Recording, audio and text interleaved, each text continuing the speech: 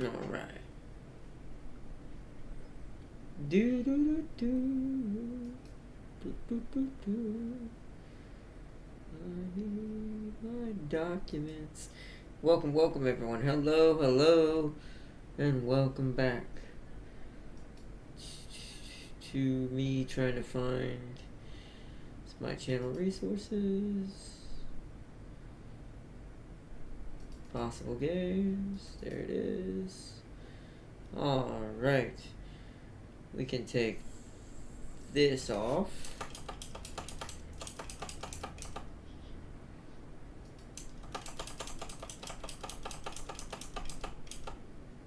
Okay.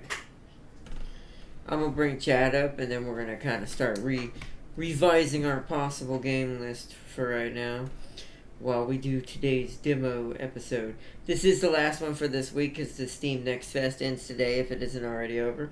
Because today is the 26th and it's like 7:30 at night. I'm going to go check actually before we start to see if it's still going on or not or if it's ended. So, but welcome everyone. I got a few before it ended though to try out. As you can see by all these icons, save for two. Those last two we won't be able to do. But we still got Back to Dawn. We still got Lysera Summit.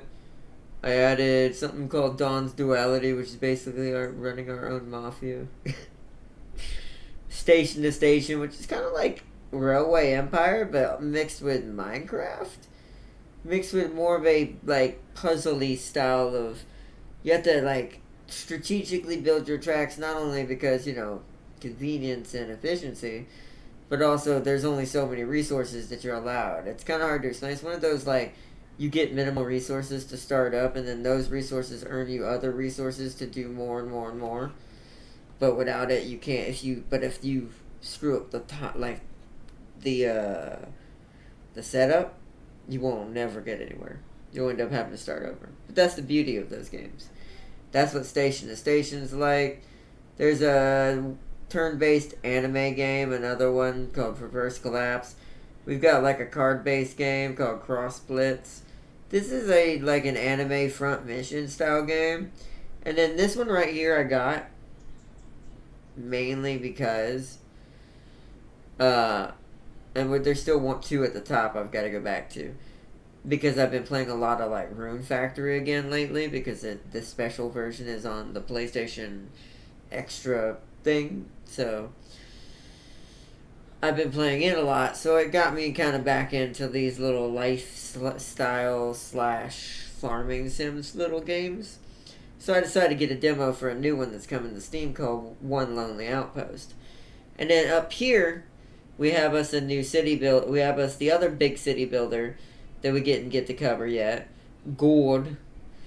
And then we have our 2-point hospital, but in space, treating aliens, called Galacticare, which is what we're gonna go over.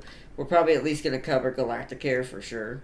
And then we have Kingdom 80s and Punch Club 2 Fast Forward for our retro, like more indie style games that we have demos of as well today. So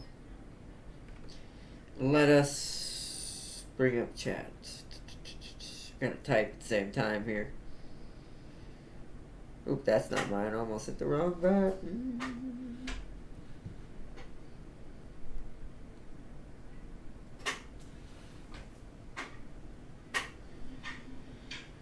Oh, yo, Nathan, welcome. Yo, Farseer, hello. There we go. I had to turn that down. I was watching that War Thunder blunder. Yes, I really were, There's really not much I could do. Not only was I just tired to begin with, but I was just bad. Especially that one incident. There were bloody 4? It was 4 or 5. I know 4 for sure. There were like 4 ISs. There was like a nothing yet. Last night was just Team IS. They were everywhere.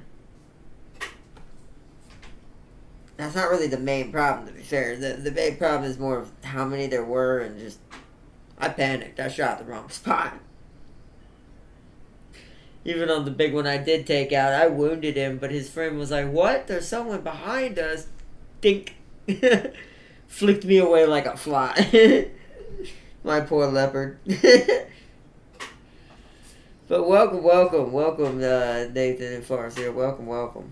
And welcome to everyone else joining today as well. We're going to be typing some of this in before we start voting. Makes it easier for y'all to see what's going on. Y'all can hear me, right? Why were you and James rushing in a lot? I wasn't in the beginning. In the beginning, I was trying to snipe. I was trying to find good spots to hide. Because you gotta understand, I'm using a Waffenträger, which is a 5.7 and a 7.3. Why? Because it can, because it's got an 88 Tiger cannon and decent bullets eventually. Now that I have the heat. That thing can actually kill up to 7.3, believe it or not. I've done it. It's actually more reliably killing things right now than me and my Panther for some reason and any of my other tanks, because my situational awareness and my MBTs has been terrible lately. I'm a decent shot, but sometimes I do screw up though. I'll get better if I play more, but like I said, it's one of those games where you kind of have to really want to be good at it, and my heart's not into that like I used to be when it comes to being the baddest, the most savage, you know. I kind of more just play it now. Have fun with it, let whatever happen. It's more funny that way. Let me type in Gord right here while we... Yeah, I do love that, though. No, I have to not only applaud, mostly the Panther A instead of Darius. No, I'm just kidding, Darius. I applaud you, too. No, but just seriously, though. I did laugh, because I was going to shoot him where he shot him. Because I was starting to remember where to shoot things, finally, towards the end. But my brain didn't comprehend until it happened that he actually did pin him. His rounds did actually do pretty good. Because the cannon on the Panther, I think it was the A he got forced into, that's still pretty good. Once again, just like the Waffenträger, it's not like it can't take out its target. It's just, the irony is he has better armor than me. I think that's the thing that still baffles me to this day. German tanks, as they got more modern, became paper thin. It's like, what happened to the Panther unkillable, slopey beautifulness? Where's that at, man? Give me that. I have a Panther 2 that's technically in my lineup that actually is meant to fight at that tier. I really should rely on it more, but I don't. Especially when I need them kills. As a brawler, when I'm doing terrible. But, you know. And sniper-wise, that's my fault, because my sniper line that I'm supposed to have isn't upgraded. They're down at 4.3, and I'm working on them right now to fast forward them up here to where I'm at now.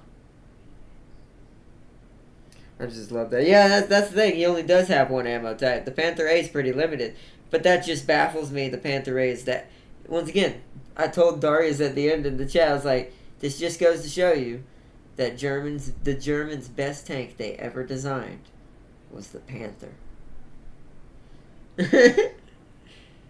Nothing else. Literally nothing else. Not even though I'm a Leopard fan. Not even a Leopard. Like maybe more modern Leopards. Yeah, they have some ability to take hits, but not the Leopard 1. Thing's just a powerful cannon with the really fast tracks. But if it gets sneezed on. This is a Dark City Builder. We're going to be starting up fully here. This is kind of also a vlog tonight because it's been a weird week trying to get everything back going.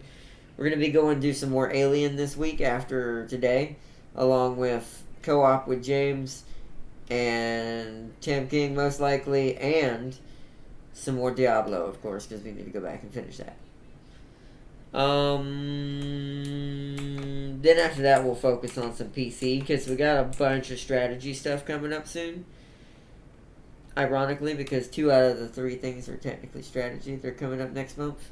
So we're, except for Final Fantasy. So that's a Dark City Builder. Already had Gord on there, so we don't want that one. Shoot. Galactic Care on this? Yes. Okay, so we want one of the new ones. So let's put station to station. Can't spell today. STAT. Iowa.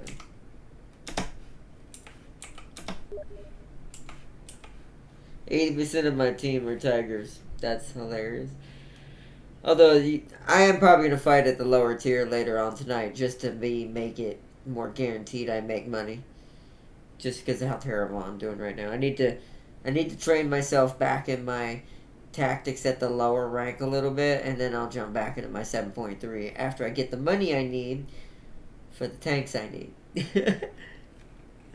Because the XP is not a problem. I actually did pretty good at getting XP by being a pincushion.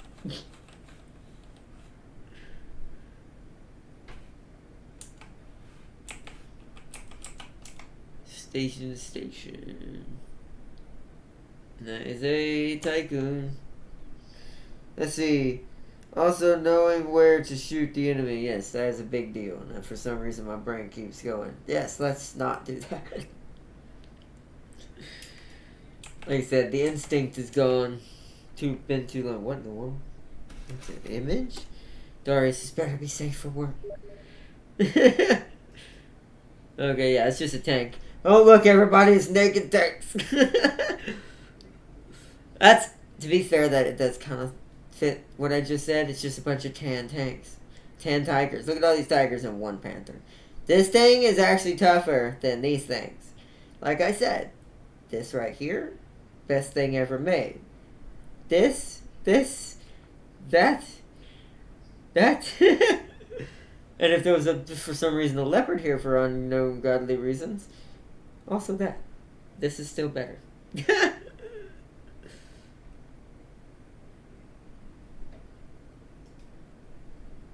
Proof. Yeah.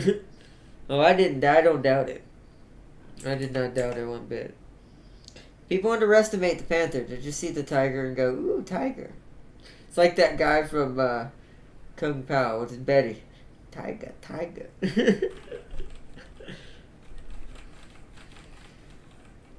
That's literally all I hear when I see that many tigers running around on the map. Anyways, I'm getting sidetracked. We need to type in the things we might be possibly doing today that y'all can choose from.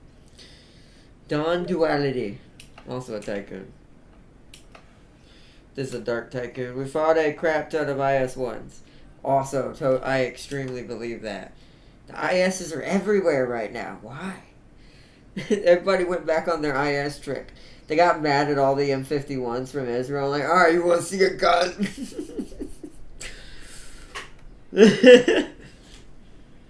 Oh, man.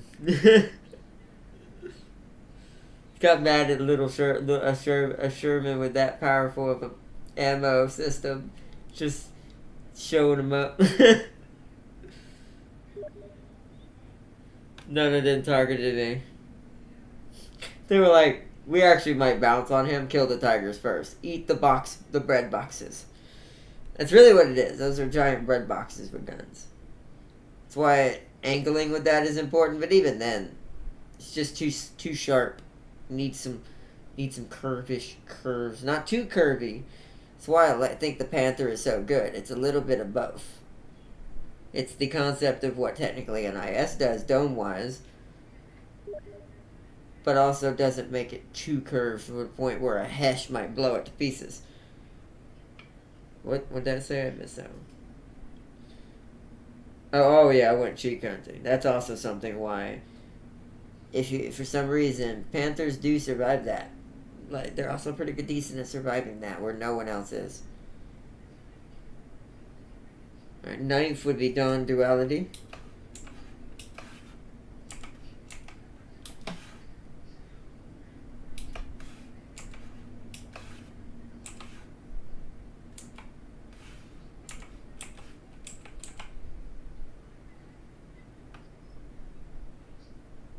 Dawn Duality. This one is also going to be a tycoon, but a dark tycoon.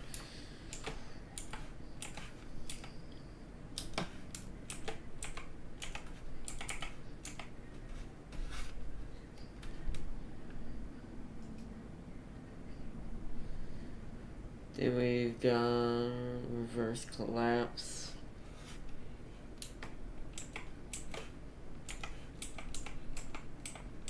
Whoops.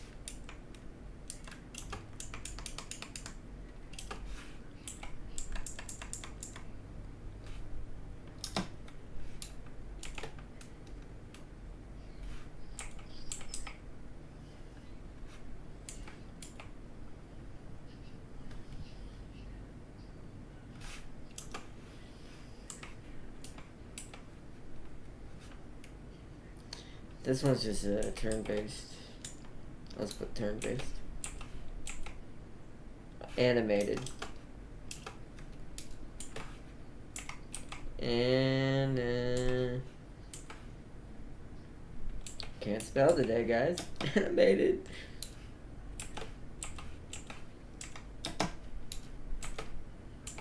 Turn-based.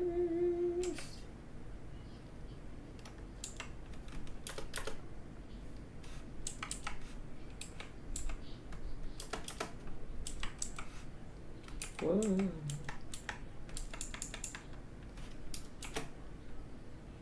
Alright, then we got Cross Blitz. This is a card based.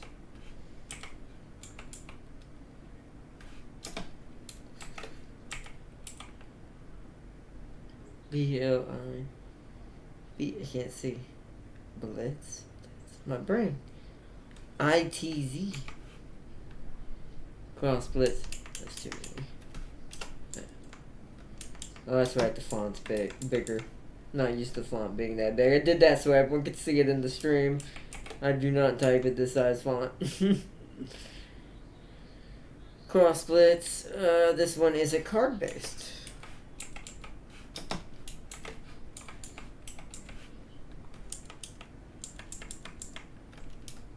These also might be possible games we do on the channel in the future as well. Let's see, yeah, I saw that, and I'll say it, both teams had room temperature IQ. That's hilarious. I think the best moment of the night was just all those ISs. They just bum rushed it. They destroyed James's position, who was watching that area, who actually did try to kill them. They destroyed everyone else. Me and my Wolfenträger didn't make it there in time, so we're kind of an afterthought. Then I spawned in, I think, the Leopard. Yeah, it was either the Leopard or the M48. I came up on the side of one, dorked my shot because I aimed too low and decided to shoot the body instead of the side of the dome, knowing even if it don't pin, I have a better chance right now at killing it because I didn't have the type of ammo to kill that thing at the time. Loaded, but I do now. Now I have my Hesh in there for situations against ISs with my M48, so I can just dome him and just destroy him into existence.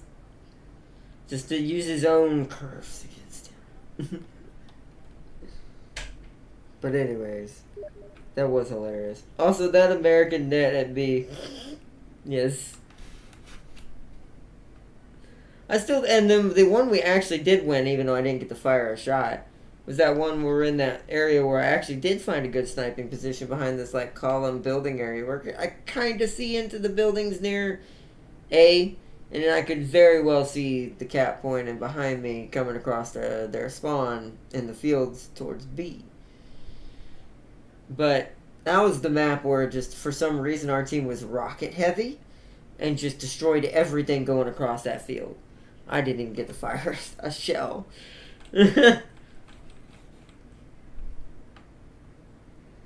It was absolute insanity. It was fun. Like I said, it was fun. I still have fun playing, War Thunder. I just don't know if I have the want to really be as good as I used to be at that point. Like y'all seen the previous streams. There's 61 episodes now. I was an urban in that map. Yeah, I saw that. Yeah, you were urban combat. Good. That's when I'm a brawling, that's what I usually would do, but I'm not as good as I used to be, so I don't trust myself. Not yet. As time goes on, as I keep playing it and not kind of rushing it, I'll get back to what it was. I'm just not going to force myself back to it.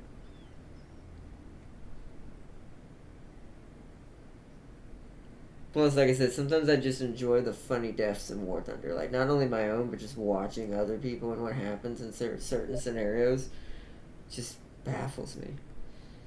Yeah, it is. Well, it makes sense. It's a Sherman. Shermans were the king of brawling. They were made for that. Now they've taken and basically, Israel's taken and basically modernized it. It's still a Sherman, essentially, armor-wise, but it's got way faster. Well, fast enough to carry the big boy gun it's got. The turret's pretty fast at rotating from what I can tell. I haven't looked at its pure stats or right in front of me, but And the ammo. The thing that still gets me, and this is the thing that matters the most in War Thunder, has the best ammo in the world that a Sherman could ever have. And the gun to dish it out. She's definitely a, hey, let me poke, pow. Did it die? No, alright, I'm gonna wait. Reload, scoot, pow. Did it die? Good, it's dead. Basically what it is. Pin everything, so armor, yeah, it does. It pins everything. But it's got good ammo, that's why. It's got that ammo that's versatile. It can do both parties. It's like, you got the dome shape armor, no problem. You got that weird jaggedy thick armor, no problem. You want to be a fortress like the British, no problem. This thing's got something for everybody. Alright.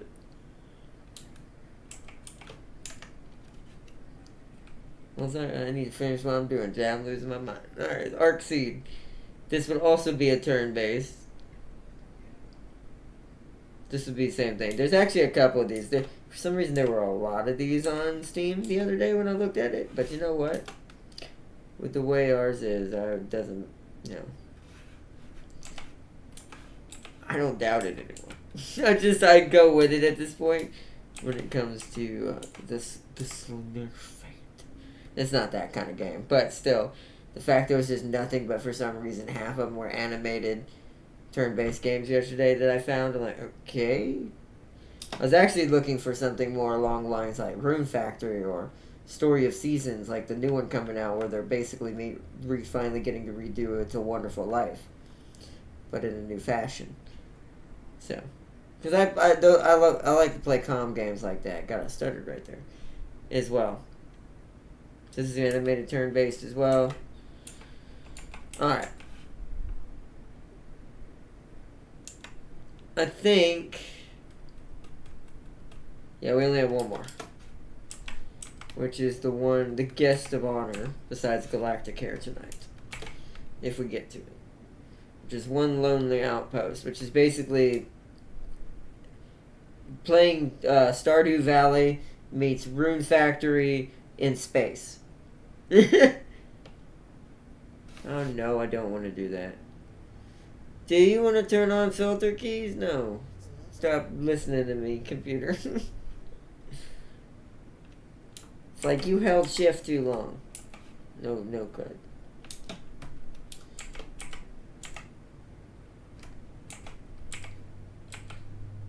Alright, One Lonely Outpost. At least there's a few of these, but not a lot of them had demos, which sucked. Like coming out, which are like basically kind of Rune Factory, Stardew Valley style. But not a lot of not a lot of them had demos out like I was hoping.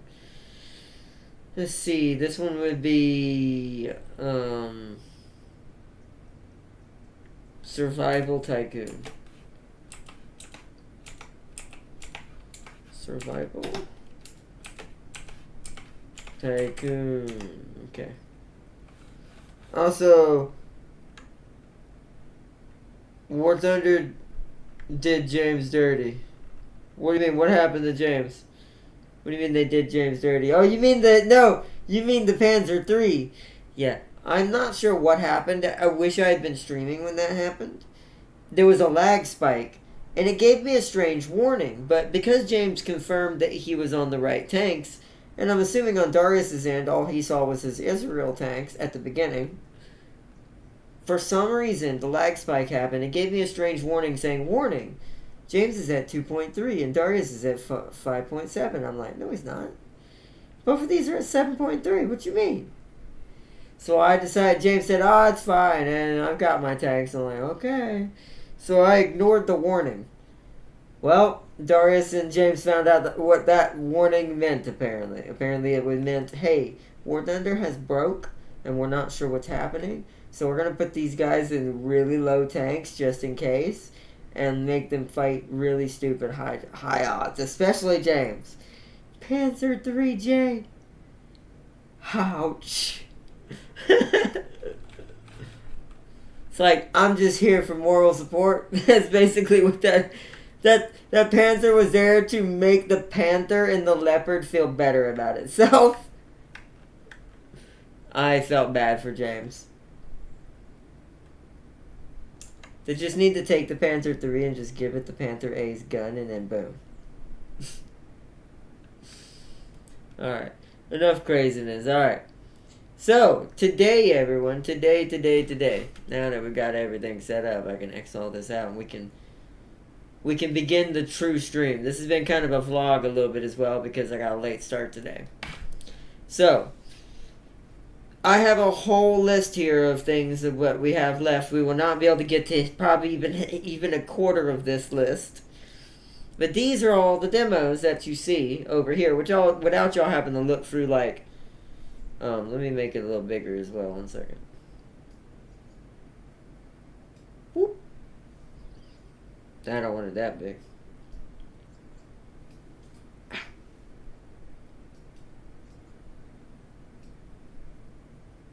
Okay.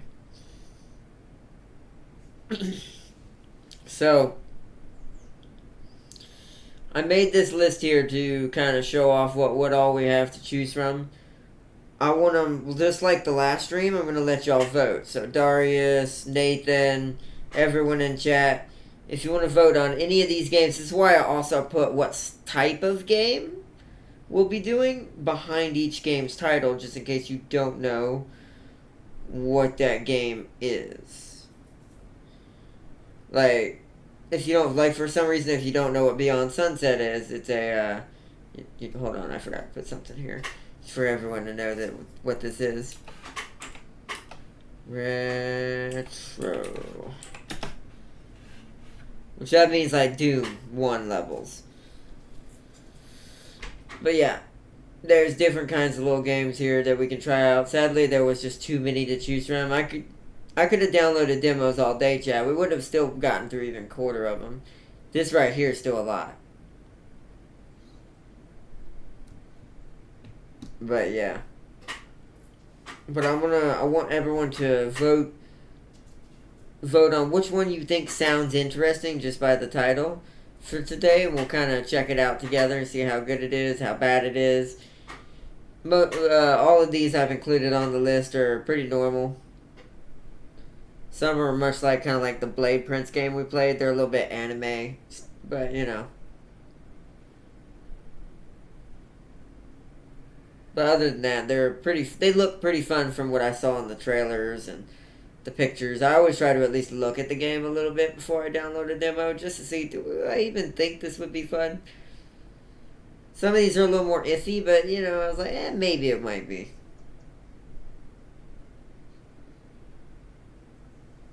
Also, if I do sound a little tired, my bad, because like I said, I got back a little late today.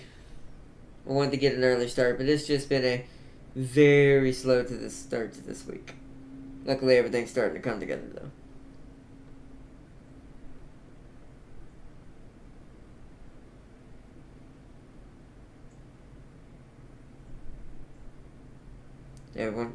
Everyone can hear me, right? Sometimes I swear. Dead of my voice. I don't know if I'm speaking loud or if my mic cut off. It's like, you are in the void.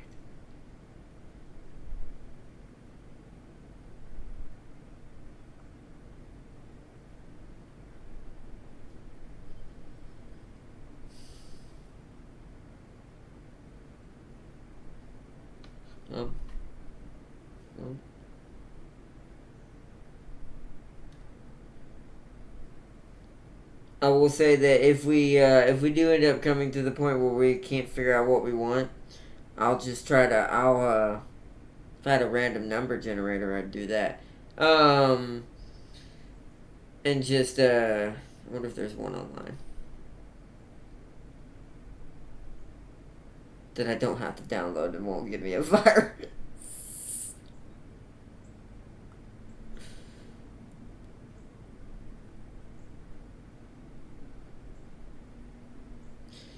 Actually, you know what? While everyone's thinking about it, if you want to try to cast your vote, go ahead. Let me check Darius's messages. Make sure I didn't miss anything. Okay. Oopsies, don't want to bring up my analyticals like that. I should always have a tab like this. So we want...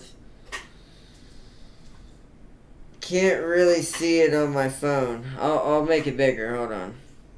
I'll make the font even bigger.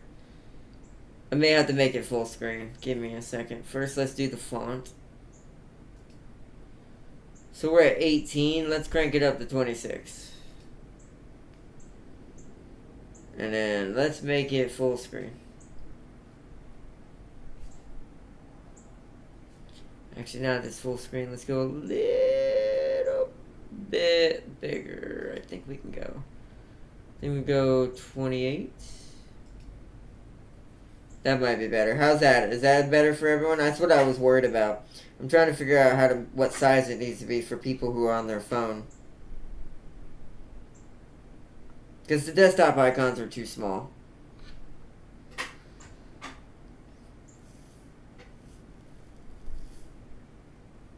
I'll wait to see if y'all can see that before I, that way I'll have a reference to rewind to if you need it real quick.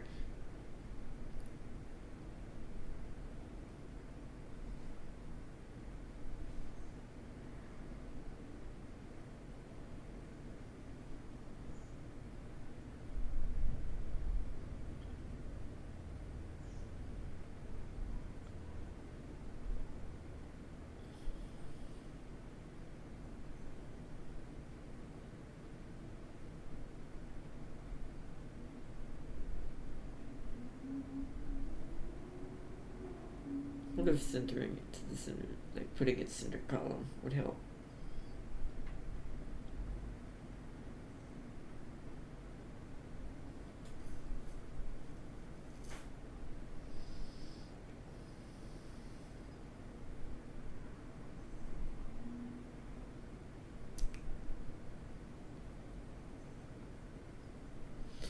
Alright.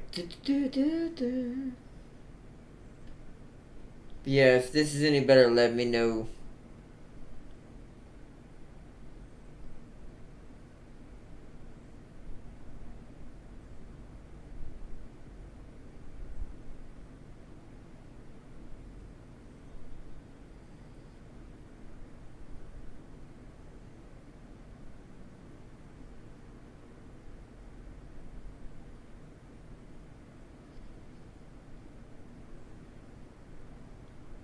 Okay. So I saw that one. Okay, so number 13, gotcha.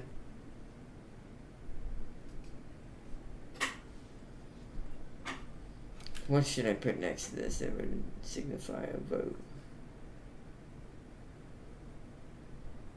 Wish there was a check mark on a keyboard.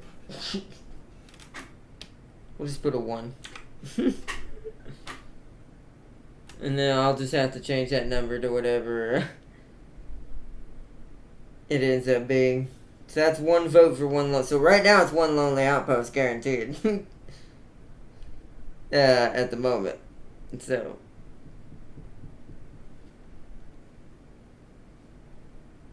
I'll go do a random number generator, but that's only going to count for the second game. At the moment, we do have a vote for the first game, so let me see if I can find us a random number generator for any others. Ouch.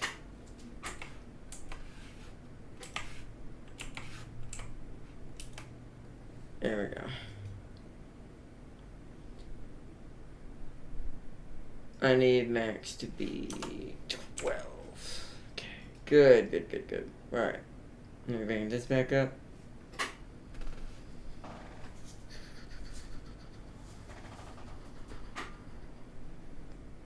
Alright, cool. Google had one that was just built in, so we'll use that for like to any other like mid lane votes if we need to, just to if no one else votes. But if it's just me and you and Farseer in this vote, because to be fair, that is one of the ones I want to do personally, anyways.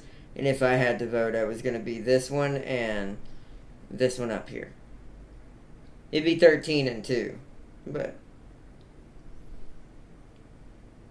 the rest are smaller games in some cases, depending on which one you're looking at. Except this one. 8's pretty big.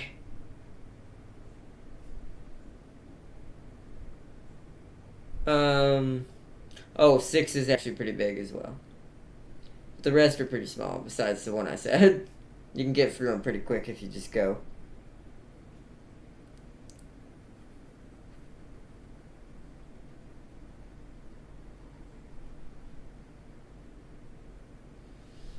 Hold on. I gotta remember, there's a 1 right there. I need to save this as it is, so we have it for later. Save. Now I'll put a 1 on it. There we go.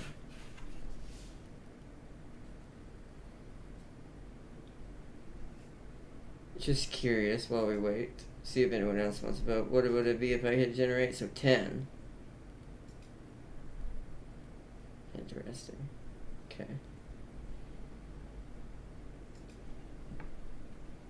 So that would be 2 if that happens, but we'll see if that works.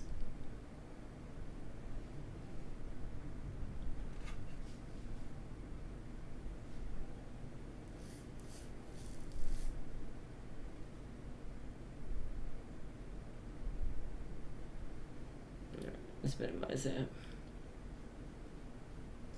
I'm gonna go ahead and prep us for one lonely outpost if we do, since I do think we are already at 8 o'clock my time, so I do have to consider that we do want to kind of get going somewhat too as well.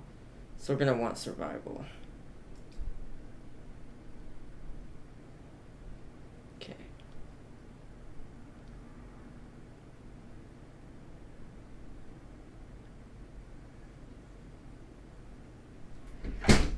Oh, dang wind.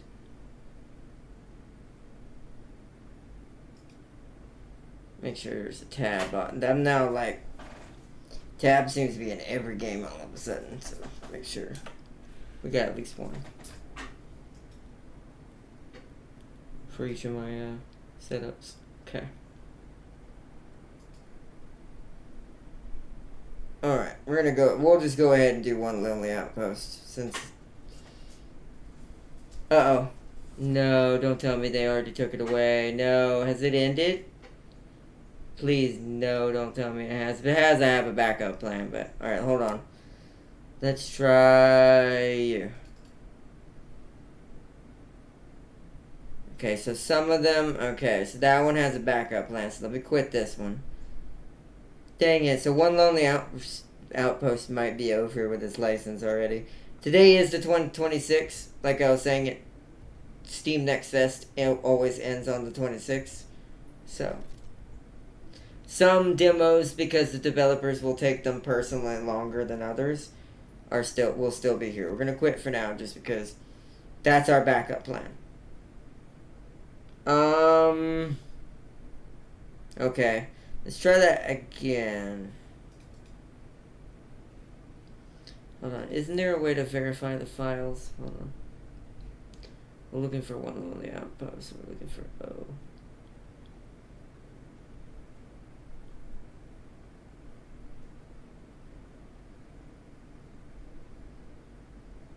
There you are.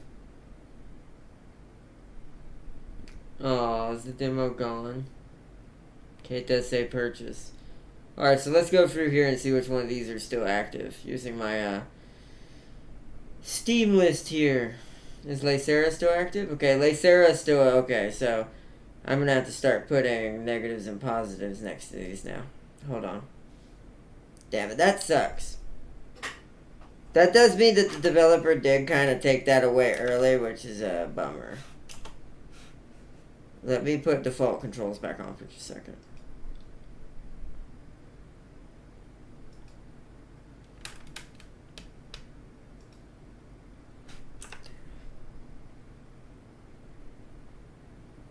So that doesn't work. Where is Galactic Hair? That does work. What else did I try? Oh, where is it? Lacera. That works.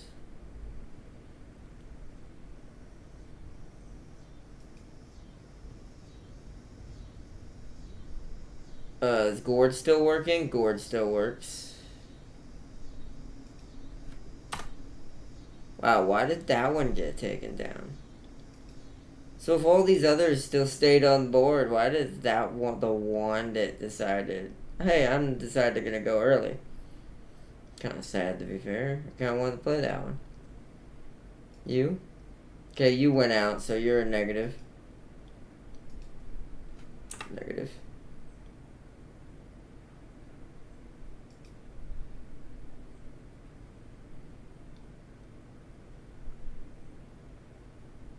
That has an update, but I'll have to do that later. Okay, station to station still working. Positive.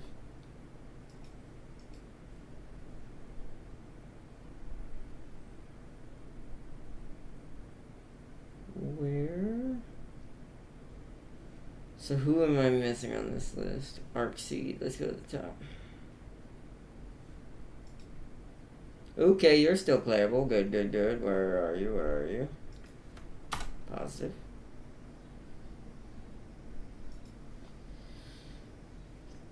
You, Back to Dawn is still playable.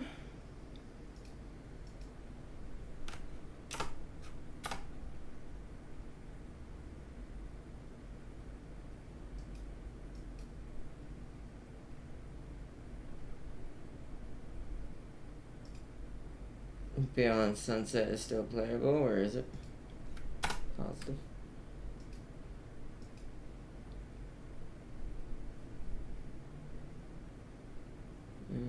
Dawn Duality. That's still positive.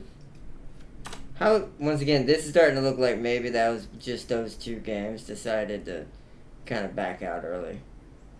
That kind of sucks. Kingdom 80s. That backed out. Okay.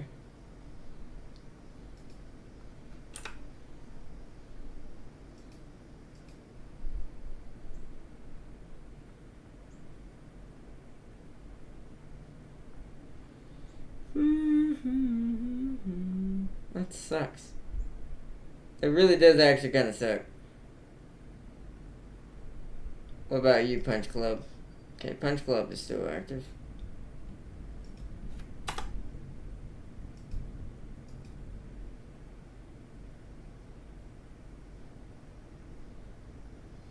Alright, well, I guess sadly that's gonna be the ones we have to go with. They're the only ones active, so who didn't I check on here? Cross Splits? Where were you at? Well, there you are. Okay, you're still active. Okay, where's Cross Splits? You're still active. Who doesn't have a plus or minus on this thing? Okay, we got everybody. Alright, sadly, I gotta make it bigger now so I can be seen. Oh, man. Like I said, this weekend's been kind of crazy, chat. There we go. That should be easily readable now. So,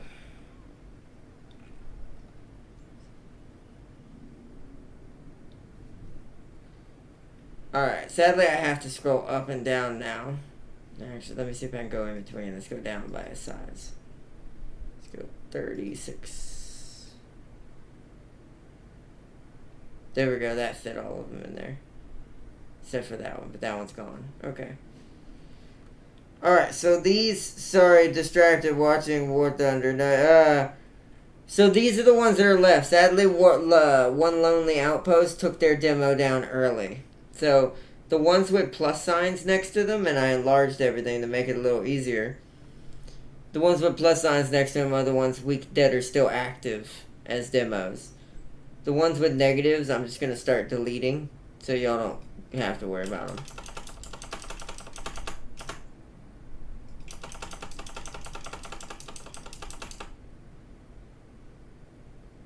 Because these are the ones we didn't even really get to try.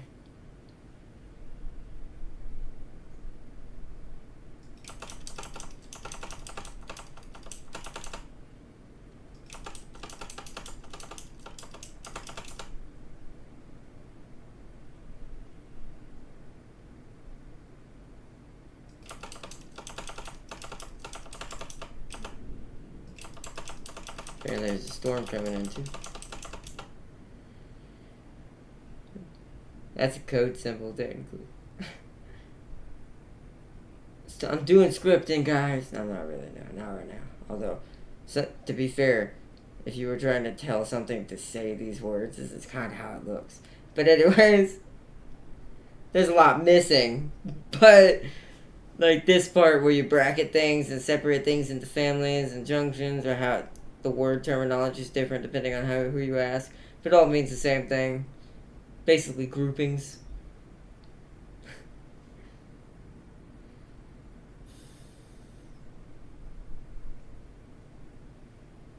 Alright, well then that means we need to take away, so it's 12 minus...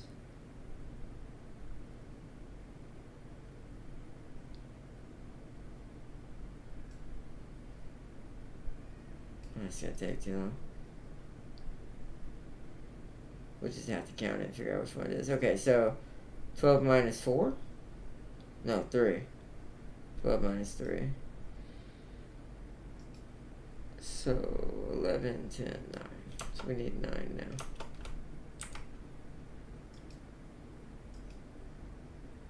Okay, we'll press it a couple times. 5.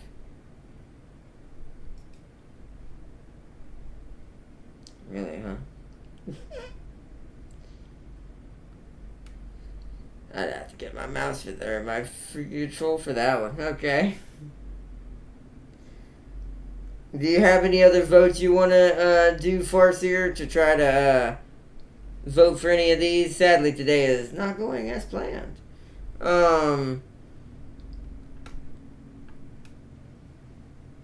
The ones with the ones that are still here and that I didn't delete are the ones that are still votable now.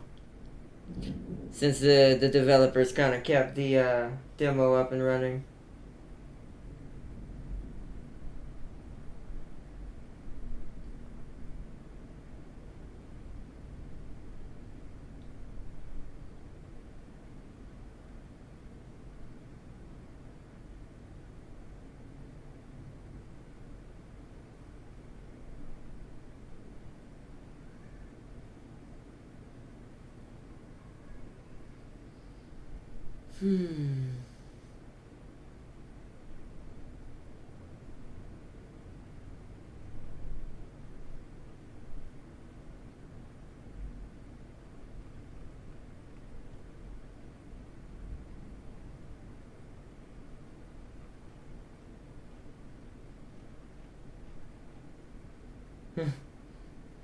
Arc is there? Arc is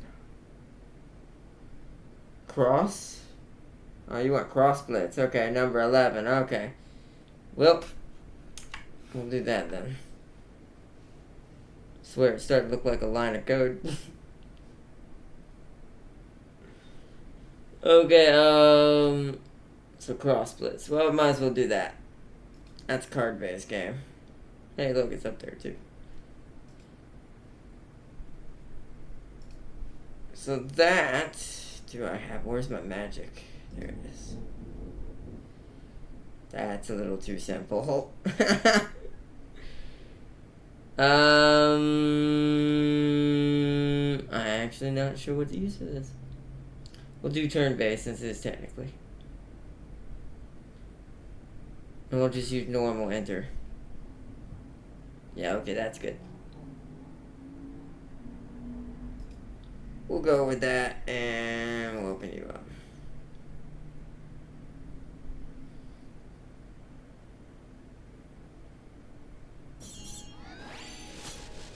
Ooh. I have, by the way, no idea, except for images and videos I watched on this on Steam, for the videos they showed during the Steam Next Fest, of what this game's about, other than it's a card-based game, and it looked really fun. Plus characters. Anyways. No bias, chat. welcome, everyone, to Cross Blitz. A cool little, like, animated, like, old... I'd say pixelated almost kind of style. Or bit style, as you could call it. Kind of art when it comes to character design, which you'll see what I mean soon. Let's actually dive pretty quick into this. Yeah, we only have the Fables, but we can do all the Tales, Coliseum. I did see that. But, so play through a hero's story, unlocking new cards throughout your journey. So, yeah. Oh.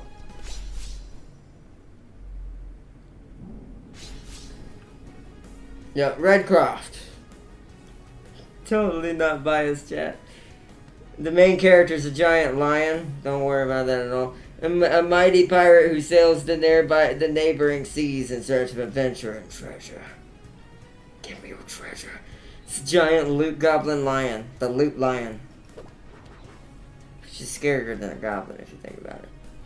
Fish out of water. Wrongfully imprisoned for raiding a supply ship. Redcroft and his pirate crew strike a deal to win back their freedom. And there's different paths for this character too, which is kind of cool. It's kind of like a dungeon diver too, from what it looked like. That part I'm not sure. Let's do it. Redcroft, the renowned mighty pirate, has been imprisoned. Wrongfully accused of raiding the scaleskin supply ship whilst exploring the western seas. The merciless Princess Ingana has confined him and his crew to a desert. A desert prison on the outskirts of the Scalehearth. With no hope of escape, Redcroft and his fellow caged pirates fall into despair. That is until a royal envoy arrives at the prison on one particularly hot desert day with a tempting proposition. If Redcroft can procure a long-lost relic from the island situated deep in the southern seas, Princess Ingana will pardon them of their crimes, restoring their stolen freedom. However, no seafarer has ever returned from this mysterious island alive. What dangers await our notorious red-bearded pirate? It's not a beard, he's a lion, literally. Unless that is a beard, then dude managed to look like Gato from Bloody Roar. Which, more power to him. Bearded pirate on the dreaded Isle of Dragon's Belly. Yeah, that's a lion. That is not a beard. That is most certainly a lion. I like the guy's like his red beard. Beard? Question mark. Finally out of that hellhole of a prison. So we're the errand boys for the princess, eh? Fine by me. Anything to win our freedom back. But as soon as I get to Swindler's Wharf, I'm down in a mug of grog. So, orc lion. This lion's gonna be roaring wars very soon at people.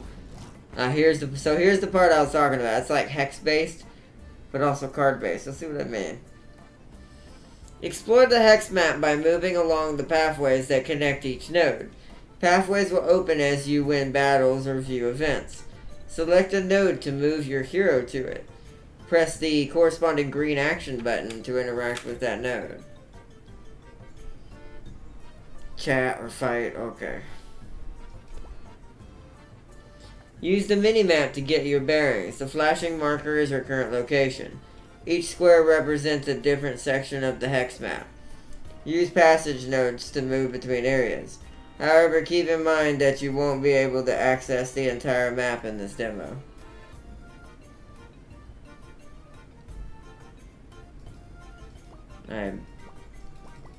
Click, click, click, click, click, click. Ah. Just looking for the close button. Okay.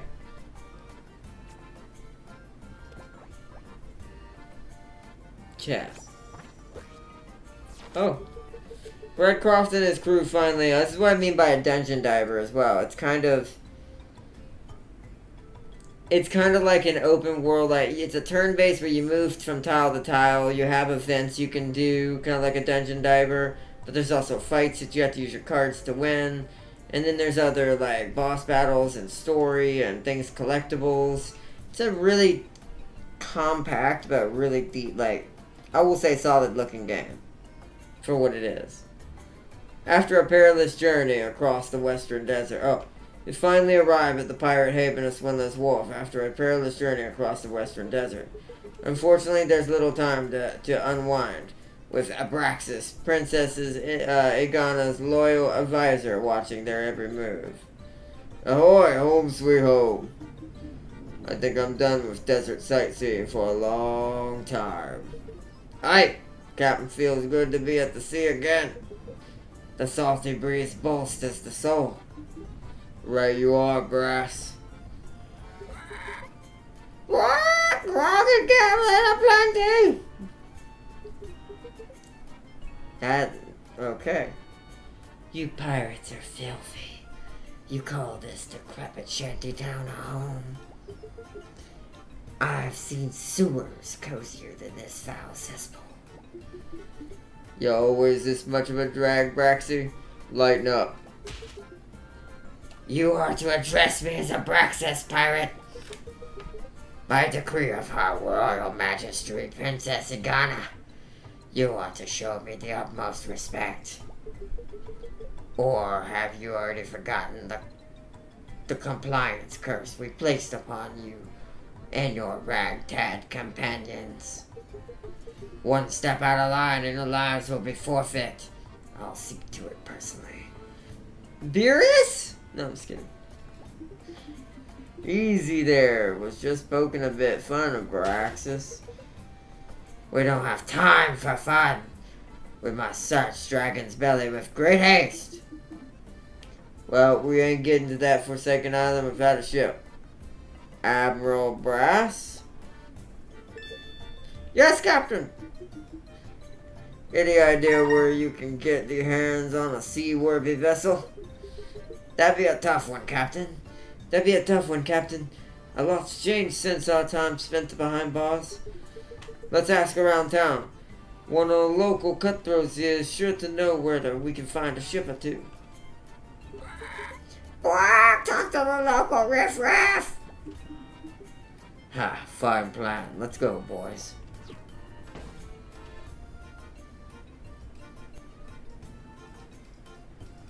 Oh, wow. So we gotta fight? So it's teaching us a lot of things. Play, battles. We gotta battle this monkey dude. A friendly inquiry. Oi, you there! What do you want, Big Beard? Me and my friends here, we're looking for a ship. Any idea we can find one? You think you have the sea legs to man a ship? You think you have the sea legs to man a ship? You're making me laugh. I'm trying to make him sound like Donkey Kong, but it's very hard to be that dude. I don't take too kindly to chumps laughing at me. Why don't we settle this like real pirates? Fine by me. I'll mop the deck with you. Battle commence. Alright. So this is the turn order. So this part, much like old ways of doing things, rock, scissors, paper, decides who goes first. Scissors. Yeah, I go first. Alright. Alright, you begin each battle by drawing 3 random cards from your deck. This is your starting hand. You can replace any of these 3 cards to draw a new random card from your deck.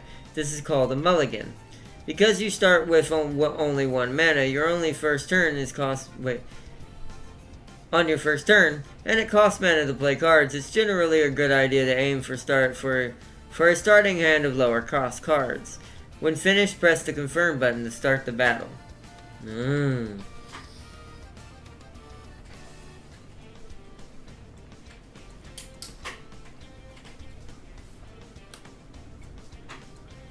Alright.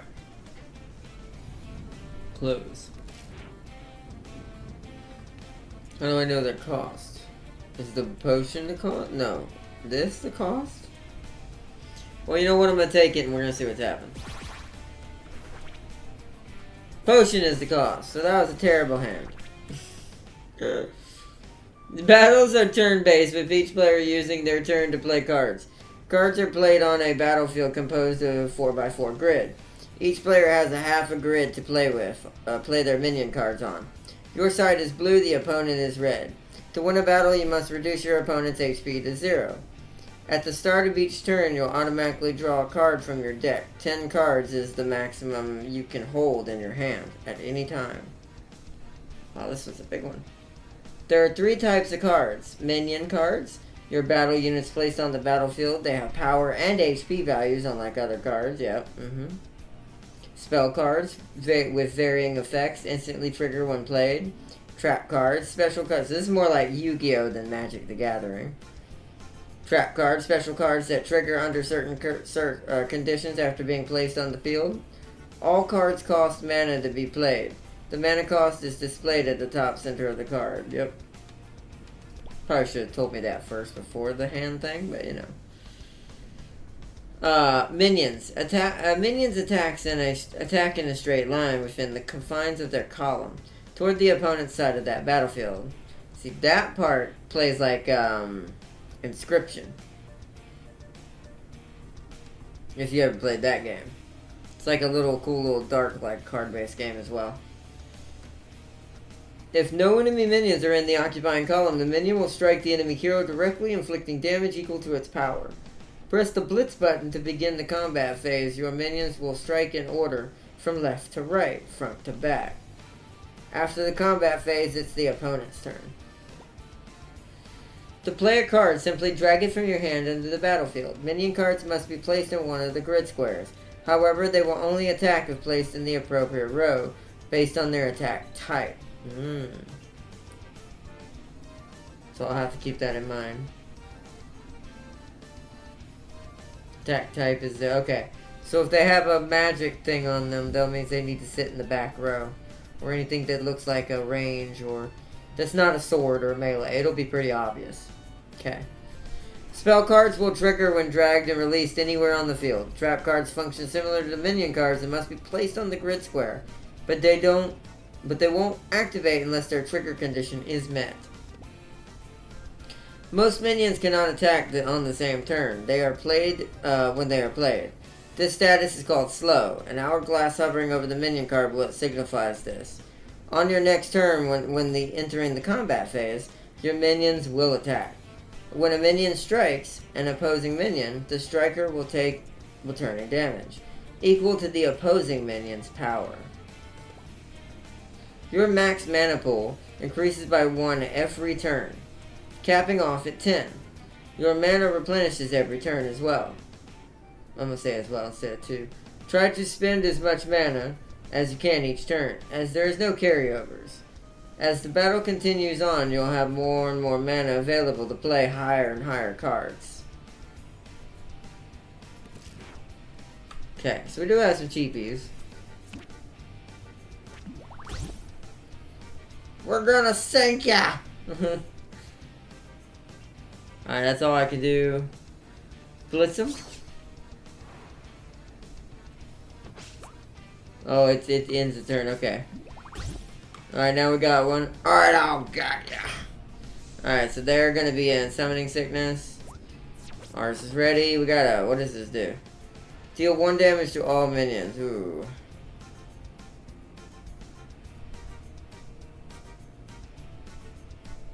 Flying, Battle Cry. Your cost 4. I can only do you. Battle Cry, draw a card. Battle Cry triggers when played from your hand. Pirate can only be blocked by other flying minions.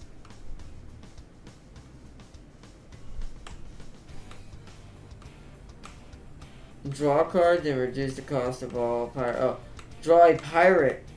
Draw a pirate, then reduce the cost of all pirate minions in your hand by 1. Ooh.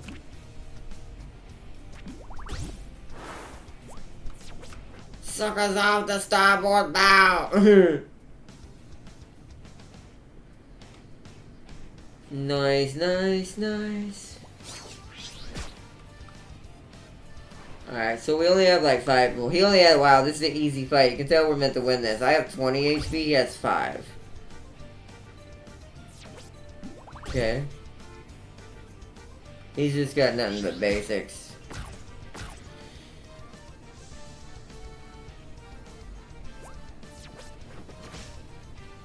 Alright, we've got another... Let's see... I have enough to put a big boy tank, so let's block off this. Tough. Takes 1 less damage from all sources. Wow. After you play a pirate minion, give it +2 power and rush. Whoa. I should have waited till I had another point to play a pirate to do that. So yeah, this plays a lot like Magic or a Yu-Gi-Oh style game.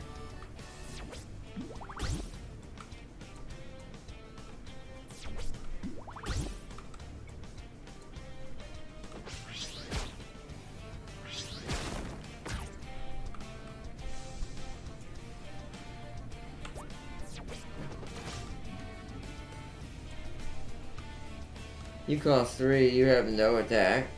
Inanimate. Can't attack or gain power. After you summon a pirate minion, deal 2 pyro damage to a random enemy. Oh. Okay.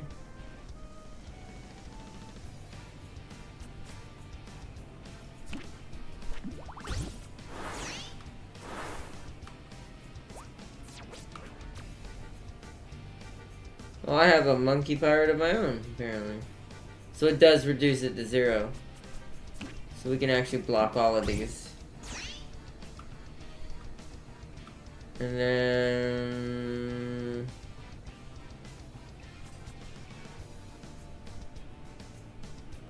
I could just clear the board, but I'm gonna attack first before I do anything like that. What does this do? Draw a card, gain 2 armor. Now let's put a cannon out there right here. Go.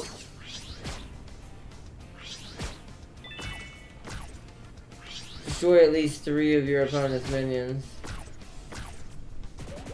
What's the other one? Oh, he's dead. Never mind, we got him. Victory! Nice. You thought you stood a chance against the mighty Redcroft. Nice. Defeat an enemy and destroy at least 3 of its your opponent's minions. We got a flintlock pirate. Summon a ship cannon behind this minion. Whoa! Oh, and I gotta level up. See, like I said, I knew this game looked like it had a lot of heart to it, and I'm pretty good at judging what games look really fun. Power up your heroes with the level grid. Each time you gain a level, you'll earn a level point. Spend your level point by selecting a level node in the grid. Next. You must move along the designated node path. When making your selection, unlocking each node in the sequence for each column. Check the highlighted nodes to see which upgrades are currently available to you. Each column is aligned to a deck archetype, can't talk, or a different playstyle. Mix and match how you would spend your level points, or go all in on a single archetype. The choice is yours. There are a few types of level nodes. HP boost, increases 0 HP. Card, acquire a new card. Blitz burst, acquire a new Blitz burst card. Reset all of your level points by pressing the respec button on the top right of the grid. All of your level points will be instantly refunded, but all previously acquired cards and upgrades will be taken away. Check your decks after respecing. Pirate Party Blood Boil. Huh. After a friendly minion takes damage, give a random minion in your hand +1/+1. Wow. The barrel mutt combat start draw, so triggers after pressing the attack button. Draw a random pirate minion from your deck when you attack. That's every combat start. Wow. Jolly Bomber. Battle Cry and Death Rattle. Add a bomb to your opponent's deck. What's that do? Hold on. How do I? Bomb. Cast when drawn. Deal 4 pyro damage to your hero. Wow, that's actually pretty scary. Kind of want that guy. Cannon Barrage. Oh, that's a green gobbo. Is there all these gobbos? No, I don't think there are gobos in this game. At least not that many. That looked like there was the one. Oh, well, that's clearly weird Skaven rats with corn powers.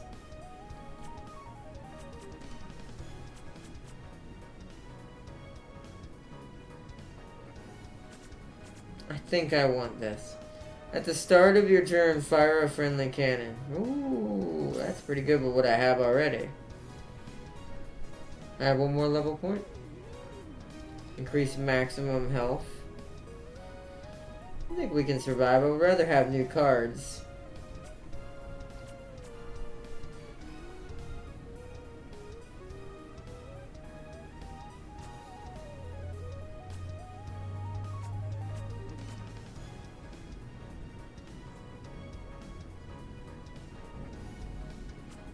Let's go for the exploder style.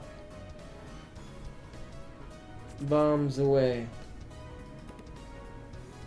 Alright,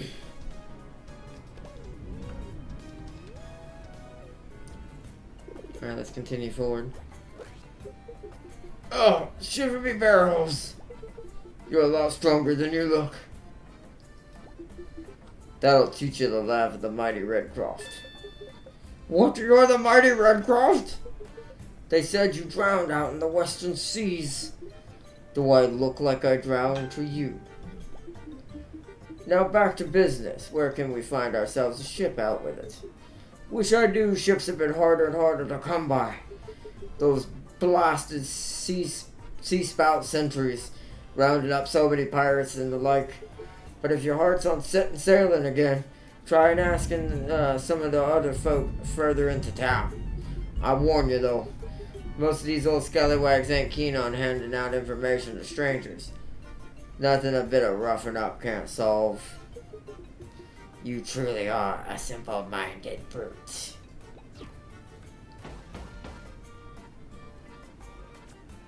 Alright. Get this treasure chest, see what it does. Much like any of these dungeon things, it's probably some sort of, yeah, ingredients can be used to melt cards. Nice.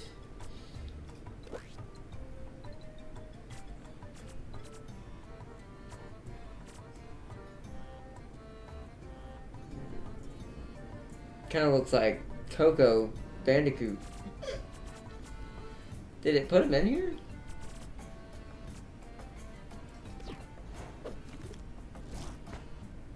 Alright, a playable full deck contains 30 cards. The cards in the deck are displayed in the right in the card list. Remove cards from your deck by dragging or clicking the cards in the card list. Add cards to your deck or clicking and dragging the cards from the collection. Minion cards have power, value, health value, I already know all this. Power is damage they inflict, HP is what they can handle before they die. All minions have an assigned attack type, melee, range, arcane, so that's what that is. Spell cards and trap cards don't have HP or power, but they do cost mana to play, as indicated on cards. Spell cards instantly trigger when they are placed on the field. Trap cards must be placed on the board and will trigger regardless of where they're placed, as long as the conditions of the card are met. Any row is fine. Multiple of the same card can be added to a deck, but this number is limited depending on the card's rarity. Common 8, rare 4, mythic 2, legendary can only be 1. A card's rarity is represented by the icon on the bottom right of the corner of the card. So, this is 30? Well, I guess it is if it's that many.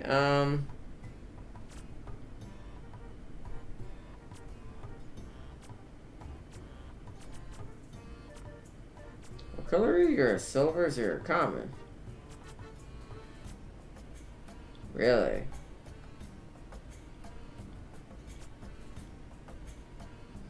We're gonna go really aggressive on this, so...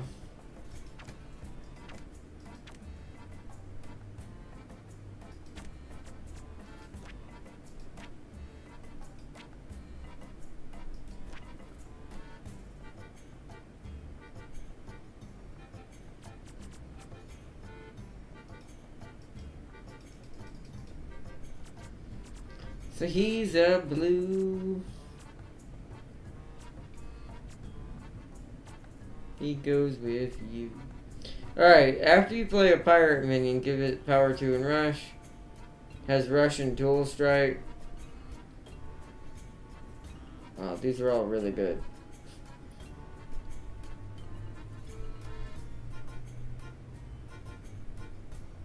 Wow.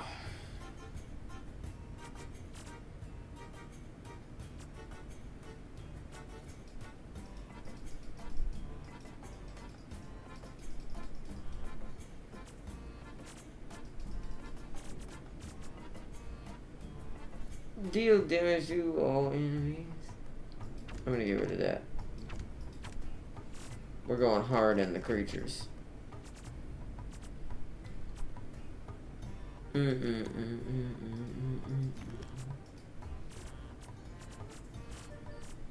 Anything I can get rid of for the grog? Not really. Alright, continue.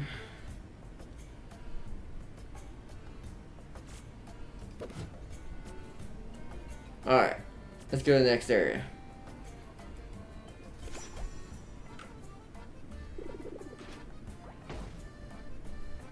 Okay. Don't have access yet. Sid the Squid! We gotta fight Sid the Squid. Let's at least do that. I'm gonna try to fight all the people on this map before we move forward. Before we decide to check out another demo. Like I said, we gotta move kind of quick tonight. Alright, I'm gonna say Instinct Rock.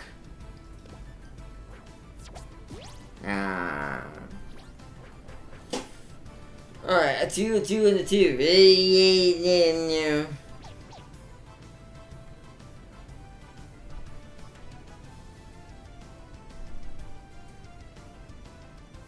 No.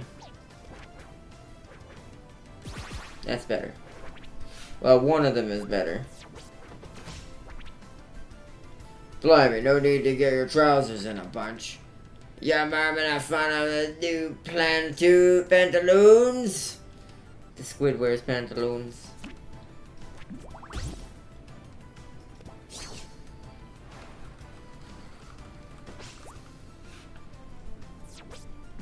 Skelly boys! I wonder how many decks are in this game.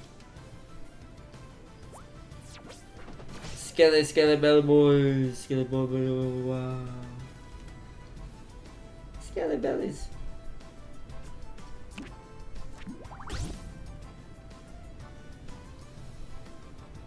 Oh, I put you in the wrong spot. Oh, whoopsies. That's a problem.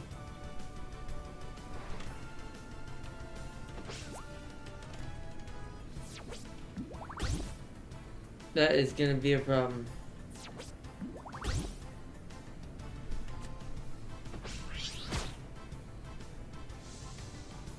I did it wrong, chat.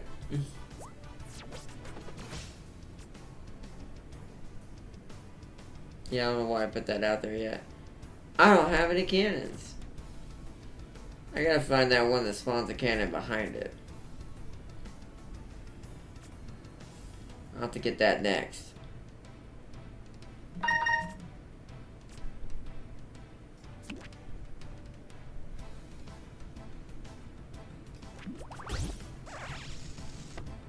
There you go, there's the bomb.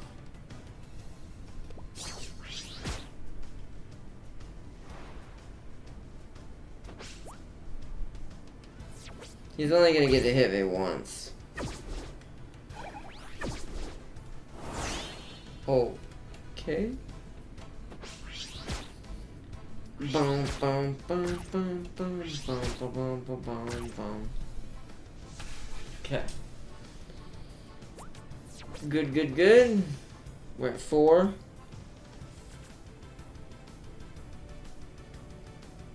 We need to start cycling down these guys. Let's put one there. Tough.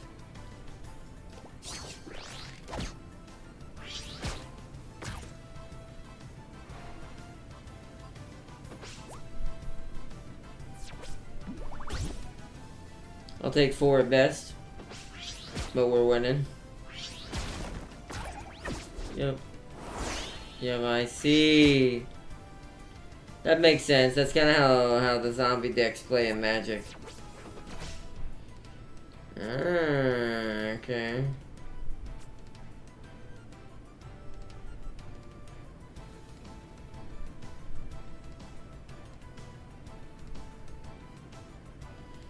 Let's...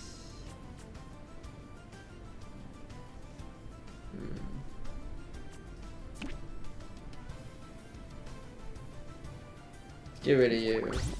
It'll make the other one stronger, but... Target locked! Alright, let's do that.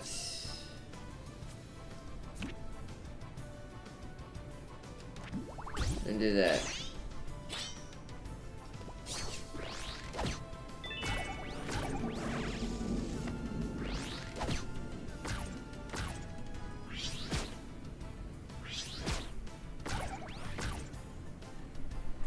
There we go, cleared the field.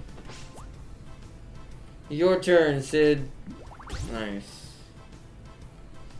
Almost have him. Alright.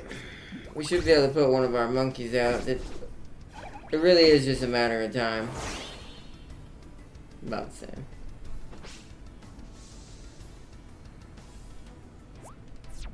Alright, what am I doing? Wow, why am I getting so many monkeys at once? Well, yeah, there we go.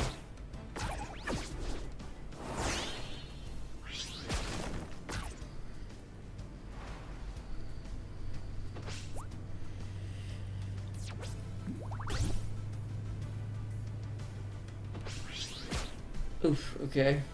I heard a little bit, I'm not gonna lie.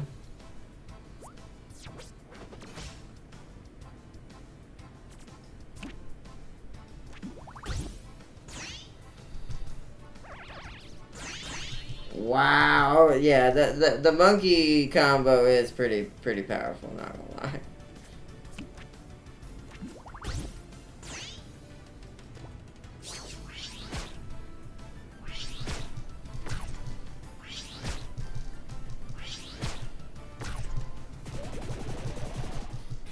Nice, got him. Victory! You call that a fight? Come on. Win in 20 or less turns, destroy at least 3 minions, take 15 or less damage during the entire battle. Nice.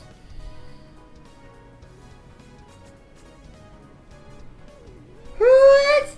Yeah, so there is green skin builds. Bring on the gobos.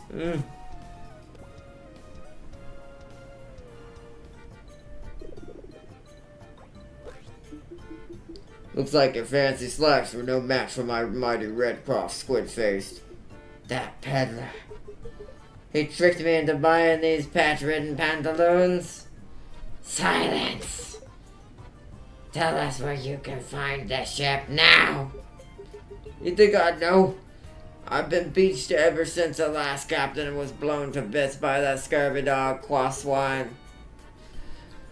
If it's what a ship you're looking for, go talk to one of those big-headed info brokers. Those two-faced crooks know everything going on in Swindler's Wharf. An info broker, eh? Boom, boom. The Pirates Code event.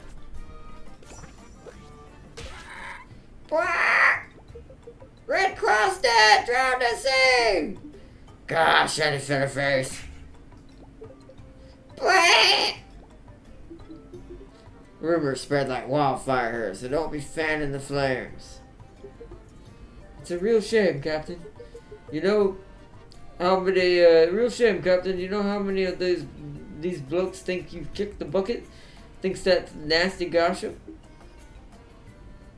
I wonder who we have to thank for that. Ah, don't glare at me, pirate. You sealed your own fate by acting against the Scalehurst crown. Besides, if you're as skilled as pirate as you claim to be, you shouldn't have much trouble restoring your former notoriety. Drink, fight, steal, can't imagine becoming famous pirate. Requires much more than that, no? It's apparent you don't know the first thing about true respectable pirating, Braxy. To be a mighty pirate is a lifelong ambition. A captain's reputation is everything. With fame comes respect, and with the respect comes loyalty, power, riches, and more. At least that's what some of us think. Aye, but don't be mixing up fame with infamy. My reputation is what it is, 'cause I follow the Red Code. The Red Code? You fools follow a code for your seafaring thievery? How absurd. That we do, Braxy. Not all pirates follow a code, only the honorable ones do. And there ain't many of us left. The Red Code forbids us from looting the less fortunate. What's the honor in ruining the lives of the common folk just trying to scrape by? And it sets the grounds for relying on your own strength to overcome whatever's blocking your path. True greatness is won with your own two hands. Your old man set quite a precedent, eh? See, God's bless his soul. So you had a pirate father? I suppose the apple doesn't fall far from the tree. My pa was a lot of things, but he followed his code to the end. And and was loved by all sorts. Commoners, fellow pirates, traders, all of them. Don't be making a mockery of him, lest you want to deal with me. Ruffian. Interesting. How do we craft? Can we craft yet? I want that other Gabo thing I saw.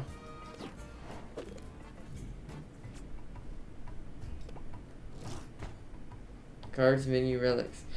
Access the relics tab. This is to equip relics. Relics are powerful items or artifacts that give you an edge in battle. Equip them the same way you add or remove cards from your deck. There are two types of relics. Elder relics, very powerful and very rare. Can only equip one of these at a time. Standard relics, less powerful but still useful. Equip up to 3 of these. A set of equipped relics is tied to the deck you are currently editing. Meaning if you swap out to a different deck, the relics you previously had equipped will not carry over to the new deck that you're using. Keep this in mind and edit your relic loadout as well, accordingly.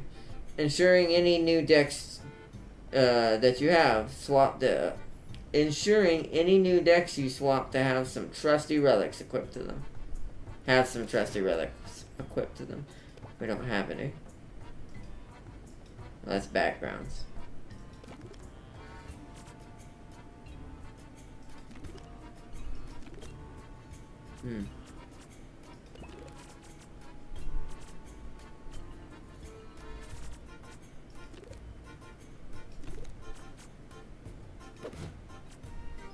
It's probably something we have to go to, like this. What is it? Yeah, card shop. Yeah, probably that, most likely. It's most likely that it appears in the crafting menus and card shops now that I've unlocked it. So what we want to do is, let's go card shop first and do this cutscene.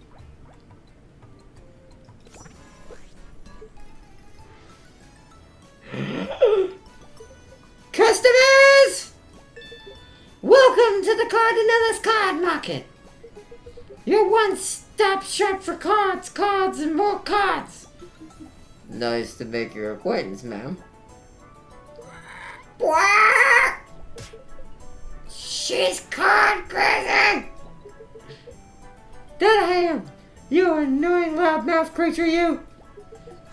My cards are the best, and you are the best you can buy, and the prices are to die for. You don't say. I do say! Say I do! Now let's get this show on the road, yes? Take a look at my wares, please, I insist! Captain, might be a good idea to grab a card or two if you get my if you got the funds.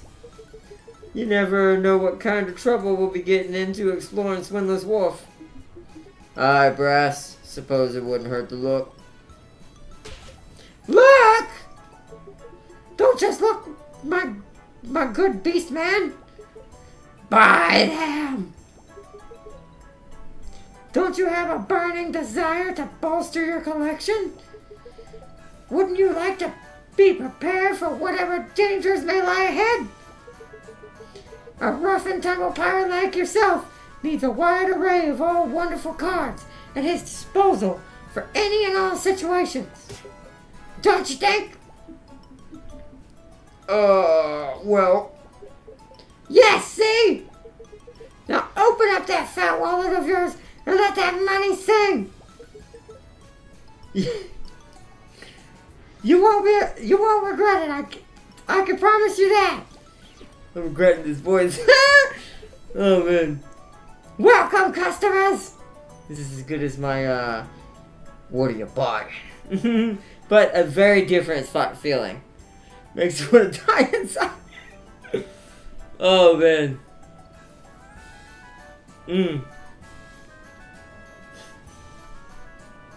500 each. I had that one, eh? Huh? You gonna get it? Oh goodness. Okay. After you cast a spell, gain armor equal to its cost. That's actually pretty good. To be fair, with the way where our deck is being kind of expensive now, that's actually, I think this is probably the strongest card here. This is just draw 3 cards, gain 10 armor, which isn't bad either, but to be fair, I'm not going to be able to play most of my cards until like 2-3 turns in. So, I'm going to go this. Buy 2 of them, might as well. I knew you'd be, oh no, now I lost it. I knew you'd be my oh no, now I can't do it. See, this is the problem with doing voices like that. I knew you'd be my favorite customer. There we go. Holy crap. That's gonna be a pain in the butt to do every time. If we ever play this game for real, that is gonna hurt my voice. It's a good game though, I do love it. Like I said, I love card games. Card games are cool, and especially when they have this much feeling to them. So that's a purple.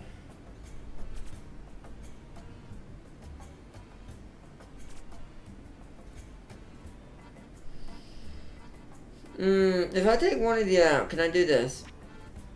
I can, so they don't have to be, you don't have to completely remove it, you just won't have as many. So, I'm gonna even it out. 2 Smithies, 2 Seafaring Apes. Because those Smithies seem pretty good. Now let's go fight this lady over here. Eve.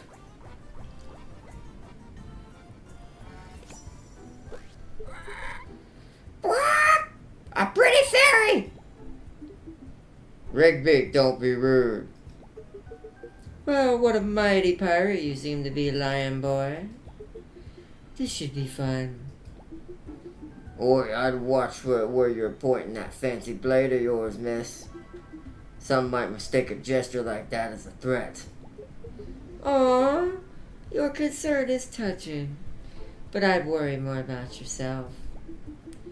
That fierce look in your eye. You were itching for a duel, eh? On guard, then.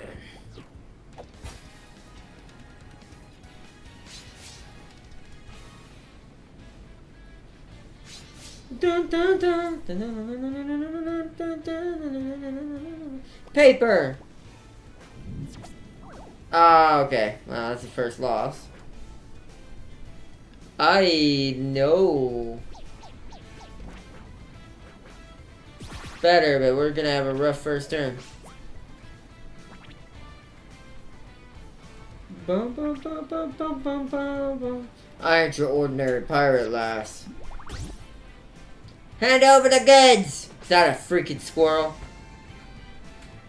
In battle, equipped relics are represented by icons next to your hero's portrait. Hover over a relic to check what it does. Remember, your opponent can equip relics too. Always consider the relics an opponent is using before playing your cards. So that's teaching me she has relic. These. Vicious Scythe, which we saw in the picture. At combat start, deal damage equal to the number of cards you've played this turn. to a random enemy minion. So we actually want to wait.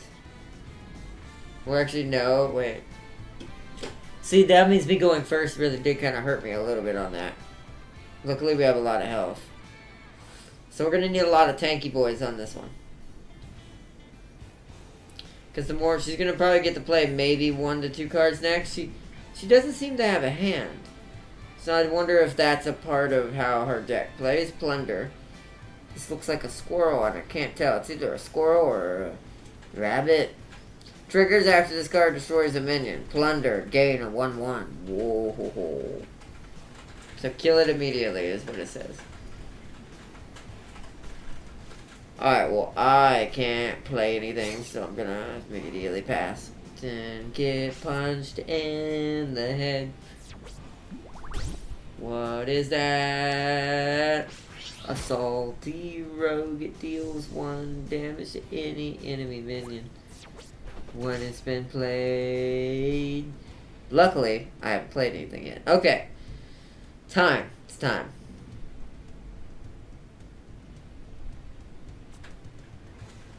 You will survive it. Target lock, sir!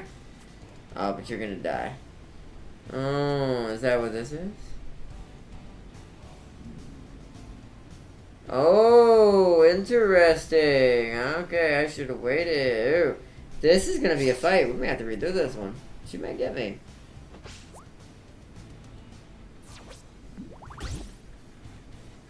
Does this have an attack? It does.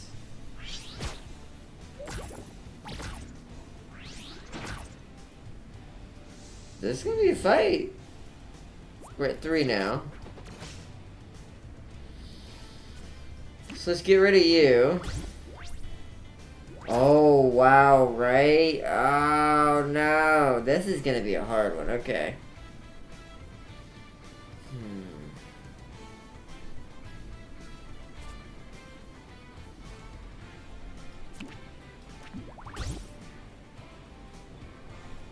Okay, luckily I already mitigated that first damage, so he came out with full health. This is gonna be a rough one. Ooh, thunderstorm. Oh man. Hopefully we get the finish. This is just a Genera deck. This fairy is basically a Genera. She's coming at me with all these battle mages and battle sisters. Which, speaking of battle sisters, Inquisitor Martyr Warhammer is getting a new DLC for the Adeptus Sororitas. I will be definitely checking that out whenever we get the chance. So we're at 4. We need to start playing some real hard plays here. That has 5. After you summon a pirate, that's after I summon a pirate. I don't have a 1 to summon it with. Okay. So let's do... She's gonna hurt the initial one. So let's do you here. Plant a bomb.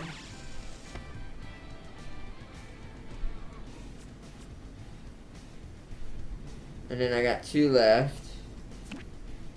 Do that. Target locked. Alright, that should be good. That'll at least keep me from taking any more damage. Let's go.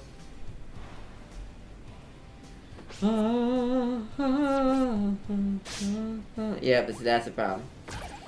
Alright, so then I'm gonna take a hit there, but she's now got bombs in there. If those bombs both trigger, it's definitely over. Oh god. Yeah, she is very dangerous. Shoot. 5 now.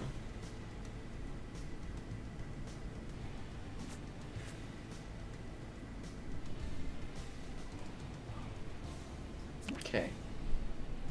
Put you over there. 'Cause you'll survive that. And then play you.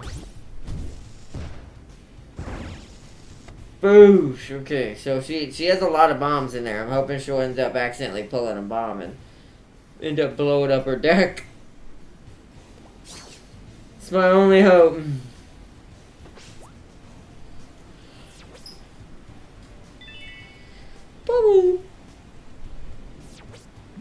Whoa!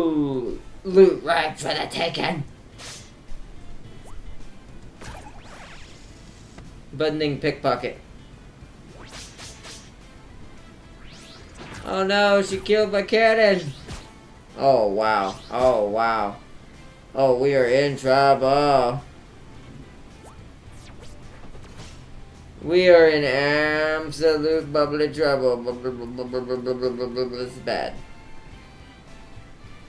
I'm dead. I'm dead, chat.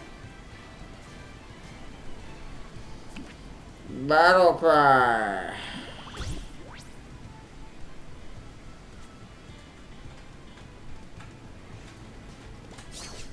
I'm dead. Alright, well, we're gonna have to redo that one. So we need to try to go first. Her deck is a turtle deck. The longer it lasts, the stronger it gets. Raining. Let's try again. We'll do it one more time. If she beats us again, because this is a demo. We're not gonna fully try to. This isn't like not like we're doing a major playthrough. God, I can't talk. Then we'll move to another demo if the storm don't get too bad outside my house. So let's try again. Battle commence. We'll try one more time and then so let's go Sizz. We're getting unlucky right now. I'll keep that because she has Russian Strike. Please give me something cheap. Oh my god, another 8. Once again, nothing on the first turn. That's bad. Wow. That was a good tactic. Wow. I literally can't do anything. I have too many expensives.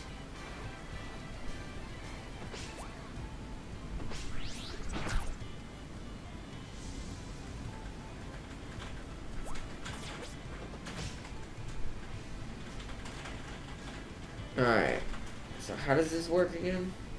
Deal damage to equal to the number of cards you played this turn to a random minion. It's at combat start. After your opponent plays their first minion in a turn, deal 1. Yeah, that's the one that's doing it.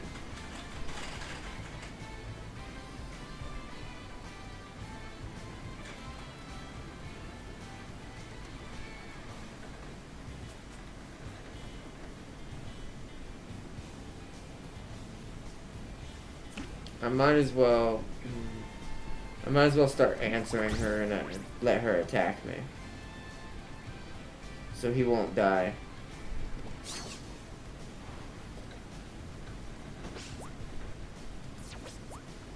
What? Whoa, that's a cool deck. I don't know if I have the cards to do this. This is one of those where I probably have to go back and fight other fights. That previous fight and earn some money. Get some rush cards. Rushing this deck is the key to beating this. So I don't have any rush cards. Wow, 5. But how does that do freaking 5? Oh, because you played all the doubloons count. Oh, that hurts. Ouch. This is not great. Let's do that. That is a savage tactic. I don't know if I can beat this. I don't know if I have the deck set up for this. Without going first. This is kind of terrible. It's luck of the draw.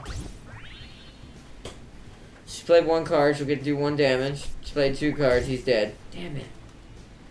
She's also got a lot of cheapies, which allows her to do stuff like that. So I'm taking so I'm at her health already.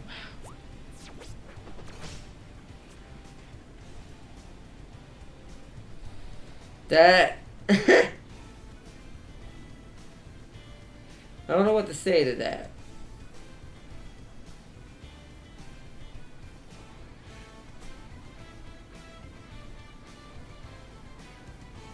Oh man. No matter what I do, I'm kind of in trouble now.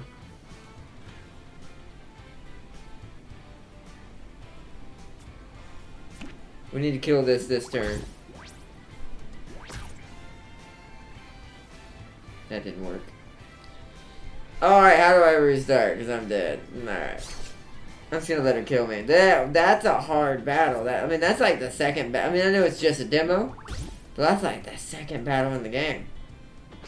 That's a really well put together deck versus a deck that just got started that doesn't have a real theme yet because I don't have enough cards to make a theme. Pretty savage game. I want to quit out and like restart. Forfeit battle, yes. Forfeit the bootle. Alright, that's enough of this game. We've shown off a little bit of this. This is a really cool game. If I were going to actually play this like hardcore, I'd go back and earn a couple more cards for our deck. Try to unlock some things and get some more of a theme. Because you can go back and play this, I assume, right? Yeah, so yeah. The game's set up where you're allowed to explore and go around the map. Yeah, so we could go up here instead. And probably head to where the story wants me to go, I assume. But in light of trying to at least get one other game into this stream, we're going to quit this for now. It's a cool little game, though. But yeah, this has been a cool little look at Cross Blitz. A cool little, like, animated, like, fantasy, piratey style card building game, like, with, like, old 64-bit style character designs and animations. It's a pretty cool game. I do like it. It's fun. Like I said, I'm a big fan of card games and card battler games. They're really fun to play. So let's get out of this and let it show the title. But yeah, this has been Cross Blitz. If you want to wishlist this on Steam and you like card playing game or card based games, this seems like a pretty solid, awesome game by Taco. Actually, I almost said Taco Boy Studios. I don't think that's how you're supposed to say that because I think it's Japanese, so Taco Boy Studios, most likely, something like that. That sounds at least closer. But yeah, this has been Cross Blitz, a cool little animated card-based game, card battler game. It's a really cool game. Let's check out what else we got though.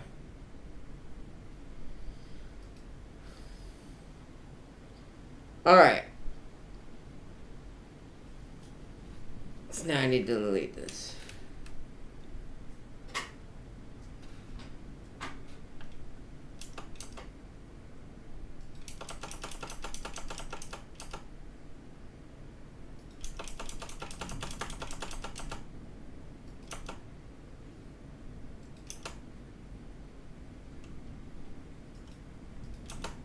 Okay. Alright, chat. We checked out that game. What do y'all want to look at next? Or do y'all want me to decide one for the end, since this stream sadly won't be able to get one more in, most likely.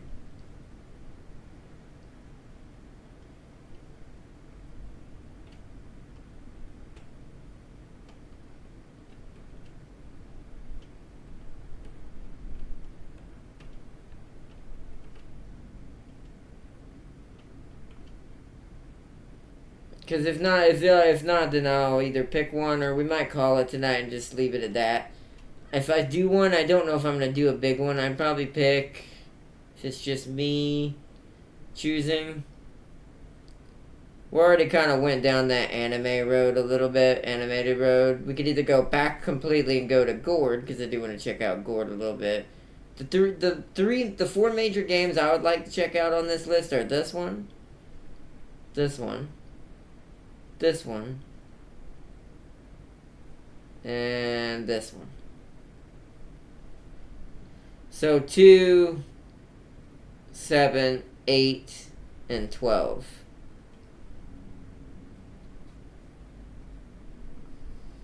Let's bring up the random number generator and see what it says. I'm going to click it a few times and open my eyes. 4. And see, that didn't work out. So out of all the 4, I'd have to have them in an actual order. So in that order, so it'd be 1 here, 2 here, 3 here. So it voted for Arcseed. So the random number generator says Arcseed. If I'm doing just those 4 in a row and then in the order they are now, it just went this.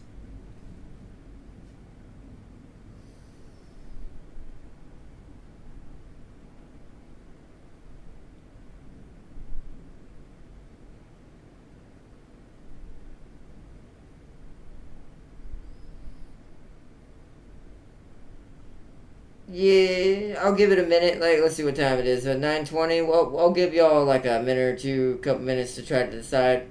We'll start up at like 9:22, 23. I'll give it like 3 minutes for everyone to kind of put their vote in the chat.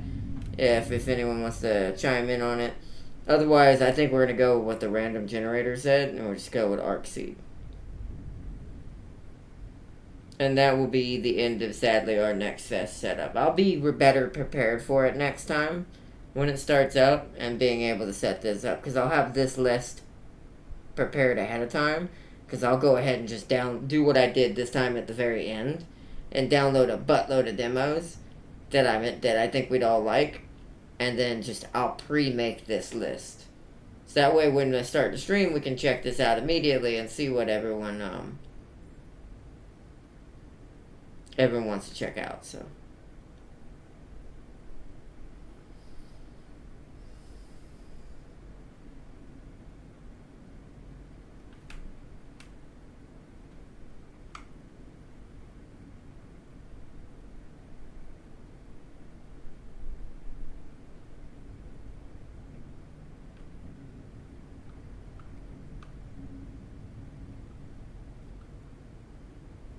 the thunder sounds crazy in the distance. I do like sometimes, if it's not too bad of a thunderstorm, I do like enjoying listening to like thunder and rain and stuff. Tornadoes. No, I'm just kidding.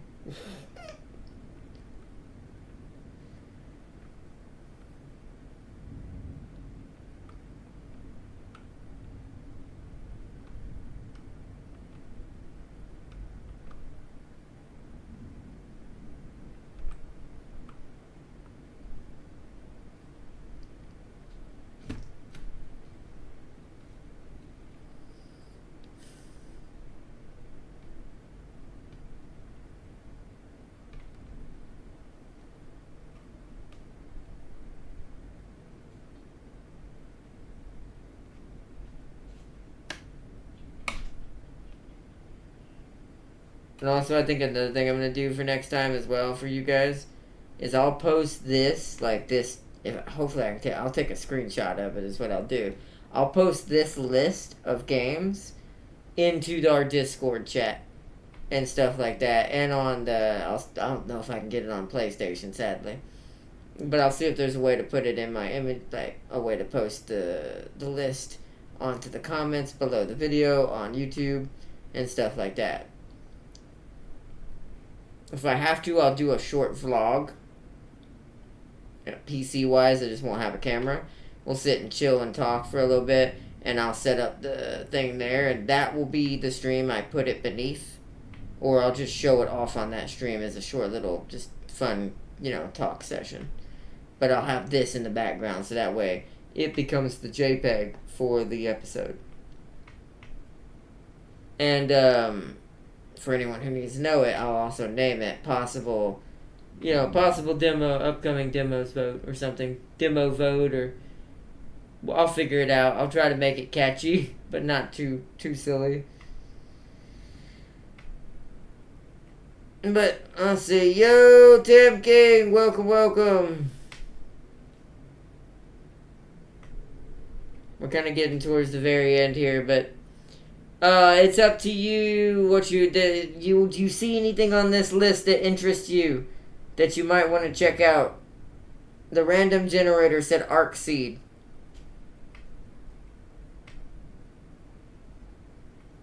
The random number generator I'm also using, it said the number 12 down there. So we would be doing Arc Seed next if we check it out. Otherwise, the other choices that are still on this list are still playable for now. But welcome, Tam King. Welcome to the First Drop Guardian playlist. It's doing okay. I mean, to be fair, I didn't expect it to do terribly great with the fact we were not a big channel. So, you know. Animated turn-based sounds fun. Okay, then we'll just do that. That is what the random number generator said. No one else has voted in, so we'll go with that. Because that's the 4 I narrowed it down, so. It's already on turn-based. Perfect. Where are you? Arcseed, Arcseed, Arcseed. There you are.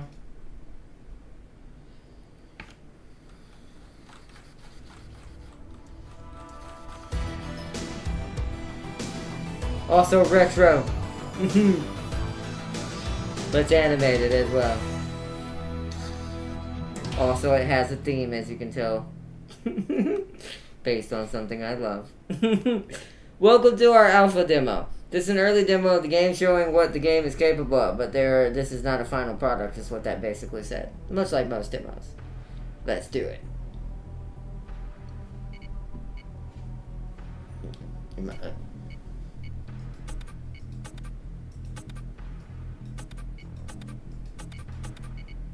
What is happening? I guess this is my setup. This is all I'm allowed right now. Yeah, this also has, much like the other game, is also card-based as well. There was a couple of them. Disabled on this demo. Ah, okay. So it's just going to show me what it is. Let's go. So this is a pretty basic one. Might have time for another one with this one. Because I think from what I saw, this is a pretty basic demo, but it looks really fun. It's basically mech battling. Like, more like G Gundam mech battles, like a tournament almost. But they're also combat battles. Use AP points to use cards. Click on the adjacent squares to move your mech. Each movement costs 1 AP. Defeat the enemy, save the city. A row of buildings is evacuated every turn. You get funds for each person saved. So, it's more like kaiju fighting almost, but mech v mech. The specific realm before the kaijus existed.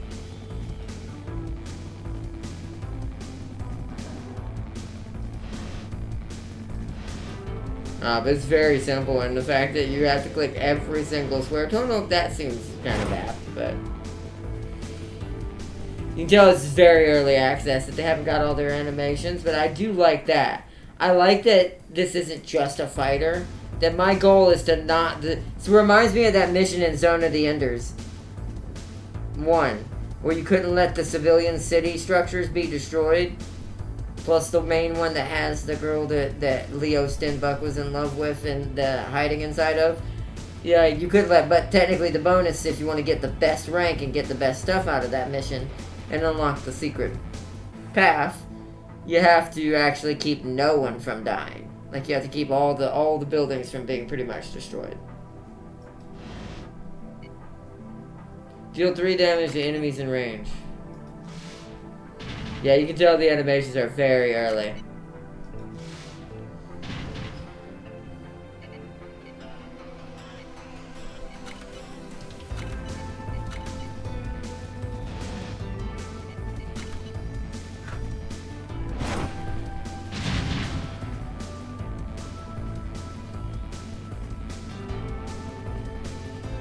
Alright, yeah, because we're losing population, I think. I think we want to try to beat it as fast as possible. Because it's basically meant to represent damage to the city happening. So I need to be fast.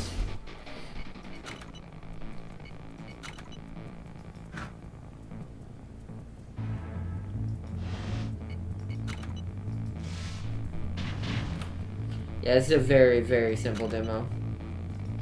I don't have really the equipment to win this quick. This is just trying to show off how the game's going to play. Which I'm fine with. This will give us time to do another one, too. I do like this theme though, like if they can get some more solid animations going and for their chibi, like their, what do you call it? For their, sprites, my brain took a minute. Then, otherwise, this is already looking pretty good start.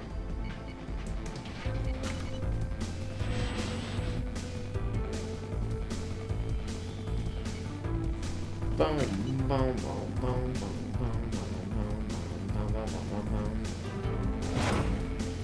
Yep, then, yep, more people.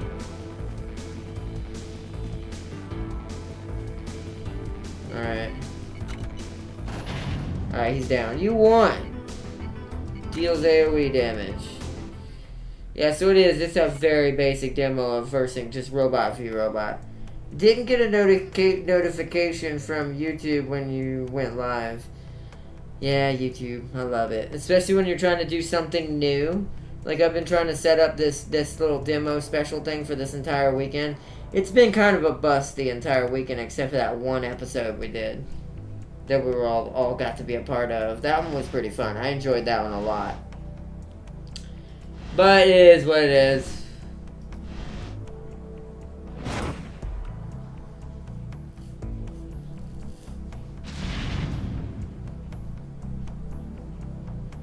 Yeah, they're basically attacking the city is what that represents.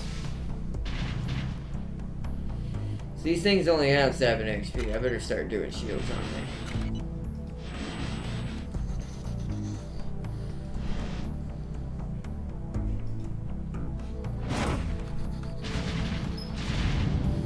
Well, they focused me instead of the city that time, mostly. Another thing is, you can't really... Am I allowed to rotate? Is there a... No, there is not.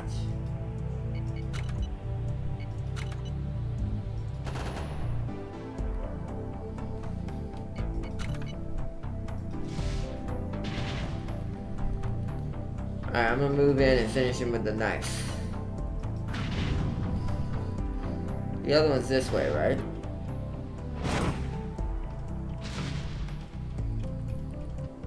Oh, okay, weird.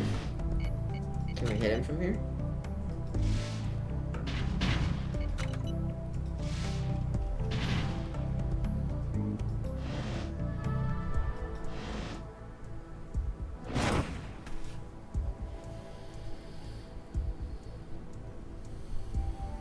Okay, now I need to move this way.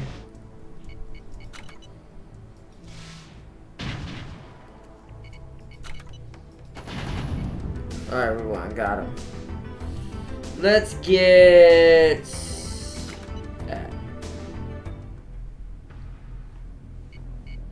Let's see what the next battle is. I wonder how many battles it is.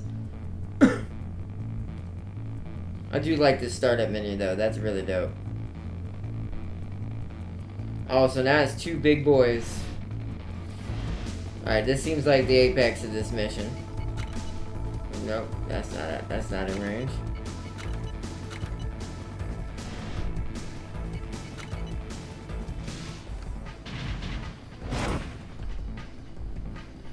Try to get an early shot on them as much as possible. They're gonna come get us pretty quick, probably. Yeah, let's just unload on this one.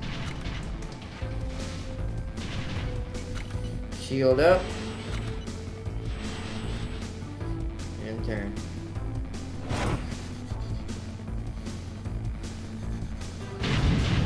Alright, she's coming for me. I'm actually pretty wounded.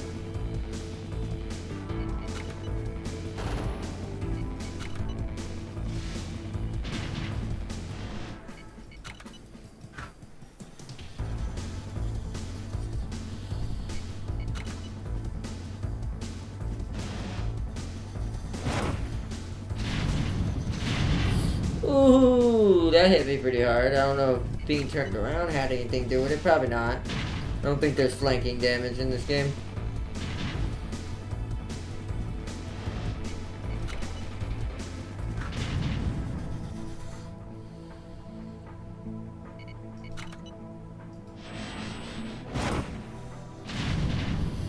Oof. Dude's trying pretty hard to take me out.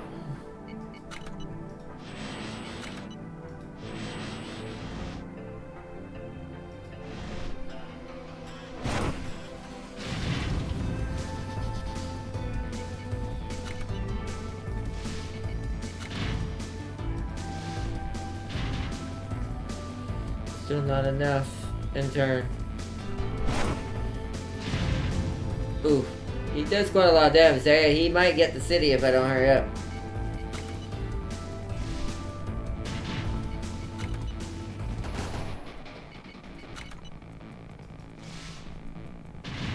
Alright, the knife should finish him. Demo ended. Thanks for playing. Please wish list on Steam. Yeah, it's a good game, but it needs a little work, I think. That was pretty fun. That was a good quick one. Good. I'm glad we tried that. That was a good quick one. So that was Arcseed, everyone. I hope they do a little bit more with that. That is fun, but there's nothing to really upgrade right now, and that it only shows basic combat.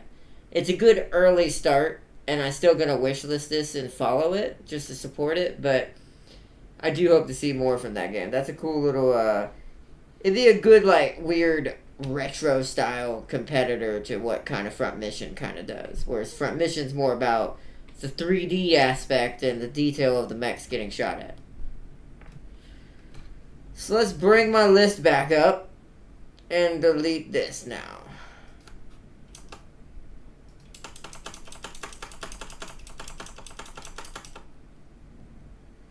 That was a really fast one, so we do have time for another one.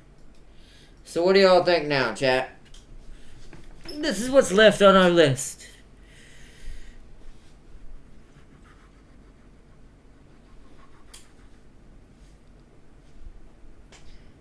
This milkshake, I really didn't want it. I wanted to finish it. For some reason, my stomach was like, nope, don't need that.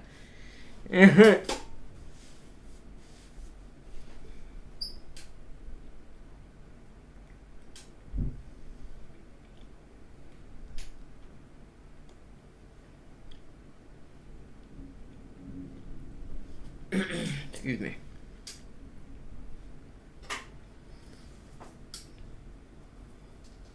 Is that you, Mom? I need some fresh Pepsi, please. I gotta get something to drink, yo. What do y'all, so what do y'all think you want to see next? Tam King, Farseer, anyone out there? What do y'all think? Or should I use my random number generator to hit the next choice? Because now it's between Galacticare, Station to Station, and Gord. The others are a little bit more longer to do, except for Dawn Duality. I don't know how long that one is. That's a Tycoon Mafia game, so I'm not really sure how long that one is. The Back to the Dawn is, as much as I wanted to do that for this weekend's Next Fest, I don't think we're going to get a chance to. Not unless we do it tonight. But either way, that one's going to take a minute, because that one I don't think we'll finish fully. We'll get to see part of it, but Beyond the Sunset's the same way, because it's a retro Doom-like shooter, or Doom shooter. It might take a little longer as well. Punch Club 2 is probably pretty quick. But let's see, number 2. Galacticare? You want Galacticare? Think that Galacticare is coming to PS5 too. It is. I also found out Gord, number 8, is also coming to PS5, and I did not know that. So, good for me on that one, because I do want Gord. Gord, even though it's on this list, is a guarantee at some point on the channel, just because of how cool and dark of a city builder it is. This is definitely a thing at some point. But this is also coming to console, just like number 2. So we'll check out number 2 then.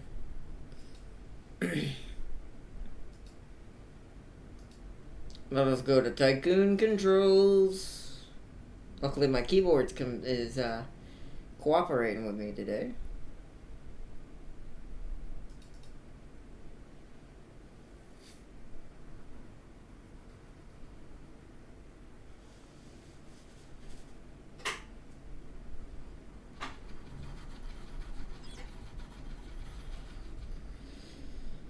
Alright.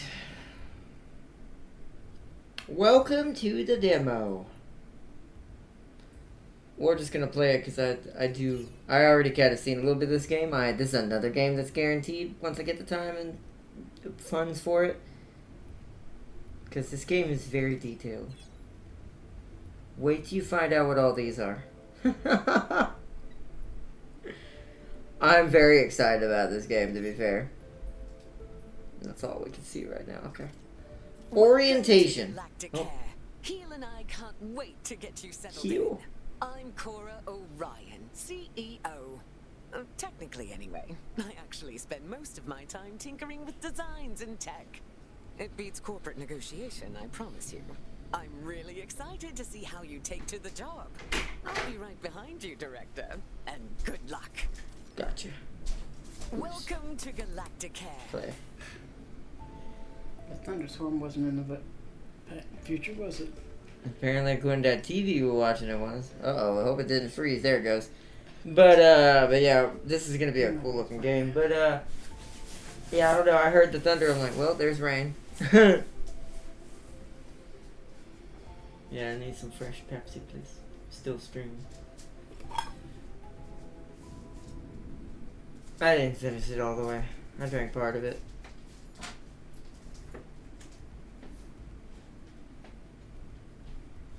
Sometimes milkshakes and me don't get along. It's good though, it tasted good. It's a peach milkshake.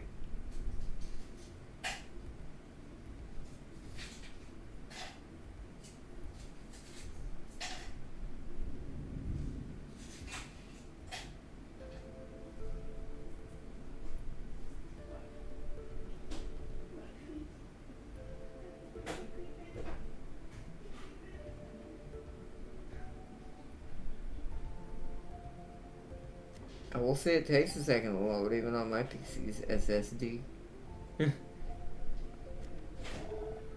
There we go. It's like a phone call coming Welcome in. to your very first hospital, Director. Oh, Our this is pretty patients good are looking. dying to experience your Oh, that's a service. bad. As That you write good down first the words for a an hospital. artificial These person patients are who's dying to been be in here. Galacticare. He tends to be listening to all comms simultaneously. Also, So this I'm sure hospital he'll is call you in a purple. jiffy. Oh Talk to you boy. soon, Director. It's happened again, Jack. Incoming call. Moshi Moshi, Director, and Hmm, moshi moshi. I shall be aiding your work in various ways over the course of what's sure to be a rich and fulfilling career. If you ever feel lost as we progress, you can review your objectives at the top right of your interface. Let's get this hospital up and running. Here comes a particularly fun section, calibrating sensors and perspective. We'll be panning, rotating, and even zooming your camera. Don't be an out, mind you. Thrilling stuff. Your objective should be... I love this already. Everything is broken. See, And it may be then everything is broken. Look at us go, spinning around like a gyro. I feel vaguely ill. Now there was something else I was supposed to be doing. Oh yes, there's the hospital, patients, and preventing death, profit, and so on. Very well then. To do healthcare, we will require both a reception desk and a diagnosis room. Let's first place a reception desk. I've Gotcha. highlighted the menu in which you will find said desk. Reception day. Oh. You want this in a specific place? Let's put it in the storage room. I'm just kidding. I think the best place is where they come in right here. Wonderfully placed. Now all we need is a diagnosis This is room. very beautiful of a game. With the details momentarily. Look at that. Oh, conversation. The diagnosis room is our patient's first step on the road to recovery. It's where we evaluate what's gone wrong with their meaty bodies. Also, tiny spinny drones come out of it, which is very cool and entirely necessary. Sure. So it can treat conditions regolithic and star warts.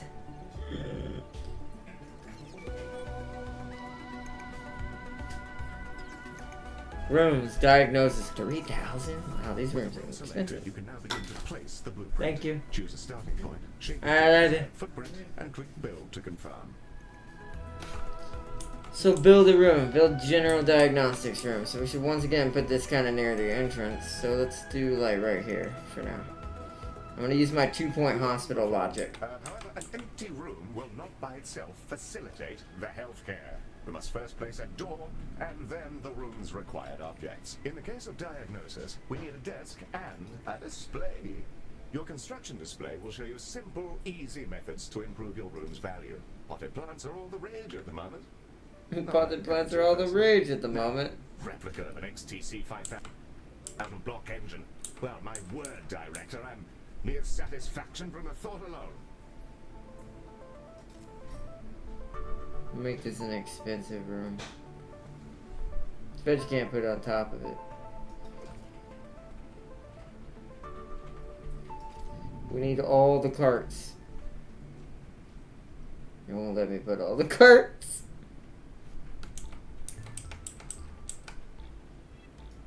There we go. Confirm that room. That's the diagnosis room, Eddie. Now we'll need a treatment room. Cora will be in touch with the juicy details. Gotcha. And don't I need to hire someone? Skin. Everyone has it. Uh, Unless they have an exoskeleton. I was- or nothing at all. I was The gonna skin say not line uses everyone. proprietary chemicals to coat our patients in a gentle foam, which strips off Didn't their Kirk outsides catch and Star Wars rebuilds from them that from scratch. green Which chick? runs I every think he did. And maybe it's a Skin reference. bath instead of a shower. This game has a lot of personality already. That's why it's purple. I'm just kidding. So now we need to build a skin lab. That doesn't sound good at all. Alright guys, don't mind me. This is totally not a generic room we're building right now. Prepare to build the skin lab. Well, it has to be a 3x4. Oh crap. Cancel. Let's try again. Let's put it in this corner over here then.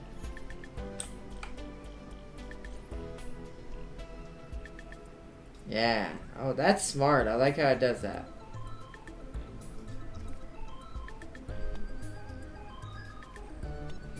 Holy wow, there's some big machines. Overflow vacuum. Kill switch. We're adding that. Excellent. We have our first rooms. More to come, I'm sure. I think there's still something missing. As we're a health Yeah. organization, we People will to need work some in them. Doctors. Yeah. Open the recruitment menu on the left-hand bar and review your various candidates. Roger, roger. And there they are, Director. You can see their name, species, and traits that are unique to them. We currently have Ode and human candidates, and are restricted to them for reasons which I can assure you are culturally sensitive. I'm certain you'll come to find the unique traits of the galaxy's different sapiens particularly helpful for your work. Choose a candidate when you're ready. Gotcha. So this one is careful. Reduce damage to treatment rooms. Increases influence generated during treatments. It's a sociopath! Okay, that was a big turnaround. Went from careful, really, kind, curious, completely murderous. Alright. Also, sociopath. Low appetite. Inherited knowledge. What's this one? Litter bug. I don't know what's worse. All treatments are you're better for the treatment room. Low appetite.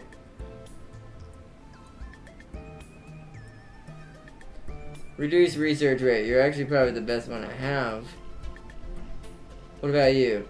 Okay, nearby characters are happier. That's a good one to have. What is this though? Energy need is increased though. Ah, whatever. Higher. You can place that newly hired doctor wherever you like, even directly in a room, which will assign it as their primary task. And this one is treatment faster, right? Yeah, so we want to hire you for this room. Excellent work. Your new staff will set about their tasks in your rooms, aiding our soon-to-be patients. Doctors gain experience as they work, and more experienced doctors are, as you'd imagine, better at things. Due to capitalism, staff require payment on a regular basis. So be sure not to overhire and inflate your expenses. An excellent set of rooms and doctors, Director, that will surely excel at treating patients. You should be commended for your ambition. Speaking of which, your legally mandated commendation, known in human society as payment, is yours to claim. Hey, answer call. Available rewards. Yay, that's a lot of gold. We are ready to open the hospital. Let's see if we can't get our patients back to their rent pods in one piece. Open hospital. Ready to begin, yes. And away we go. Time to treat some of these poor fellows. Patients are arriving now, Director. Whoa. They shall scuttle about our hospital and deposit their various detritus within its once sterile halls. What the?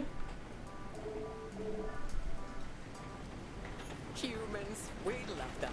They are us. Sometimes. Not always, though. Not always, Humans are though. a lot of things. And one of those things is that they're social beings. They'll improve our reputation whenever Yeah. they complete treatments. Also, they've accidentally engineered a dystopia where corporations have become kingdoms, so that's great. Sorry, that's a conversation for another time, I guess.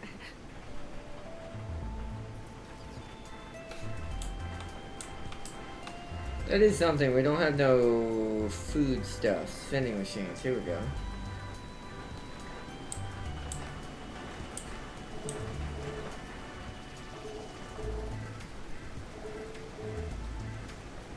The Ode are a curious bunch. Although they're all clones, they revere old They're age, clones. competing with each Great. other to see who can live in any So the Grey is a clone. You know, that makes more sense. from their dreams of a galactic empire. Just this little tiny genetic dude who got really messed up. Began Hey, with look, crop it's me, guys. circles and cow abductions, and ended up in appropriating the most problematic parts of 1950s urban See? so far from traditional gender. I love this game already. This game knows how to crack a space We've joke. received a patient with a shattered arm. Let's inspect them and see if we can't mend their appendage. Oh. I'm done for. I'm done for. The patient panel. I've highlighted the condition track.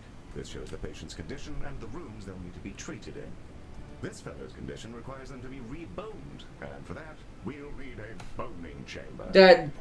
This is a purple hospital. The name you just called that chamber is not. Boning chamber, a retrofitted mining machine which chomps fresh, minty new skeletons directly into our patients. Or And the system engineer fitted the schematic with internal this would be a cameras. scary ass machine.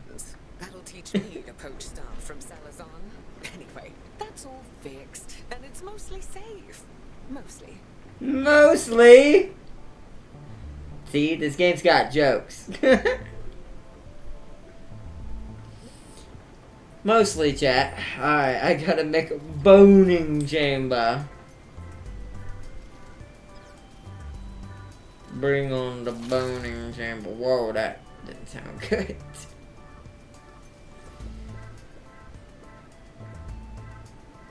Here we go. Whoa, this thing is huge. I should have made the room bigger. Good thing it don't require nothing else in there. Oh yeah, if I wanted to put anything in there, that room will have to be much bigger. I'm actually gonna make that room bigger. Just so it can look a little nicer. Cause it can go up to that door. So let's get some decorations in here, make this place look nice. Make us look somewhat professional. No, I don't think any of our staff know what they're doing. Anyways.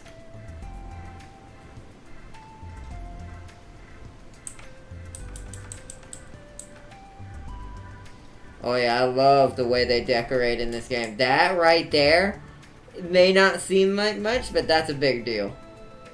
Also, who doesn't want a fish tank while having their skeleton ripped out and replaced?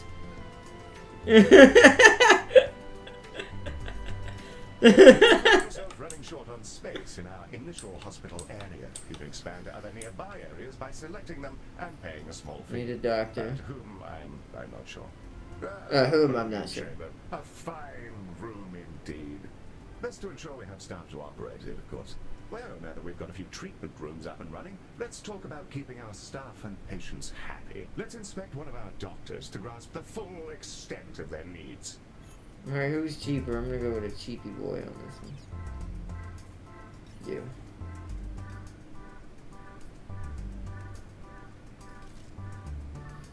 Now, what does it want me to do? Inspect a doctor. Director, that is a room. Hey! What? Hey! Oh! Okay, I love this game. This game just won 1,000 points with me. It just got on to me for clicking the wrong thing, and I absolutely love that. We can see various qualities He's like, and Director, to define our doctor. that's a room, not a This is person. them. A good doctor will perform their job efficiently, whereas an unhappy doctor... Good potential theme hospital killer. Yeah, this game already has so much personality. And feelings impacting their mood here. For example, witnessing the death of a patient may result in a degree of momentary sadness. Physical needs like hunger and energy are fulfilled by vending machines, staff lounges, toilets, and so on. By So the on. looks of things, this individual needs to unwind in a staff lounge.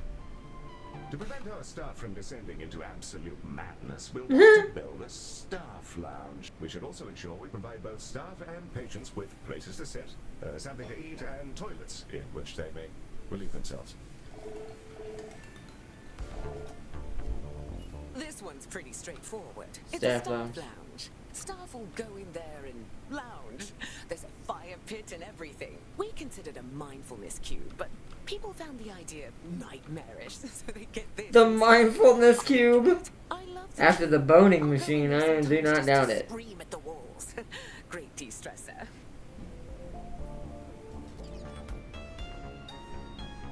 Like, you ever wanted to know what it's like to be deboned like a fish? That machine will teach you. I like the toilets are just portable toilets. In this game, that's smart, right? Like, so let's look at this real quick. It's just a toilet. Like, there's no room to put this in. It's just a toilet. So in that aspect, we're gonna put them in the center. There you go, guys. Toilets. I need some bins. Yeah, trash bins are always a big boy thing. Let's get another vending machine out here, though. Apparently we need 2. And we need the bins. Then we need seating.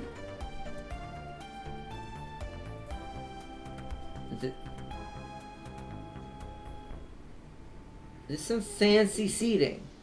We're going with this. This looks Slaneshi. Alright, we're gonna put the seating right next to the poopers. Because what same person? What?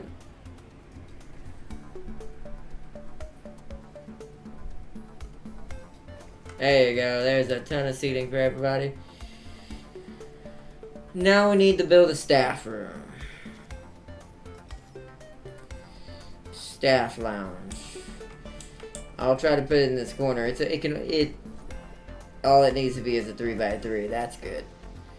A little short 3x3.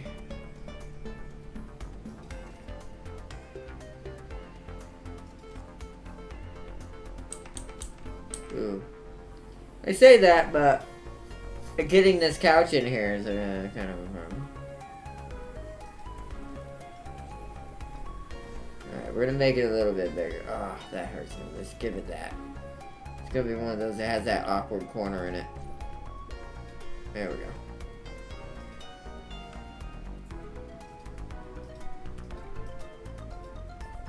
Oh, I gotta start over. So that's a bug I already found mechanically. Is that if you try to like re-center the room, it don't want to confirm it.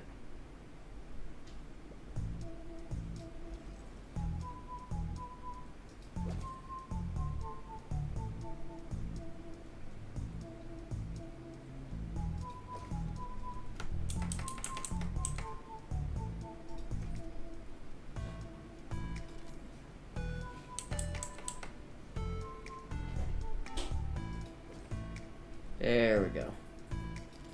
Get a nice fish tank in here too. Where's the front of the fish tank? Probably right there so you can get the fish food. Alright. Your required facilities have been installed, and the number of organics who've relieved themselves in the hospital has slipped under the bar for legal concern. Bravo, Director. You have provided everything organics need for a state of mild comfort.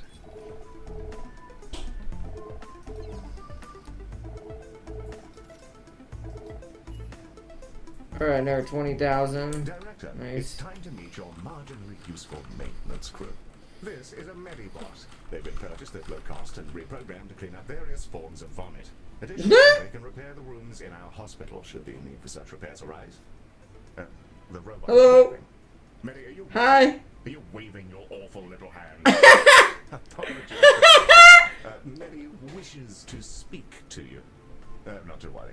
I doubt it has much to say. Hello, new director. It's me, Betty. Keel says I'm a toaster, and that would actually be useful if I was dropped in someone's bathtub. Ouch! Yes. Wow. Off out of context, Director. But you may rest assured that Mary has no clue what's going on and will execute its janitorial functions to a consistent standard. That's right.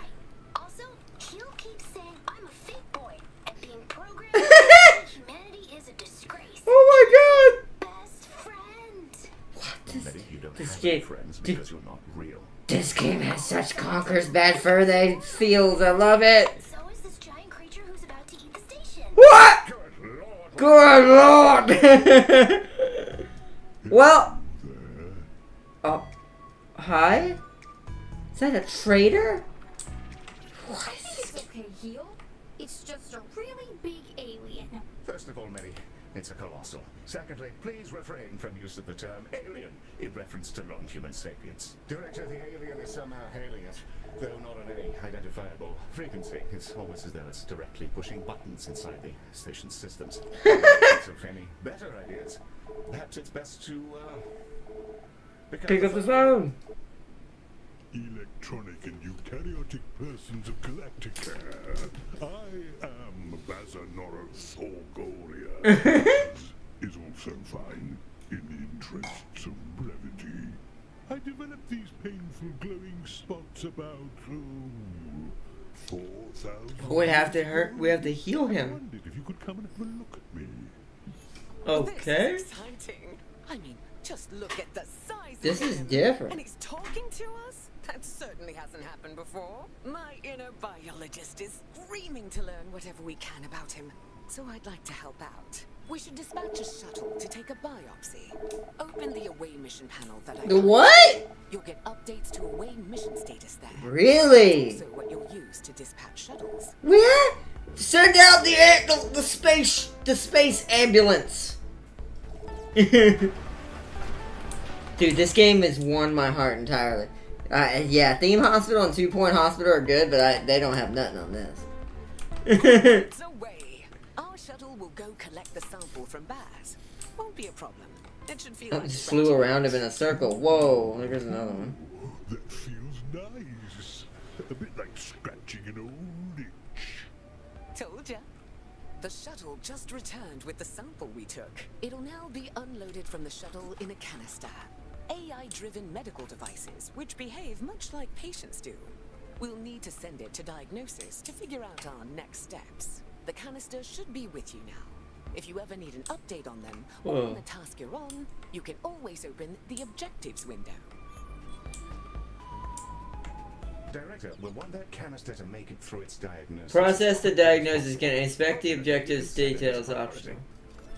Here we can see the status of our current away mission and any steps required to fulfill it. Process the diagnosis. Inspect the canister. Tap the priority button here to make sure the canister is sorted as rapidly as we Prioritize the patient canister. in this manner will Ah. process any queue it joins. You should use this for, well, anything you like, really, but emergencies in particular.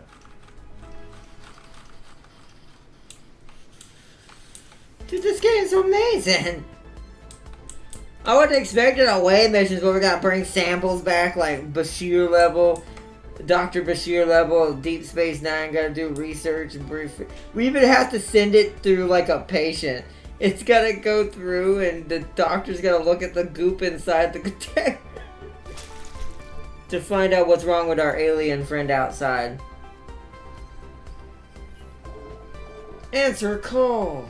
The canister's diagnosis is complete. Having a look at the data, this doesn't seem so different from other skin conditions, so our usual treatment should work. Now it's time for canisters to go in the other direction. Treatment Fill canisters. them up Oh. with chemicals in the skin lab, and then shove them into a shuttle. You can Ah. track the progress of all canisters in your hospital by reviewing Ah. the away mission panel. Time Ah. and quality are of the essence. Fingers crossed this actually works, or Ah. we might all be going to Uh-oh, jail. someone died in there. What's going on in here? Why is this room terrible? What do you guys need to do?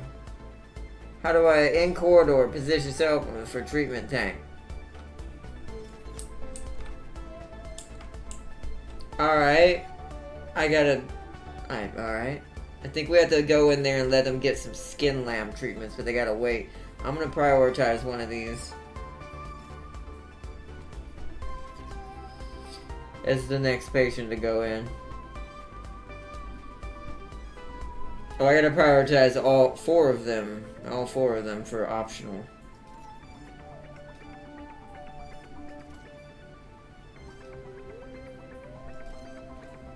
Boom. So now all of them have priority to get that sample out there. It wants me to build another diagnostics room, which I can do. It's gonna be space-wise kind of a problem. It wants me to build another skin lab too, Jesus. There's not a lot of room for all this. How big is the skin lab? 3x4? We can make that work. What we'll do is they'll just have to be opposite of each other in this room. Director Keel? Some mean-looking mollusks just entered the hospital. Yes, Medic. Those are vomitons. They'll bite any sapiens they encounter, What? causing their victim to What? evacuate their guts directly What? to the floor. Wait. Medi is perfectly capable of dispatching these vomitons himself, but if you fancy it, you can use these stations coils to eject the pests from our mortal coil. Oh my goodness. This This robot death-based gives me pain. I have one more tiles to make room spaces. I can't because I need another diagnostic room somewhere. Optional add a room upgrade.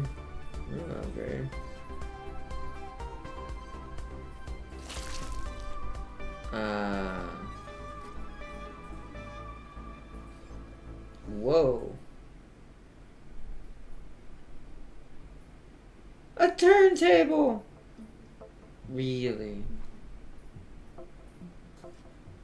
Hey, good old posters. I remember this. Posters are like the way to go for anything.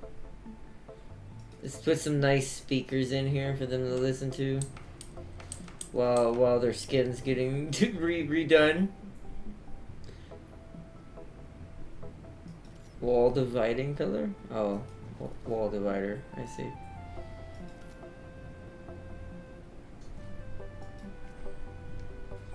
Room is well decorated. There's a little creature floating around in here. Uh-oh. Should I zap it? That's a Solok. Director, these critters are entirely harmless, and will deposit a large number of credits into our account. That's Whoa! why they can open accounts of their own. The banking sector is a disaster. What? I love this game. It's like why they can't just open bank accounts of their own. No one knows. The banking area is a disaster. The frick you mean? The treatment canisters are all prepared. Now we just need to deliver them. The team's departed on their mission.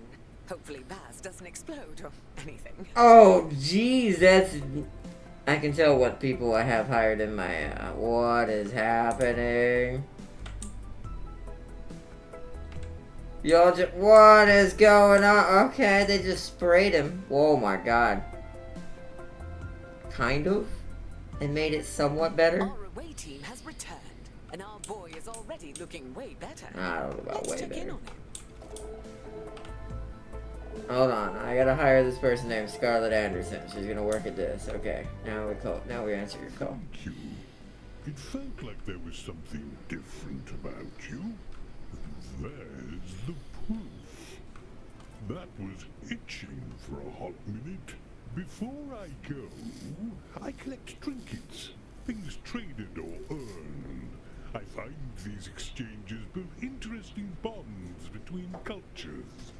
Have some of this stabilizing solution as thanks. I'll see you again soon. Running a space hospital. Always a pleasure to make interesting friends. Well, We just treated a giant talking space whale. Huh? Great first day on the job, Director. I'm gonna hold my breath until my heart rate comes down. Director, the stabilizing solution Baz gave us has remarkable properties. It'll fully replenish the health of any patients you use it on. Rather handy if there are specific people you'd rather didn't, die. Doctor needed. Did one of my doctors quit? What are these? Stabilize instantly restores the patient to full health. Death cannot be escaped, but it can be postponed. Our goal is to provide the best possible healthcare service, and we're constantly evaluated by a system known as hospital rating. Open the hospital rating panel now, and let's have a browse. Alright. I'm gonna have to move your reception.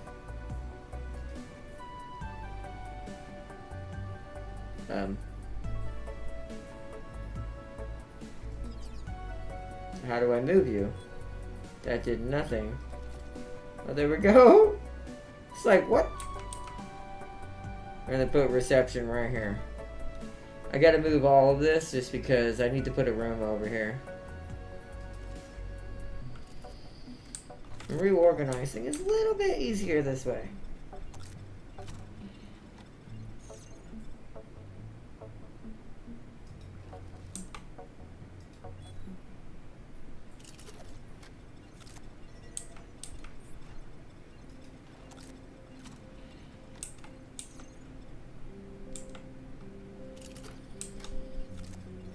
Let's see. Okay, now I want to get out of that. I want to go rooms. We need another diagnosis room.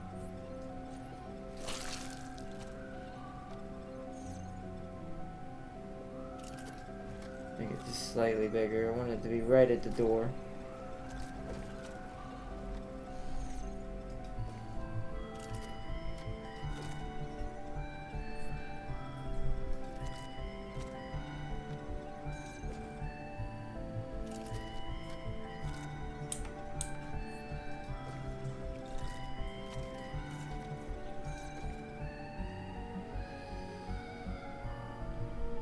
Add one more tile to make it spacious. Boom, it's spacious. Put that back there then to make that look nice.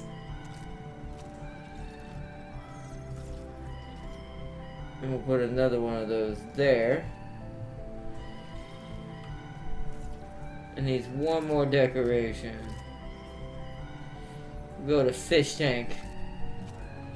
Fish tank is always the winner.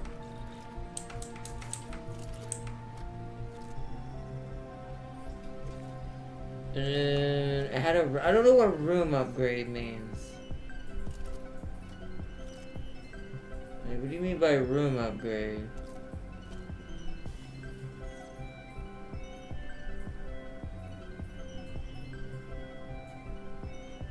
Yeah, I don't know.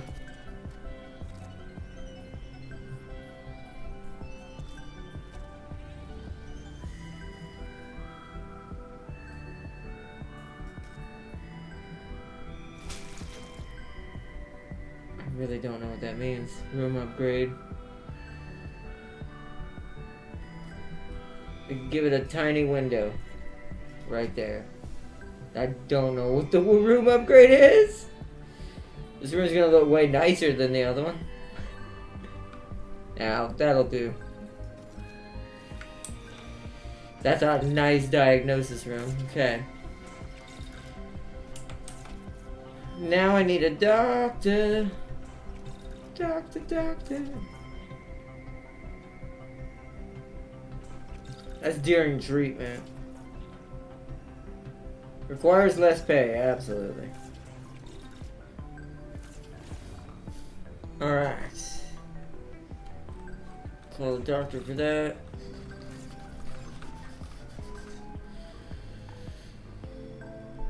Alright, so we need another boning chamber. So I guess we should buy this room because it wants me to purchase in an active zone, so let's do this.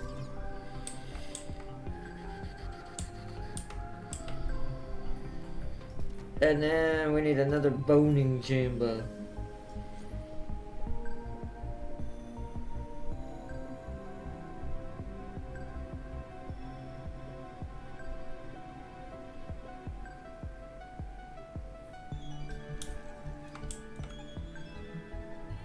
Hold on. Cancel that. Let me start over from the back.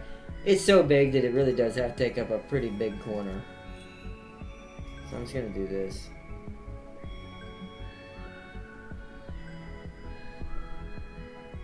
Increase it. Room is spacious. Increase the size if you wish. Okay. There. Put the big war machine back there. Let's try and get.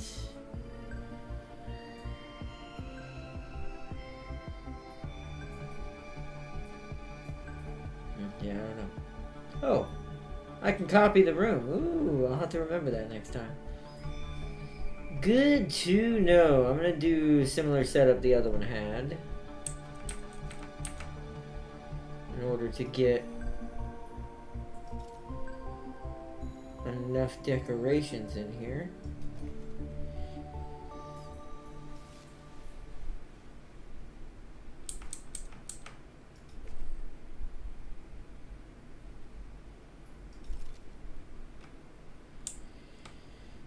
Okay, open hospital rating tab.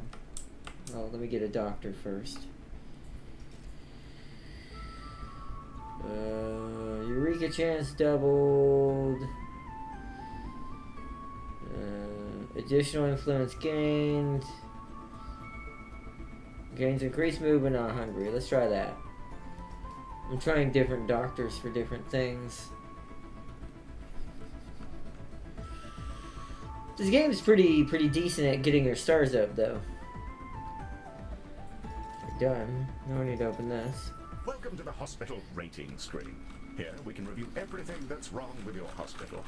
Not to worry, should it be terribly deficient, there are plenty of pro tips to explore in these various tabs. On this summary screen, we can review any common thoughts and complaints, as well as admire the potential rewards you can earn. Alright. So we're doing pretty good. 9 undecorated areas, nowhere to sit, 19 complaints. So really the only reds right now are just there's not enough seating, which makes sense. Hello again, Galactica. I thought I'd pop back in and offer you some of my wares as thanks for what you did earlier. Ah, so he is a trader. Your credits, I'll give you one of these fine items. There's always a freebie, and today I've also got a medic. Oh, room upgrades. Here they are. A while ago, he was just spinning. We'll purchase an item, and I'll transport it over to your inventory. Okay. So I want that. An item we've acquired from our large new friend is a room upgrade. Place it in a room and witness its powerful effects.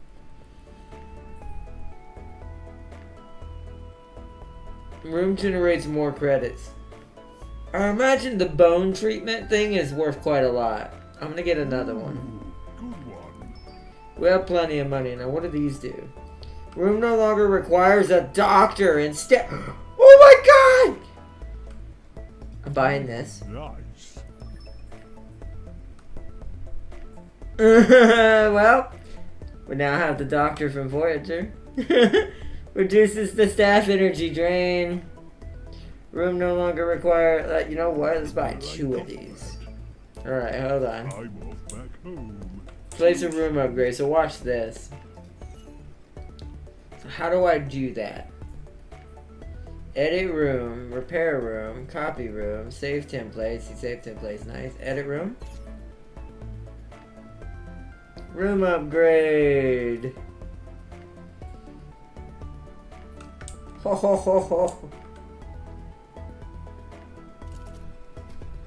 Activate the hollow emitter.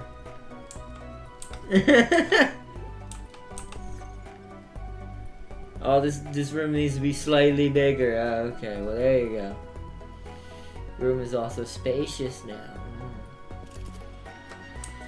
There's no fish tank in here, and I'm upset about that. Hold on. There has to be a fish tank in there. I confirm.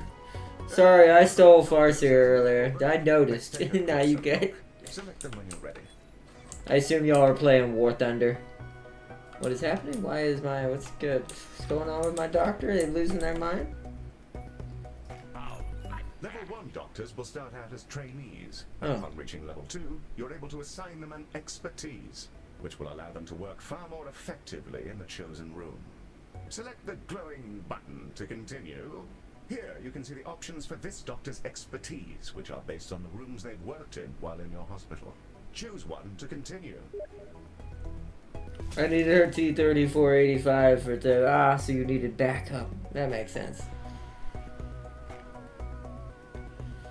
Nice. I mean, that's fine. What am I supposed to do? I'll choose expertise. Boning chamber. Where are you working currently? He's working in the boning room chamber. Then we want him to be a boning chamber expert. Yes, a Good fine at choice. deboning Choose humans. experts to the relevant rooms. It'll help keep your patients alive and your workforce content. Nice place. Nice place. Director, something we haven't yet covered is Medibot modes. Hey, that's me! Yes, it is, Medi. Well done. Director, select a Medibot to continue. Okay. Here we can see the configuration of this Medibot. Adjusting this will focus them on specific tasks. You can also use this window to change the appearance of your Medibots, Oh. in the event that you share that particular fascination with our previous director. Oh.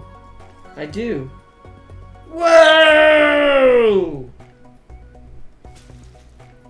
Whoa! I want this one, Harold Medi. How do I apply it? Give me the skin right here. This is what I want. Did it do it? And with that, we've completed our orientation It did protocol. not. Excellent work. Hold on. Y'all need to give me the skin I want first. Why is the skin not changing? I guess it doesn't show it here. I see one that has it on it. I'll answer your call in a second. I'm making my Metabots look more scary. Fear is a big thing in a hospital, right? Right, guys? Right. But yeah, I don't blame you for needing backup in War Thunder. Lately, War Thunder's just been a schleg in all things. Especially 7.3. It's just been rough. So what are these modes? Prioritize room maintenance above all other tasks. Prioritize corridor maintenance over all tasks. How many do we have? So I want one of you on room maintenance, for sure. Probably have two of you on room maintenance. Leave the other one on default. Oh! It's one of those flying golden bugs that have almost $10,000 on them. Prioritize room maintenance.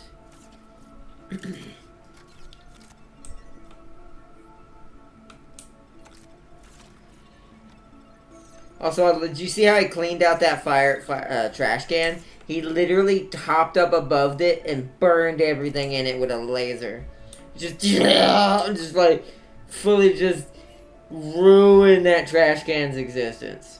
Alright, now that he's repaired that room, I actually want you to maintenance corridors. I gotta find all the Metabots and see who's not doing something. Your maintenance. Your maintenance. I think I may only have the 3, so that one may have to stay on default. Okay, I only have the 3, so the one's gonna have to be on default. Default mode.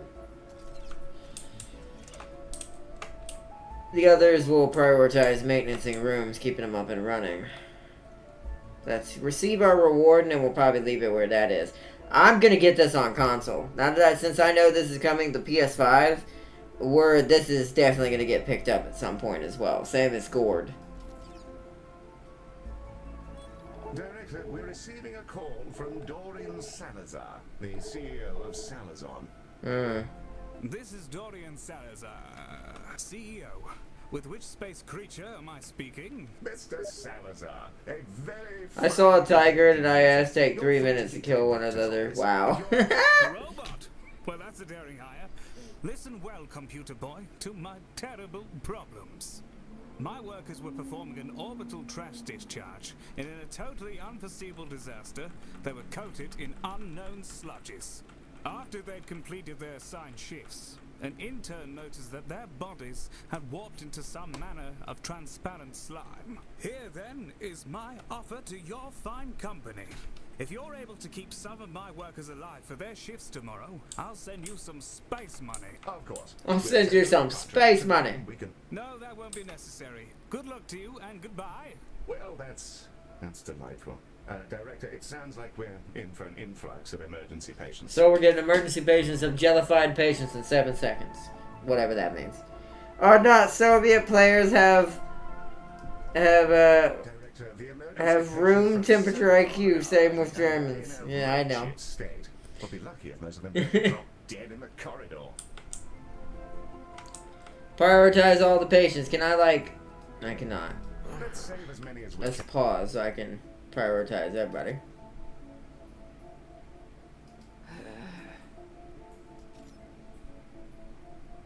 Help me. Oh. So this is a good thing to do when you have emergencies. This is something I wish the hospital game did. 2 Point Hospital is pausing during these sequences. And be sure to prioritize them so they're seen to as quickly as possible. And I think now's the time to use that stabilizing solution we received from Baz. Oh, okay. Use stabilizing solution on them? Yeah. How do I use it?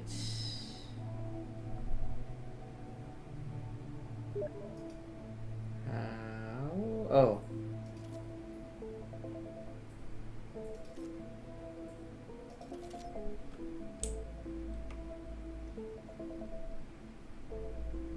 Use on patient. Okay.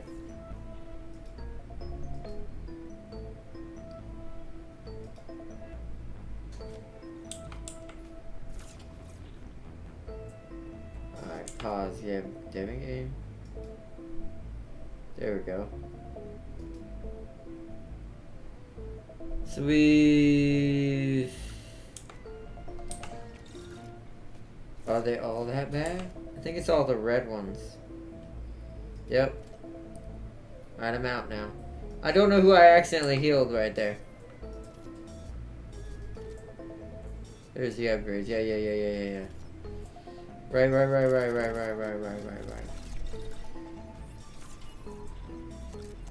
Edit. Holodoc.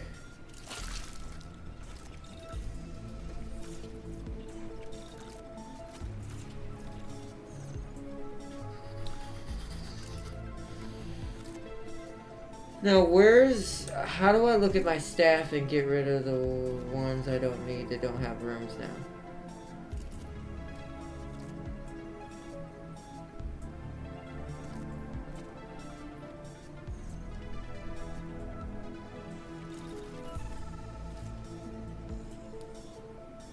How do I fire them? Oh, no. Do you know where to fire them? Oh, probably here. What? Oh. Aha. I think that they're not doing anything. I think that's, yeah, current room. These are the ones that don't have jobs. So I'm going to fire all these.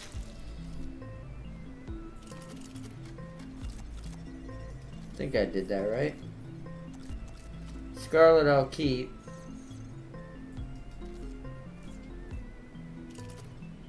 You I'll get rid of.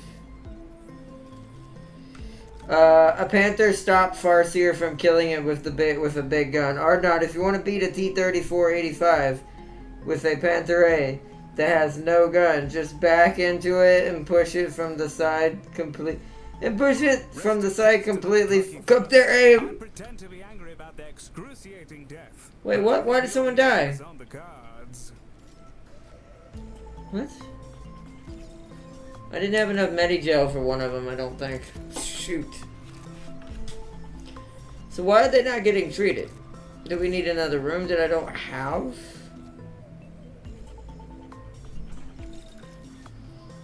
Where's our priorities? These guys. Give me a hand. Here. Waiting for treatment and treatment tank, so yeah. That sucks. But that is a good idea, Farseer. That is a good idea.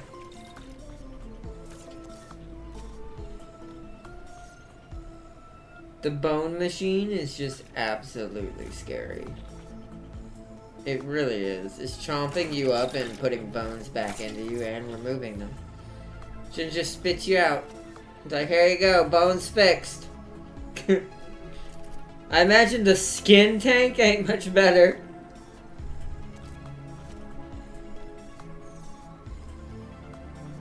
How's these priority patients going? Some of them are heading to the bone room, it looks like. This is Dorian Salazar, expressing some legally mandated gratitude. Uh-huh. You managed to save one of those workers. Their colleagues appreciate you. Keep it up and so on.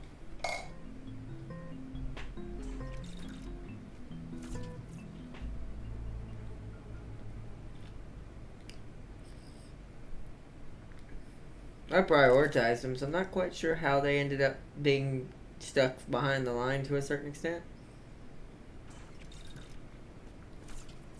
I'm a little worried about this because I don't know how... They look like their health is okay right now. They're not glowing green, or red rather. They do have a little bit of an outline to all of them, a little bit, when they're sick. Okay, that one's getting treated. The one up here is still waiting for Q.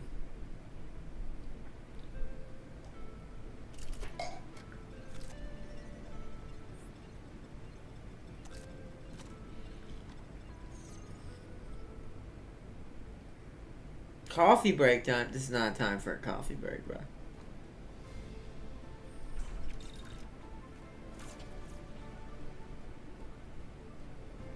I do love our little hollow doctors that are doing all the checkups and telling people what's wrong with them.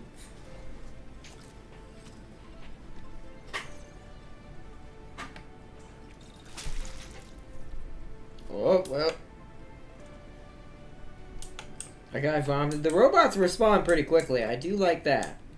That the robots are pretty fast about getting in there and responding.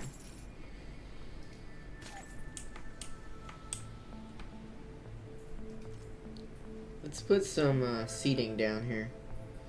Some more of our flame benches. Kind of in the center here. She team killed me with a PE-8. Yeah, but that's a PE-8. It's fantastic. It's alright. That's just all. That's called acceptable losses, Darius.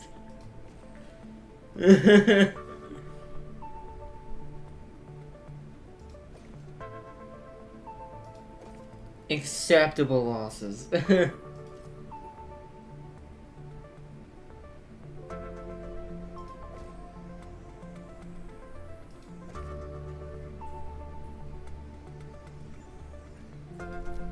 Make sure this area is stacked.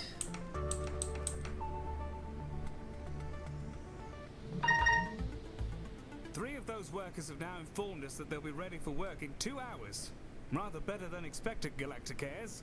Saves us a good bit of time on ordering new interns.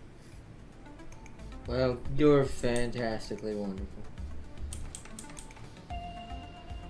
Alright. There we go. Get some amenities down here in this part of the hospital, so if we need them, we can. I do think we need another reception desk. I do not think this is enough. So I think it's time to reorganize our vending machines again.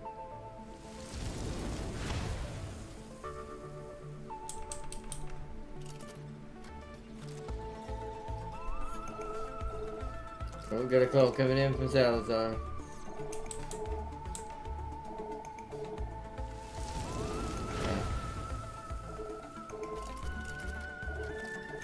Not bad, Galacticares. we'll barely have to pay any compensation to their aggrieved relatives.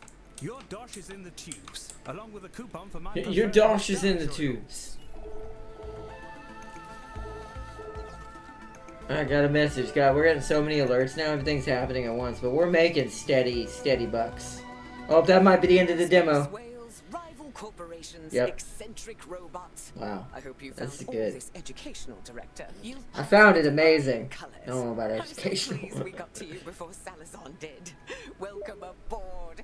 We're gonna do great. I was things killed together. and suddenly, You can stay in boom! hospital for as long as you like. It's called But acceptable soon as you losses. When find when you hear the country engine of a I've PE8, got us another it's your contract. responsibility to run. To go.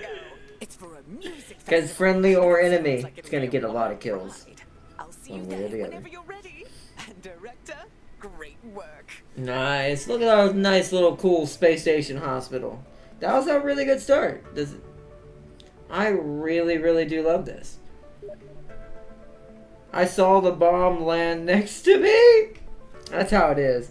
War Thunder thinks that bombs stop for like 10 seconds to stare at you like Batman askew before they blow up, ruining your existence. I guess it's to give a player just enough time to have maybe a chance to get away if he's already in motion. But in general, not too good. Uh-oh. It takes a second. Give it chat. Give it a second, chat. This is where I think it locked up on it last time. Yep. Unload level. Wait, there's another level to this?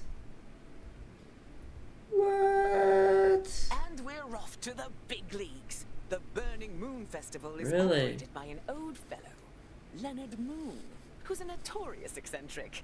Music, chemicals, various other indulgences. Oh, wow. What goes on? I went to one of Slanesh these party things once. in Nearly space. got wiped out by a flying piece of tungsten. Expect to have a real mess on your hands with this one. Good luck, Director. Nobody ran. We expected our fate. Yep, everybody just accept. They're like, you know what? It's too late. Wow, there's another one. What time is it? 10:37? Shoot. Well, you know what? Actually, no. I don't want to do too much. I would love to actually do that next level, but to be fair, this game's already won me over. Like, as far as 2-point hospital style games and tycoon games when it comes to building hospitals and those kind of quirky games, this is my favorite so far. This is absolutely hilarious. I love this. It's a mild version of it, but I love this conquers bad fur day kind of attitude this game has. Plus, like, just it's super beautiful too. Like, it's got hella detailed, really good graphics. The alien models are really good. The human models, the little like sicknesses they can suffer from is just like 2-point hospital. Really fun to look at. 20 seconds for a 5K bomb. Whew. Hey, I gave you 20 seconds. That is quite high. To be fair, she is right. 20 seconds is quite high. But it is a 5K bomb, too. Which has a range on it about what? You know.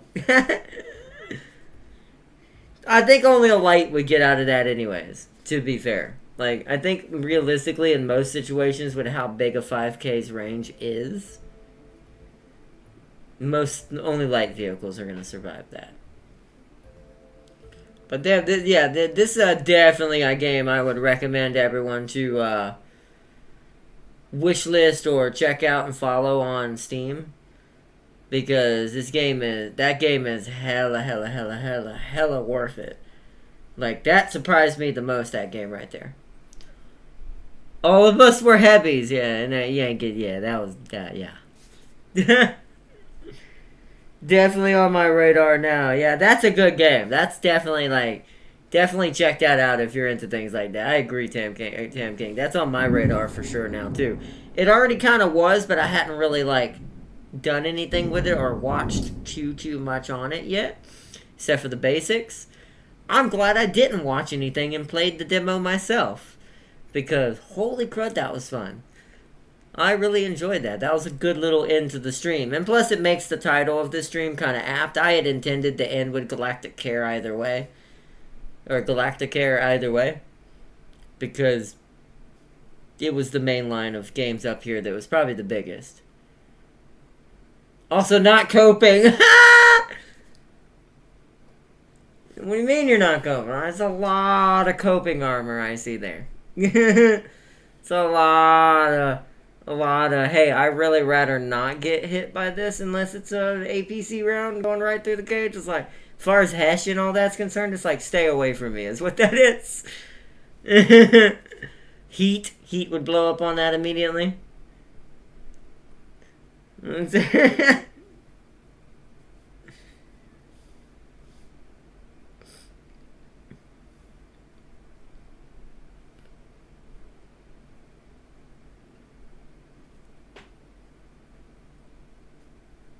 So totally not coping at all. Not at all, Darius, or not at all. Yeah, definitely not coping, Farseer said. Yes, not at all. It's, whoa. It's kind of like that turn-based strategy game I played during the demo thing the other day. Totally not biased. Not at all.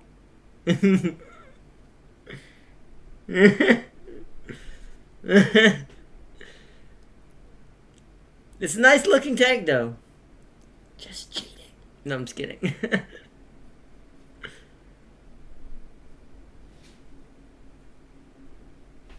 Although 5k bombs don't give a crud.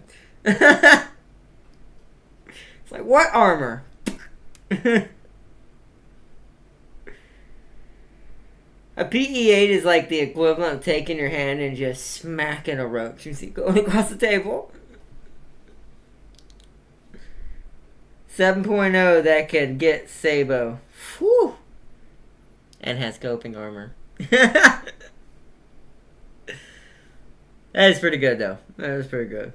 Sabo armor on a 7.0, that's pretty early. I mean, there are some others that do that, but they also don't have coping armor.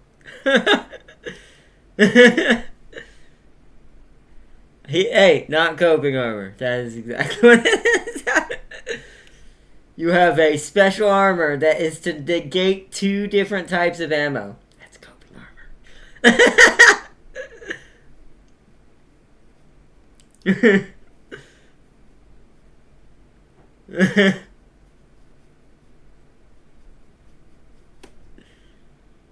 This is the anti-James armor. I mean, I'll give you that. It's definitely anti-British. The British would hate that with a passion because of their Hesh. That would be very anti-James. The bomber actually probably wouldn't kill that just because the explosion would tap out early on the cage.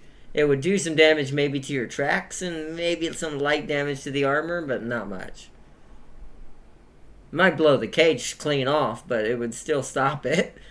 You'd get a chance to kill him before he ever gets to reload.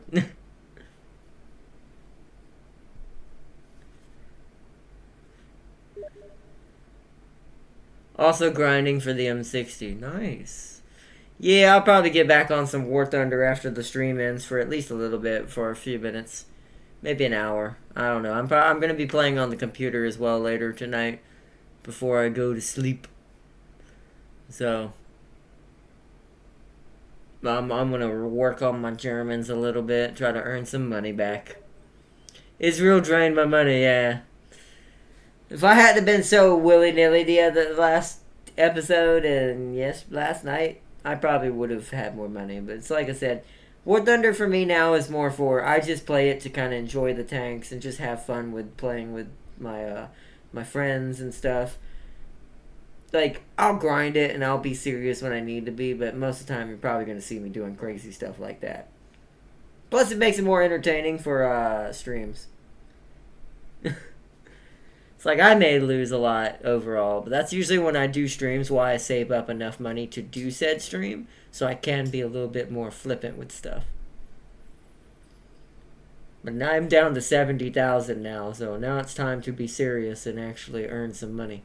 So I went back down to 5.7, where the Waffenträger actually sits. It won't get its bonus, rank don't matter, but I can kill anything with that thing at that rank. It may be slow, but don't let me shoot you. Especially now that it's got its heat, it's going to make its own rank feel real bad. Because that heat is what I kill 7.3s with. So,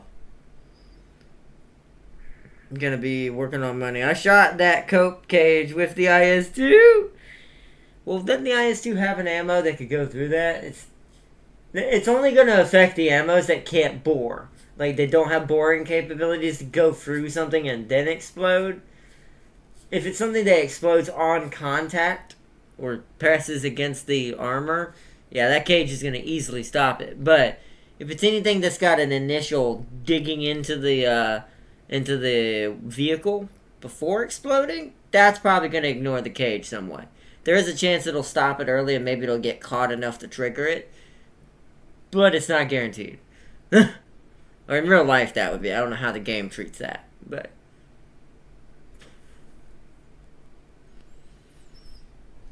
agreed. See, all these IS-2s always makes me wish that my Russians had been higher, but that's kind of the problem why my Germans are the way they are, is because I kept switching factions. So, that's why I'm not doing that no more. I'm going to stay full German when it comes to tanks until they are done and where I want them to be modern-wise. Then when they're done, then I'll move on either to Israel or someone else, maybe America. I'm not really sure. Because I'll always play War Thunder. It's just I take breaks from it. And now that I have a new way I play it now, where I play seriously when I need to and more flippantly when I'm just trying to have fun. Makes it a little easier to grind and just take my time with it. It didn't go through, yeah. See, there is a chance it's not gonna if it don't dig deep enough. Because it is still tricking the round into thinking it's digging into something if it has to go through the cage. It's just if it's thin enough or the bullet's powerful enough, sometimes it won't slow it down fast enough. But in that case, apparently it was. That's why I said coping armor. No, I'm just kidding. I have safety net armor on tank. It's like having a net, but instead of the net that defends the cap points, it's a net on your tank.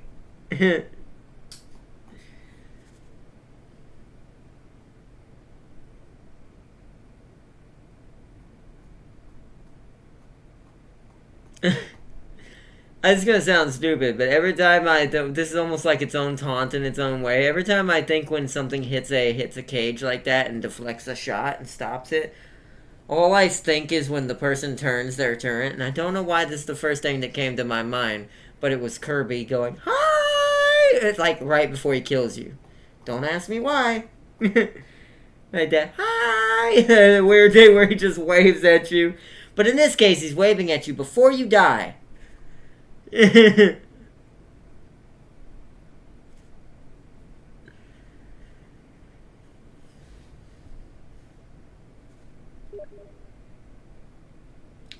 She has an IS-2 with a cope cage. Yeah, I've seen the IS that has it. I've seen those. But even then, like I said, it's like... Although I feel like with the IS-2, it's a little more important because it protects you fully from what your main weakness is, which is HESH and heat and things like that, mainly. Things that squash and push your armor inward on the dome. So having a cope cage actually kind of makes sense for an IS-2. Because you're trying to keep from British vehicles and stuff like that from just one-tapping you. Yeah, but mine is better. This is what Farseer said. I mean, technically it makes more sense too, but I don't know better, but could be better. I guess because it is protecting the main thing that makes an IS-2. It's strunk. To make it strunk.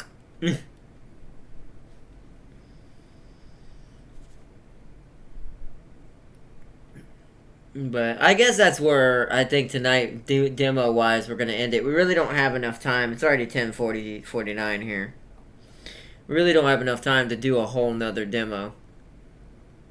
Even if I wanted to. Unless everyone would rather stay up late and watch another like, a whole nother demo, then that's up to you guys. But, that cage is just cope.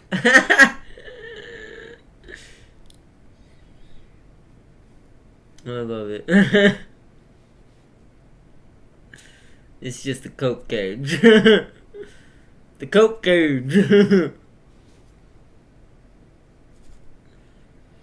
But that is completely up to you guys if you want to see another one or if you'd rather end it for tonight. We're going back to our more normal schedule tomorrow, which will either be a co-op stream with James and aka Jazeech, and Tam King, depending on what we do tomorrow. If we do Diablo, we do something else, I'm not really sure. Also, Adaptus Cerritos, I don't know if I said this earlier in the stream, is coming to Inquisitor Martyr, so at some point when I have some extra funds, I'm going to be checking that out as well. Oh, you say you're going to call it, you want to call it Tam King? Tam King's saying GG, so I assume he wants to call it. Like I said, I will admit it is kind of late for most people already. It's late for me, technically. Well, I got the ultimate front armor. Hold on, everyone, before we end the stream. This is how you protect your tiger, everyone. If you ever want your tiger to never be shot, you shoot your driver, or I forget who sits right here. But then just put an anime girl body pillow in front of it, and it will distract them and long enough for you to blow them away with your 88.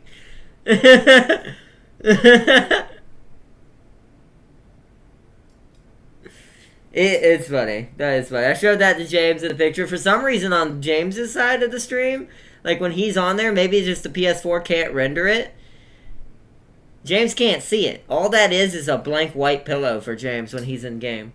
Don't ask me why. I guess the PS4 is just dying so much. It's like, too much anime. They never shot the pillow. Ha! That's because they're like, must not hurt beauty. They're like, we'll shoot around it, but not shoot it. All I can say, those are tank pilots of culture. Or Slanesh pilots. They're like, do not hurt the mother pillow, but hurt the tank.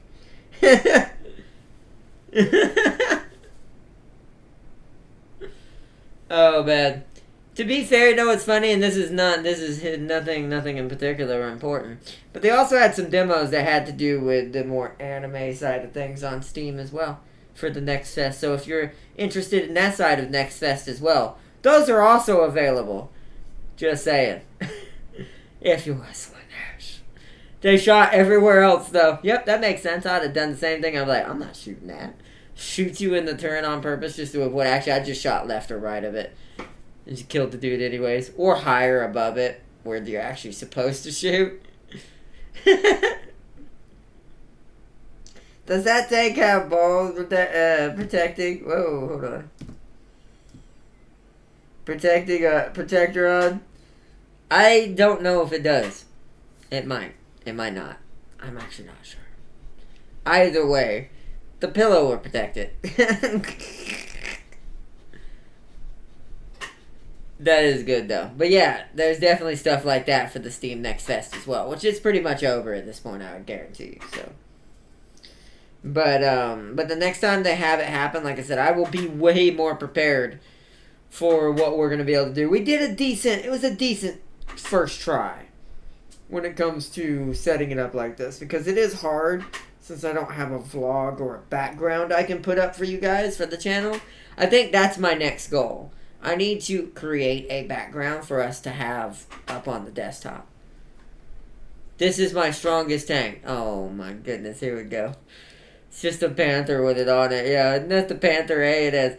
It's just a Panther A with the body pillow protecting it. Well, actually, to be fair, that part's pretty much impossible to pin anyways. You should have put it on the cheek.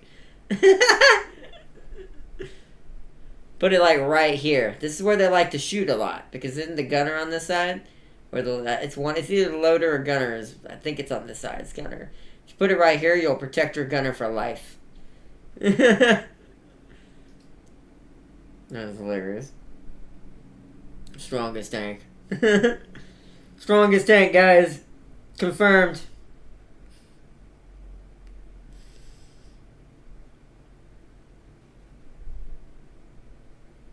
At least we get to do a miniature vlog this way.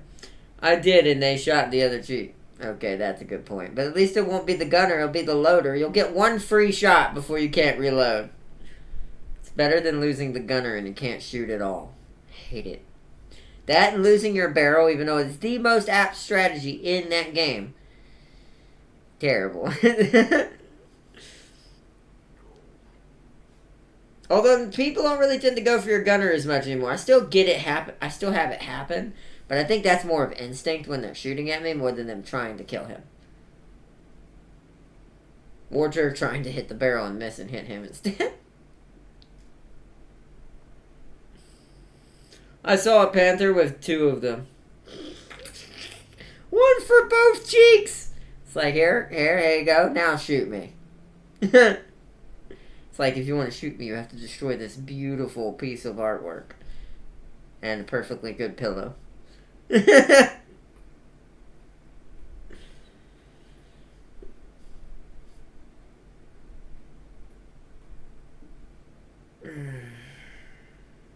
Tired. M51 don't have to choose. Oh no.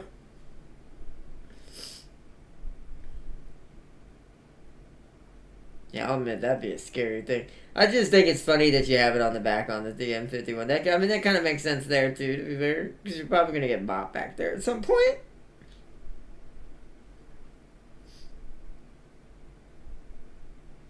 But yeah, this has been an interesting time. I do enjoy Steam Next Fest now. Like I never knew it was this big, and that they did this many demos for games. And some of these demos are pretty lengthy, as you saw. We could do a whole nother level in Galacticare. If that demo is still going sometime this week and might have time for it, we might do the other mission for the fun of it. But that's if schedule permits. I do have to get back on schedule this week, so we got to go back to finishing Alien and Diablo and do some co-op. Also have one, I don't know why I'm reading it down there. Also have one hidden on my Magok 1. Oh, you have it hidden. It's like it's in a spot where it's like secretly stashed away. He doesn't want them to see it. She's hiding.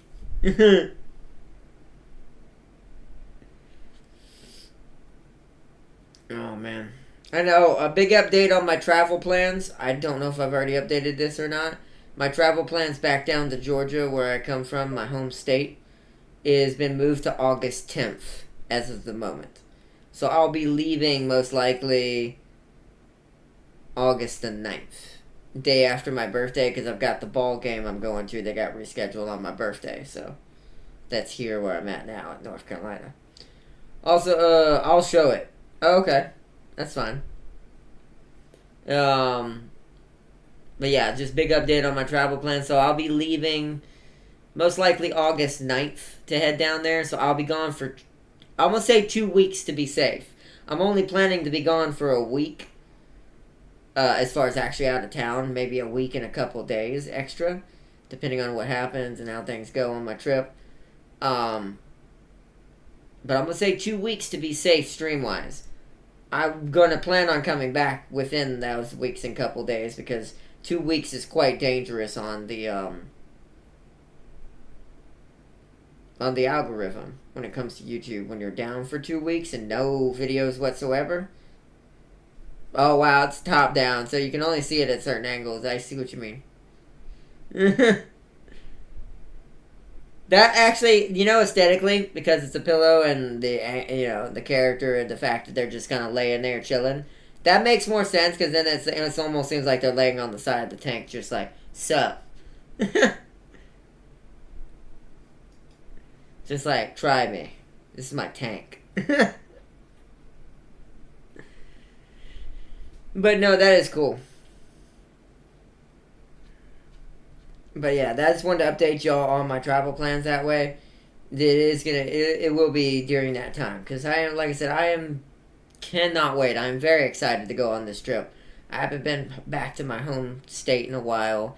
Gonna be going to my hometown and another town I lived in for a long time. Hometown, of course. I lived in that for a long time. About 12, 13 years of my life. And then I stayed in another little smaller town when I came back to my home state for a little while. And then ended up, and then better. Okay, now that makes kind of sense too, kind of leaning up against the back of the Panthers turret. That makes sense. Also, it's blocking the opening. Like the hatch is protecting the hatch. That way no one knows it's there. But yeah, I can't wait. This trip's gonna be so fun. I'm gonna be going down just to kind of explore, see what's changed, and maybe even go downtown a little bit. It depends on what happens in my budget, because I'm gonna be running on a certain budget anyways on this travel. With me and my bro Shadow Scar, shout out to him. He's gonna be helping me out, but we're gonna be checking some things out, and like I said, just chilling. So I will still shoot it. I know you will, Farseer. It only works on certain tankers, or let's just say certain tanker genders. Actually, no, not even that. No, that's not even true. It only works on people who have a preference towards anime. When it comes to stuff like that, those are the only people who aren't gonna shoot that. I very well know you'd insta shoot that, Farseer. I respect that. That means you show no weakness. You're like, I will destroy it. Farseer drops a PE-8 5000K, a 5K bomb on it. Boom! Poof.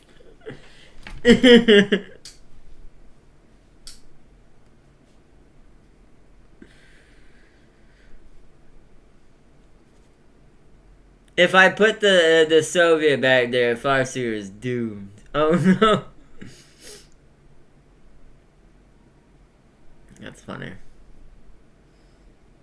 Farseer, what you mean? Farseer is doomed. I'm pretty sure she showed you how quickly she's willing to bomb you, even if you're nearby. Like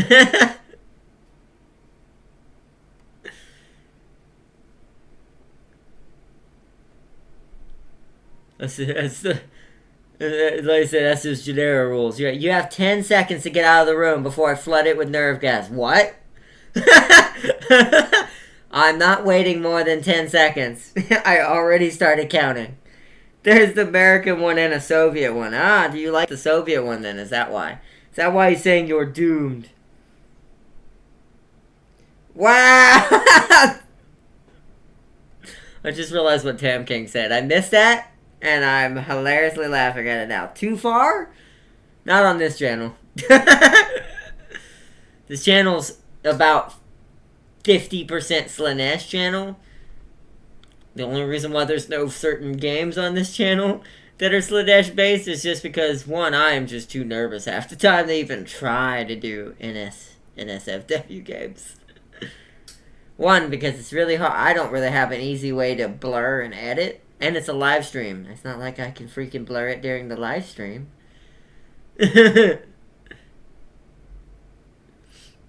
So it's like... So other than that, other than the game types, this is still technically a 50% Slaanesh channel. So, no, you're about right, Tam King.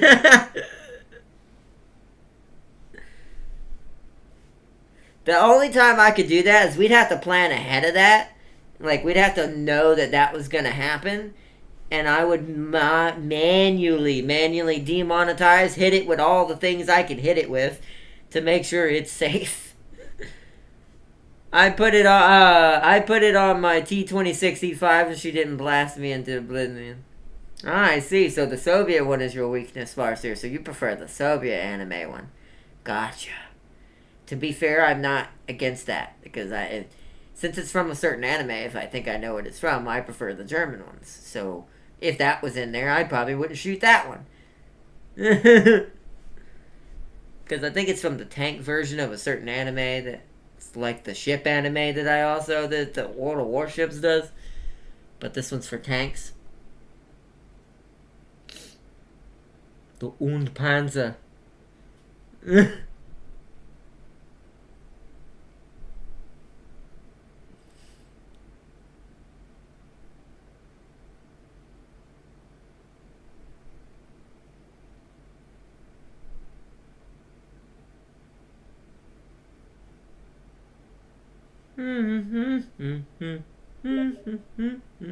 If I had the German one, Ardnot, would hot shoot my rockets. Probably would not shoot my rockets. It said hot shoot. That's almost worse that it said that. Not shoot rockets is what it meant to say. Yeah, because you just put it on your rockets, and I'd be like, damn it! I'd slowly kill you one crew at a time just for that.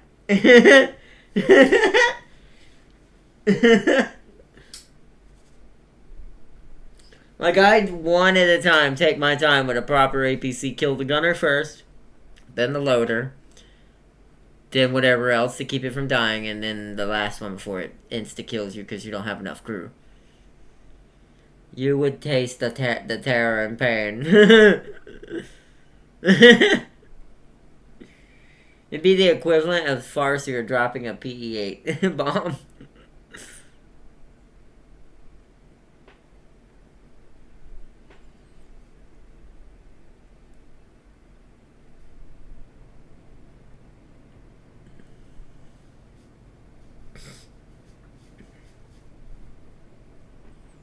Because I will,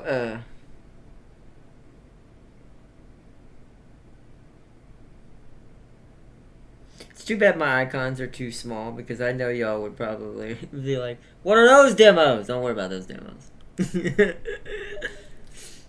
British James would, FV 4005. Yep, he would.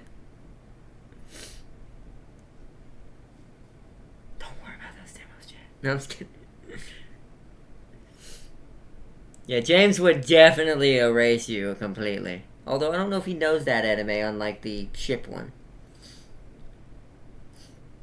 The equivalent to him doing that to you is you'd have to put Belfast somewhere on your tank. Or, what is the other one?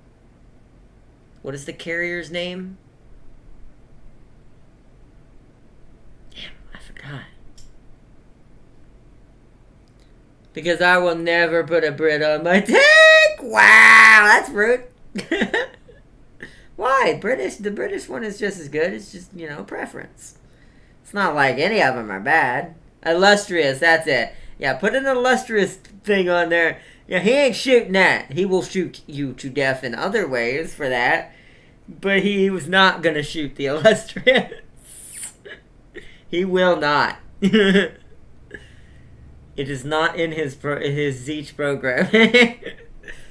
That actually it is. It's in the programming to say this is part of his chaos. He cannot shoot illustrious.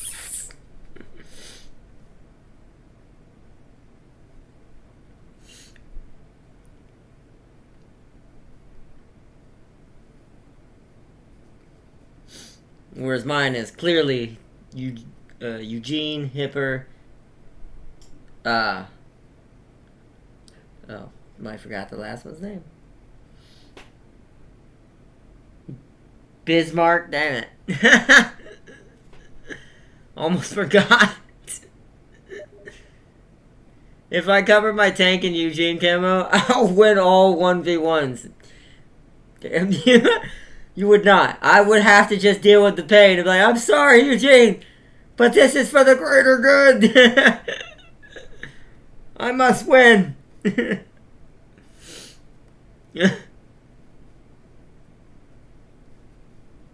I will say you did guess the right one there. Eugene's probably the strongest of the weaknesses. Bismarck's decent, Hipper's decent, but Eugene, yeah. That one's a big weakness.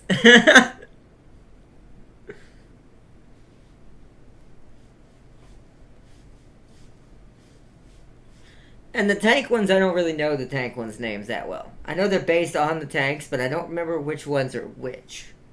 So, to be fair, I couldn't tell you which ones are on those little... Like, I can't even tell you which one that American one is. Clearly, it's an American one. But I'm not sure who that is, so... I only knew the ship anime a little bit more. I have seen the tank anime a little bit as well, but not as much. So...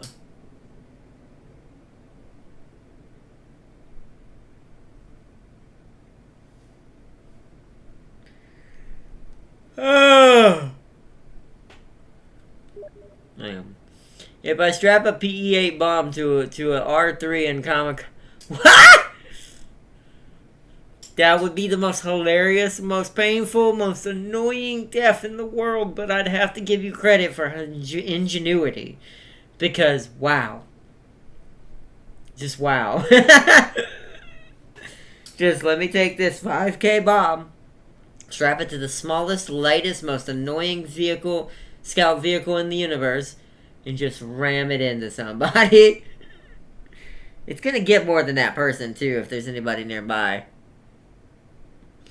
Like, or that tank. It's gonna get multiple. Could you imagine they didn't see it? Like, it's coming up behind them, but it's not shooting, because it doesn't want to get position away, because there's no point. It's just gonna ram them. They would be running if they see it, but you know how slippery R3s are? R3s are very low profile. Sure, it's carrying a 5K bomb, but you know, it's like, I just, it's not going to shoot you. I wouldn't. Like, under normal circumstances, you would hide, shoot, then move, hide, shoot, move. But in this case, there's no point in shooting. Just hide, run, hide, ram. Boom, there goes everybody.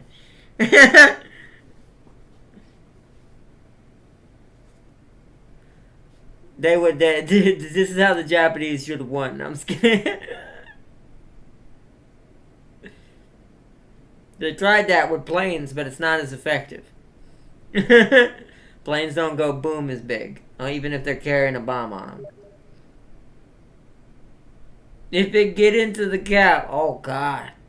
That's what I'm saying. Like, let's say you have a cap that the team's locked down. They're all camping inside the cap zone. Just run that R3 in there and be like, ah! Boo!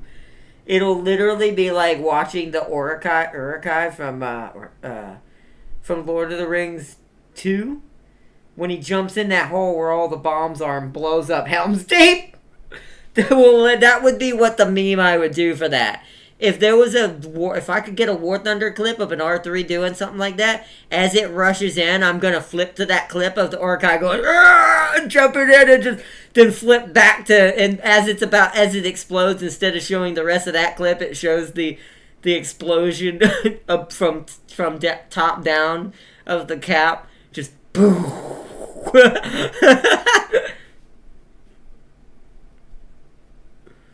This is like, that would be hilarious. See, that would be a short I would create. If I had the ability to make that short and an R3 could actually do something like that, that's a short I'm putting on my YouTube channel.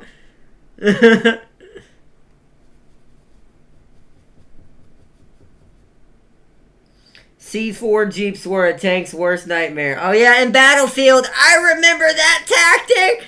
God, I hated that tactic as a tank pilot in Battlefield. That freaking tactic was my freaking nightmare. Because it's really effective. It really is. Because the way the physics work as the vehicle is in motion when you jump out of it in Battlefield, in 3 and 4, the Jeep keeps its momentum.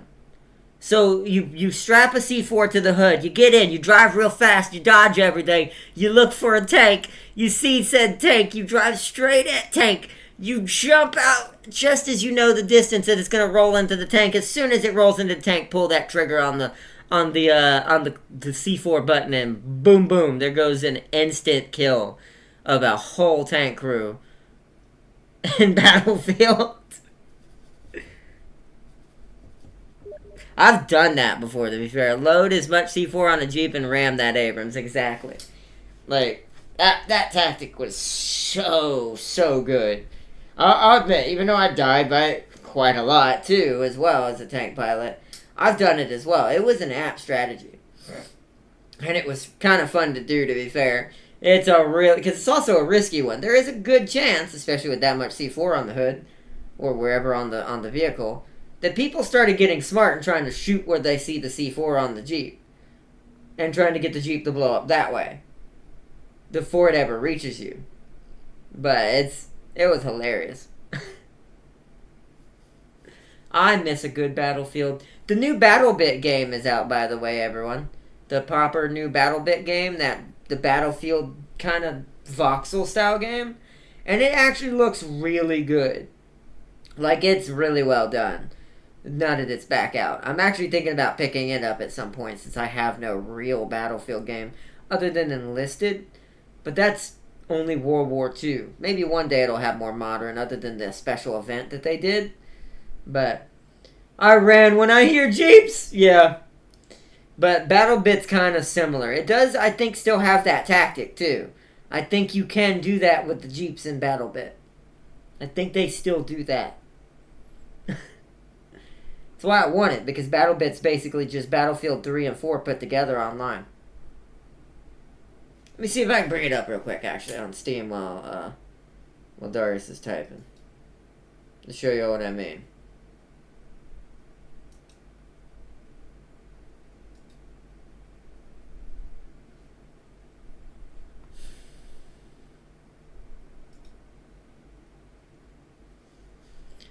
Alright, let me type this up.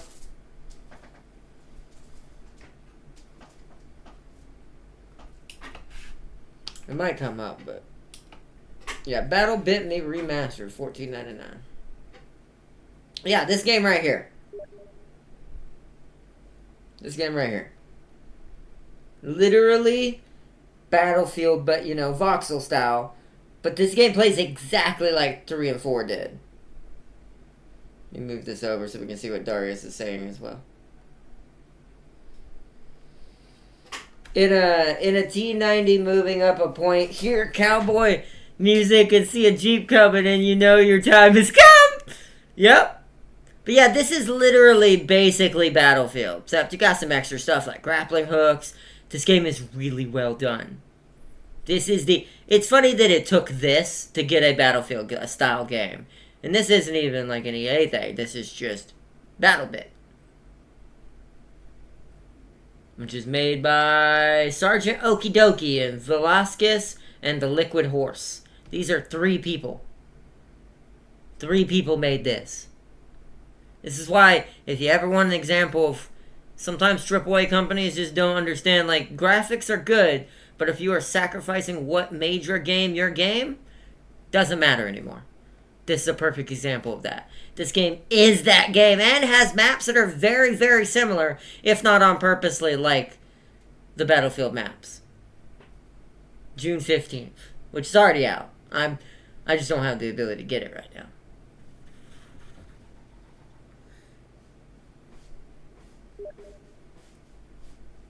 "2042 recovered a bit due to BF Community Stockholm Syndrome."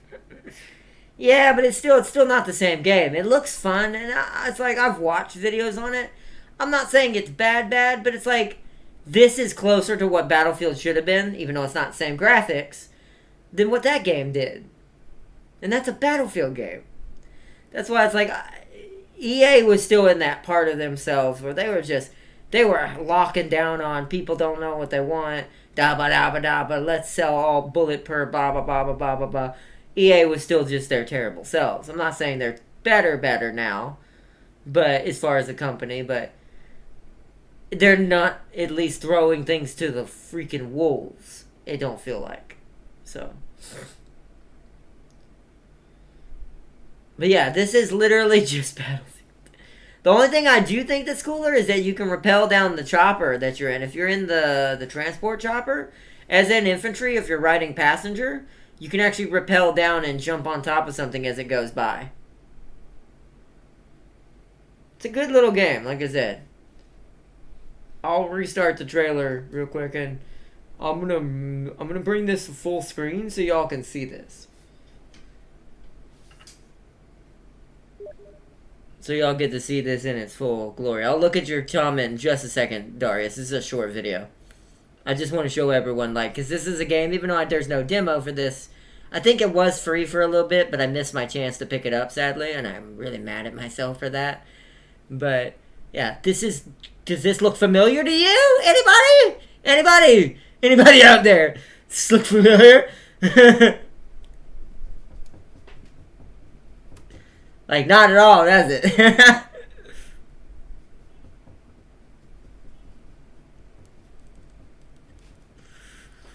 Like I said, I will be definitely picking this up at some point as well.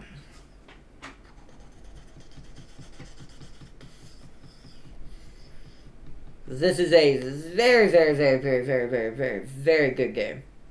And like I said, I've been itching for a proper actual Battlefield. The only thing this is slacking on is the next-gen graphics. But to be fair, once again, I'm one of those, I don't care about that. If it's there, beautiful. Like Marvel Spider-Man, it's meant to be beautiful. But some games are just better when their gameplay is what sings the loudest. And I do feel like for a Battlefield-style game, that's what's most important. So you said, the BF community needs a new home. They do. Well, I'm almost positive they're coming over here. Like, I would come over here if I were a BF player, which I am going to do that. Restart it. Like, there's also a ridiculous amount of players. Some of these maps have over almost 200 people on it. It's ridiculous. And since I've actually seen live matches of this on other, my favorite YouTuber's channel, I do know this actually does support that. Look at all that. Look at that craziness. I admire when 3 dudes can make something to this scale and this fun looking and awesome to play. This is what game development should be.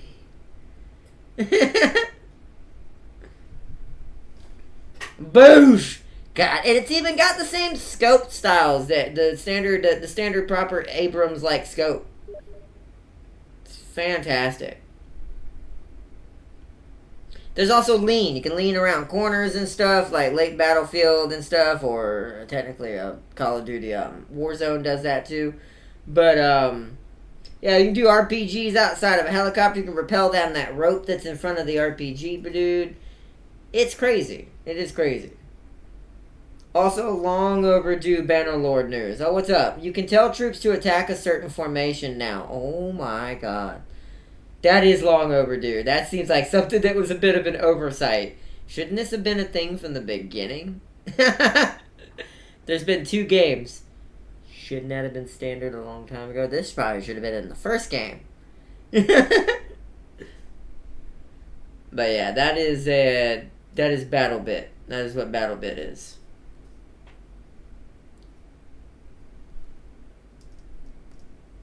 Let's see. I want another Operation Flashpoint game, is what Tam King said, and then Farseer said, "Oh, this brings back memories of Rage." I mean, yeah, but Rage and fun. That during that time, and that's actually something also funny about today's gaming standards. Back then, it was a fun rage, right? When you raged on a game, it was because, "Oh, he killed me, shot my helicopter down, you." Like that kind of rage. But that was fun rage. It was more competitive, easygoing, like actual gamer fun play rage. Not the rage that you see today and other things involved in gaming that shouldn't be there now. But yeah, I agree. But that was the good type of rage. Like, you enjoyed, it made you want to play even more. It's like, "Oh, I'm going to get that guy that took down my whole squad. Or my chopper, I was piloting my Black Hawk where I was transporting troops. He going down now." And even if you weren't that good, you would spend like death after death just trying to find that one dude just to kill that one person. It was so fun. I missed that about Battlefield. I miss just fighting for the objectives, the chaos of the battlefield itself with all the vehicles, the troops, the setting up things, the chaos of just players in general. It's like, and BattleBit captures that 1000%. So, yeah, but Operation Flashpoint would also be another good game. That would be a good game to be brought back as well. The rage when someone rams your hind with a Humvee. Oh, you got hit by one of those. See, it's way more crazy when someone pays attention to the chopper in a Humvee long enough to wait till it lands to do that tactic. I've had that happen too. That's why I said those are the classics. That's classic BF behavior, Battlefield behavior. Sounds strange because that sounds like I said boyfriend behavior. But classic BF behavior, but classic Battlefield behavior is just Humvees ramming helicopters, people using RPGs to shoot down jets. I miss that.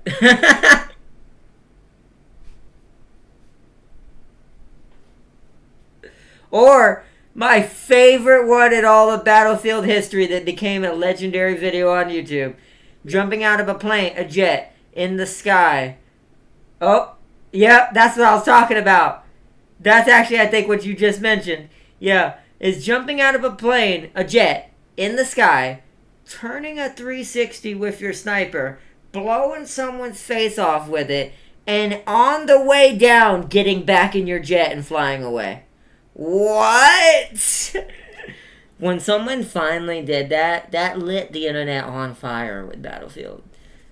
I mean, even I was like, I tried to do this. I think I've only ever done it maybe once. It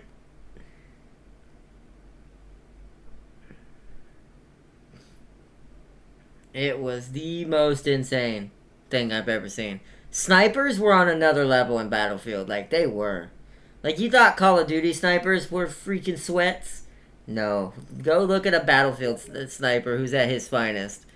The shot that broke the community and someone's controller. Exactly! Because I'm like, bro, what did that dude just do? And it took and you watch it several times because it happens so quick.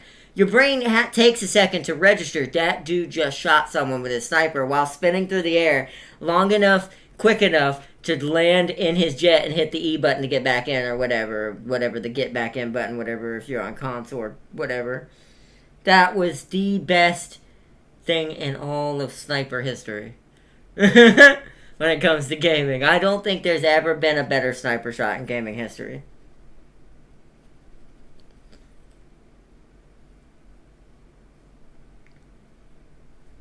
Like I said, that's Battlefield will always be remembered as what it was. That's why I think BattleBit is very important, because it's helping those people who want to keep that memory going or have a way to experience that memory still in their own way and in their own game. Still have that option. I don't know if you can do that trick in BattleBit. I don't know how good the physics are with the jet versus falling versus the character falling and all that. Because the irony in Battlefield is the jet actually does fall faster than you until you start making yourself fall faster. So, if you're good, you really can pull that trick off. Second best was the Russian guy who jumped out and RPG'd another jet and got... Oh, I've seen that one too. Yeah, that one's good too. I've seen that too. That one's less because it's a bigger bullet. But the fact that instead of dogfighting his target, because he knew he couldn't outmaneuver him, right? His jet was nowhere near as good at making turns as the one chasing him. So he's like, alright. So he decides, go straight up, jumps out or something like that from what I don't remember the exact details, but he goes up or something like that. He jumps out, takes out the RPG, shoots the jet chasing him, and then gets back in the jet. And I'm like, my bruh. Like, dogfighting to a whole new level. That's how you know you're a professional dogfighter, when you yourself are more dangerous than your jet.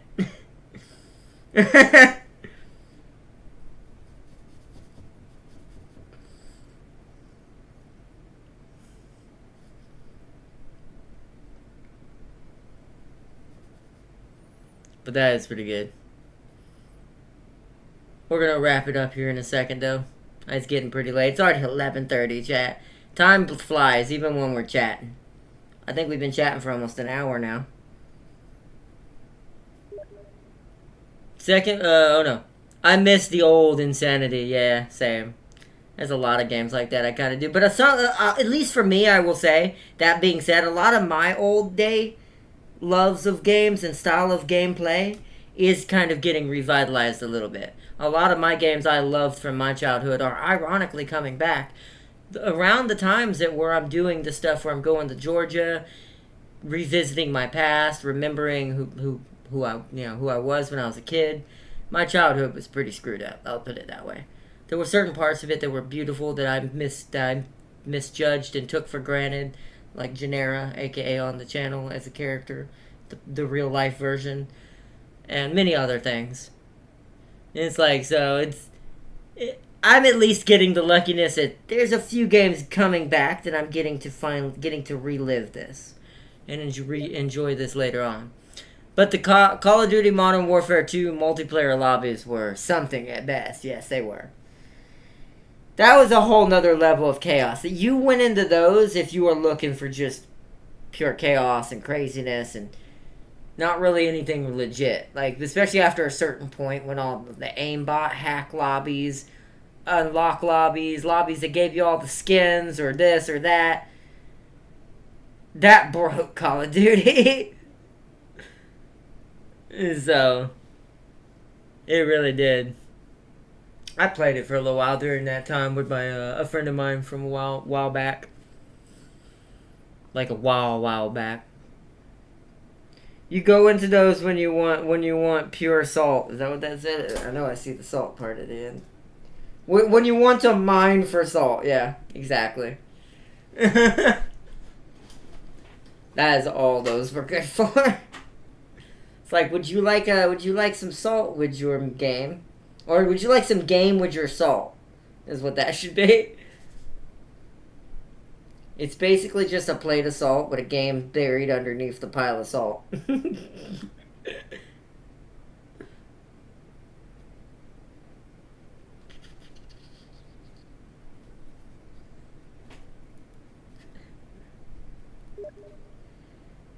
The thing, yes, that's another thing.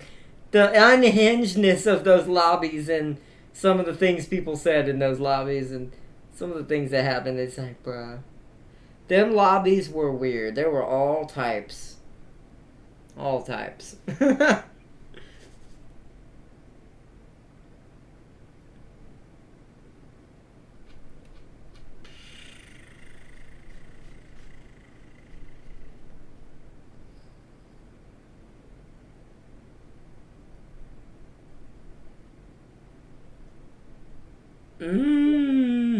Well, gonna grind for money because I got more research than Silver Lions. That's the same as me right now. Although you probably have less than I do because you were running a deficit when we were playing. So it's still that way though. More research than Silver Lions. I have a tank I can't even buy right now for my 7.3. That's a light tank. It's 270,000.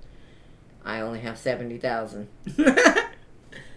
But I'm getting plenty of research, guys. That's actually what I'm about to do, probably, until I get ready to go to bed. Then I'm going to get off console.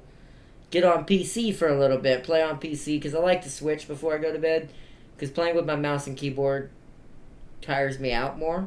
I know that sounds strange. But instinctually, my body's used to a console control.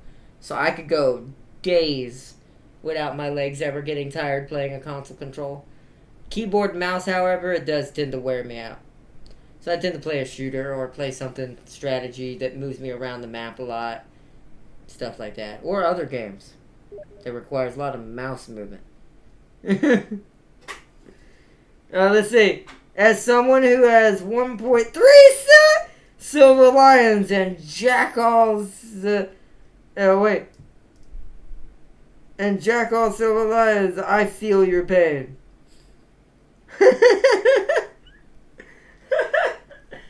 Dang, Farseer, cold. Cold steel right there. Cold as steel. But I appreciate it. Oh man, cold as steel.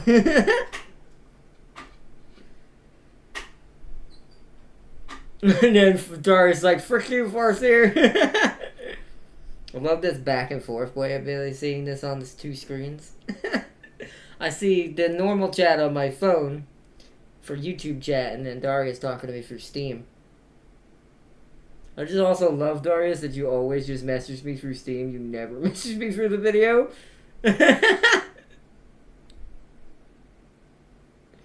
I got lucky with a crate. Yeah, see, that's what I'm hoping will happen soon. That's also why I've been playing it more. To get that daily spin for the crate and hope and pray it gives me the million one day. Then I can just put this behind me, and the mistakes I made going too much into every faction. It's terrible. If I could go back to Little War Thunder me and go, don't stop playing the Germans. Why? Because they're going to regret it. Trust me. They're going to add modern. They are? Because I wouldn't have known back then. Because back then it was just World War II. And I wanted modern in that game. So if I told myself that, I would be like, okay. I'd have grinded every German in that whole entire World War II all the way up to like Tiger 2 and left it at that when it used to be end at the Tiger 2. That's how long I've played War Thunder. God. I'd be like, hey, don't stop until you have all the Germans done. Then you can move to someone else until they add new tanks. Because then I could have done it as I go, you know? But no. Me dumb.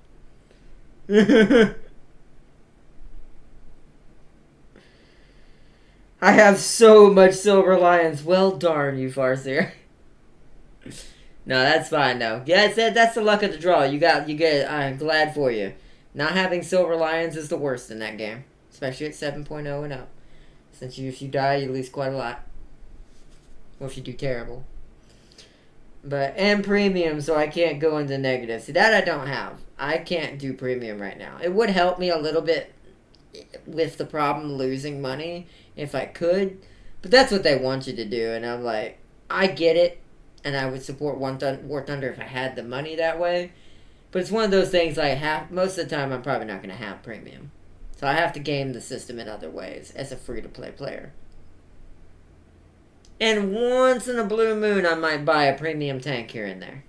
Just because unlike War of the Tanks, they're mostly just for the show and the fun of it. And also it's a good way to grind money, to be fair. There is another trick I could do, but I don't have enough tanks with it to make it work fully. I could just go do my XM1 on America that I have as a premium. Because I do know how to use it pretty well, even doing bad. And if I get any kills on that, that's quite a lot with boosters. Because it's like 9.0, something like that. 8 point something.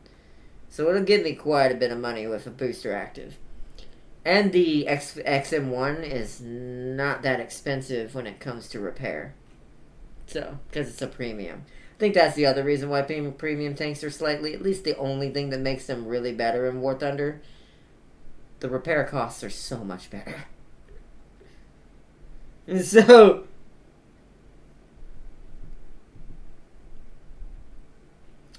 gonna convince Darius to buy the Wolf Pack. Ah, yeah, that's a good one. That's a good one. Nice, nice.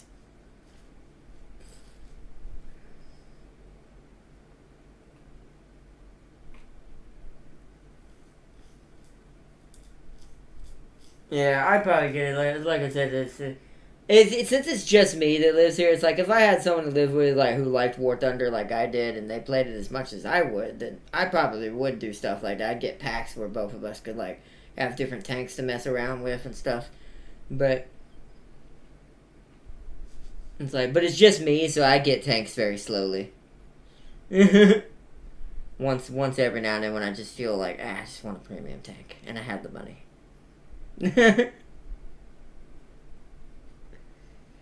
Or the M1 KVT, that's a good one too. I like a lot of them. There's a few on the German that I want, and then there's also of course there's a couple on the American I for sure want premium wise.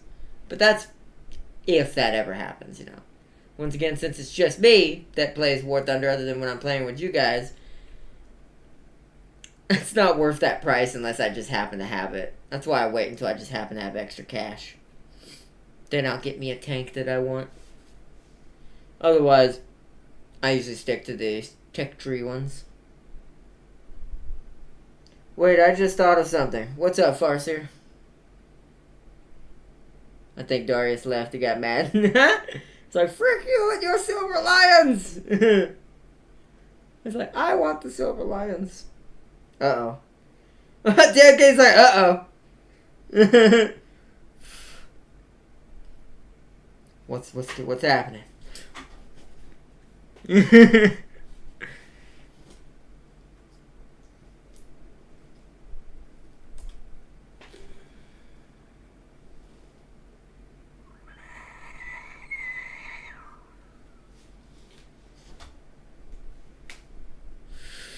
A bunch of Cold War takes for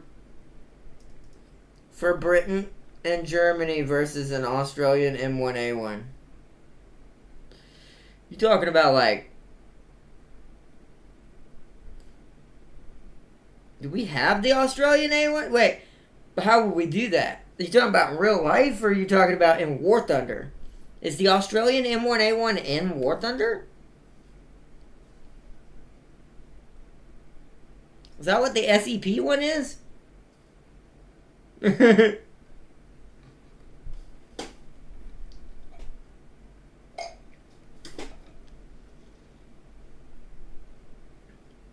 Oh, Darius has it. Well, he'll message me if he heard that. I think he already left, but I'll have to look at it. I didn't know it was in there. I mean, that's a cool strategy. If you mean like setting up a... Oh, it's the premium one. Oh, yeah, I don't have that one. That is one of the ones I wanted. I didn't know that was Australian. But, then again, I didn't really look at the flag either, I guess. But, that would be a cool custom match where we do a bunch of Cold War tanks from Britain and Germany versus the premium M1A1 Australian tank, Abrams. I'm down for that.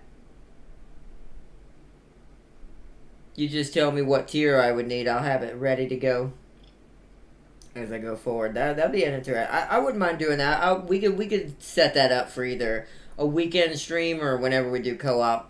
I don't know what the plan is for tomorrow. I don't know what we're playing if we do co-op tomorrow, because James's schedule is kind of out of here. So right now, let's see. GG, y'all. Catch you next time. You too, Tam King. You have a good night, bro. I'm fixing to wrap it up here anyways. I will talk to you tomorrow if we do any co-op videos or decide to do Diablo or something. So, but I'll hit you up, Tam King. You have a good one. Thanks for joining, bro. Big shout out to Tam King, everybody. It has a laser rangefinder and thermal. Has a sniping god. Oh, well, yeah. If it's got both of those, that makes sense. So he has a sniping god advantage. So light vehicles would be the better option there, because it would be harder to hit, and also I'd be a better chance to close that distance. Sadly, Germany doesn't have too many. See, this is where I would need my little Raktoffen Automat. Whatever you call it. Rakatan. The Rakatan Automat. If I had that, that'd be a good little light vehicle for that scenario. As long as I don't get hit, don't get seen, I'll sneak up and just pop a bunch of grenades. By R9, I tried to fight, but he popped. Hold on. He popped me from halfway across the map. Well, I expect that. That's why you're going to need to be, well, we all would need to be smart with our cover management and where we would be as we aggress him.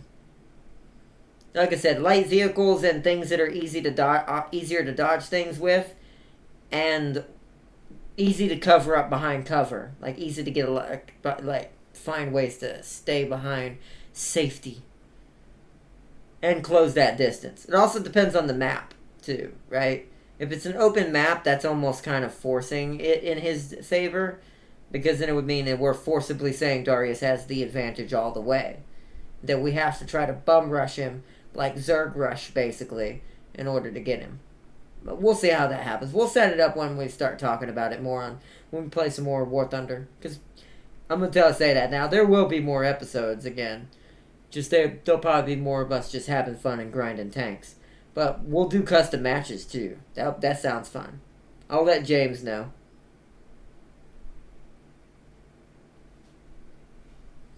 Let's see, laser range fire, snap on, and the thermals. Yeah. Yeah, it helps him see the range, but he still wouldn't be able to, he'd still have to make, he would still have to, gain me and know how far to shoot ahead of me. The Abrams does have a pretty straight shooter, though, so it's more about cover management more than anything.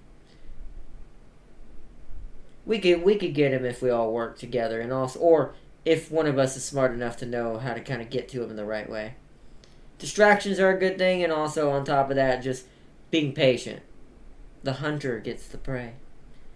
But sometimes the hunter must wait all day. No, it automatically locks on. Does it? I don't know if my laser rangefinder does that. Does it do that in realistic? Because, I mean, it would be on realistic. I don't know. I'll have to try that out. Because I don't have that tank, though. I would have to get the laser rangefinder on my, what's it called? I don't know if I have it unlocked. I don't think I do yet. I've never seen the laser. To be fair, I haven't got to use it much. Modern rangefinder does it. Oh, the modern one. I'd have to go try it. The XM1 don't have it, I assume. So, probably not modern enough. At least not that laser finder. It has probably a standard, normal one. I'll have to try it. But does it move the gun for him, though? See, that's what I mean by... It doesn't matter if it locks on the range automatically. That I'm fine with.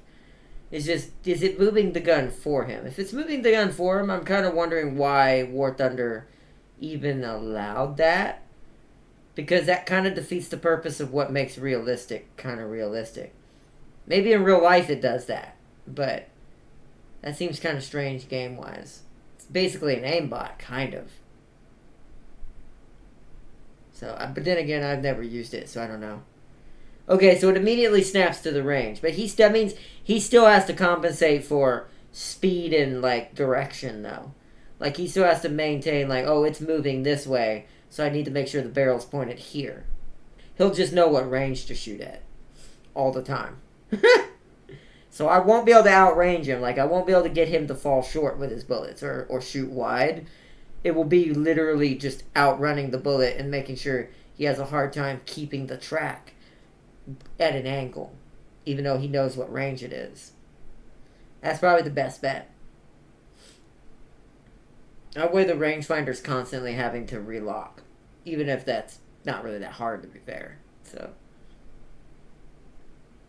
oh yeah, if you stay still, you're dead. Yeah, that's 100,000%.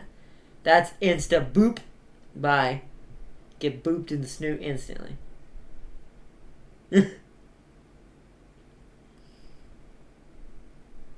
But that is agreed.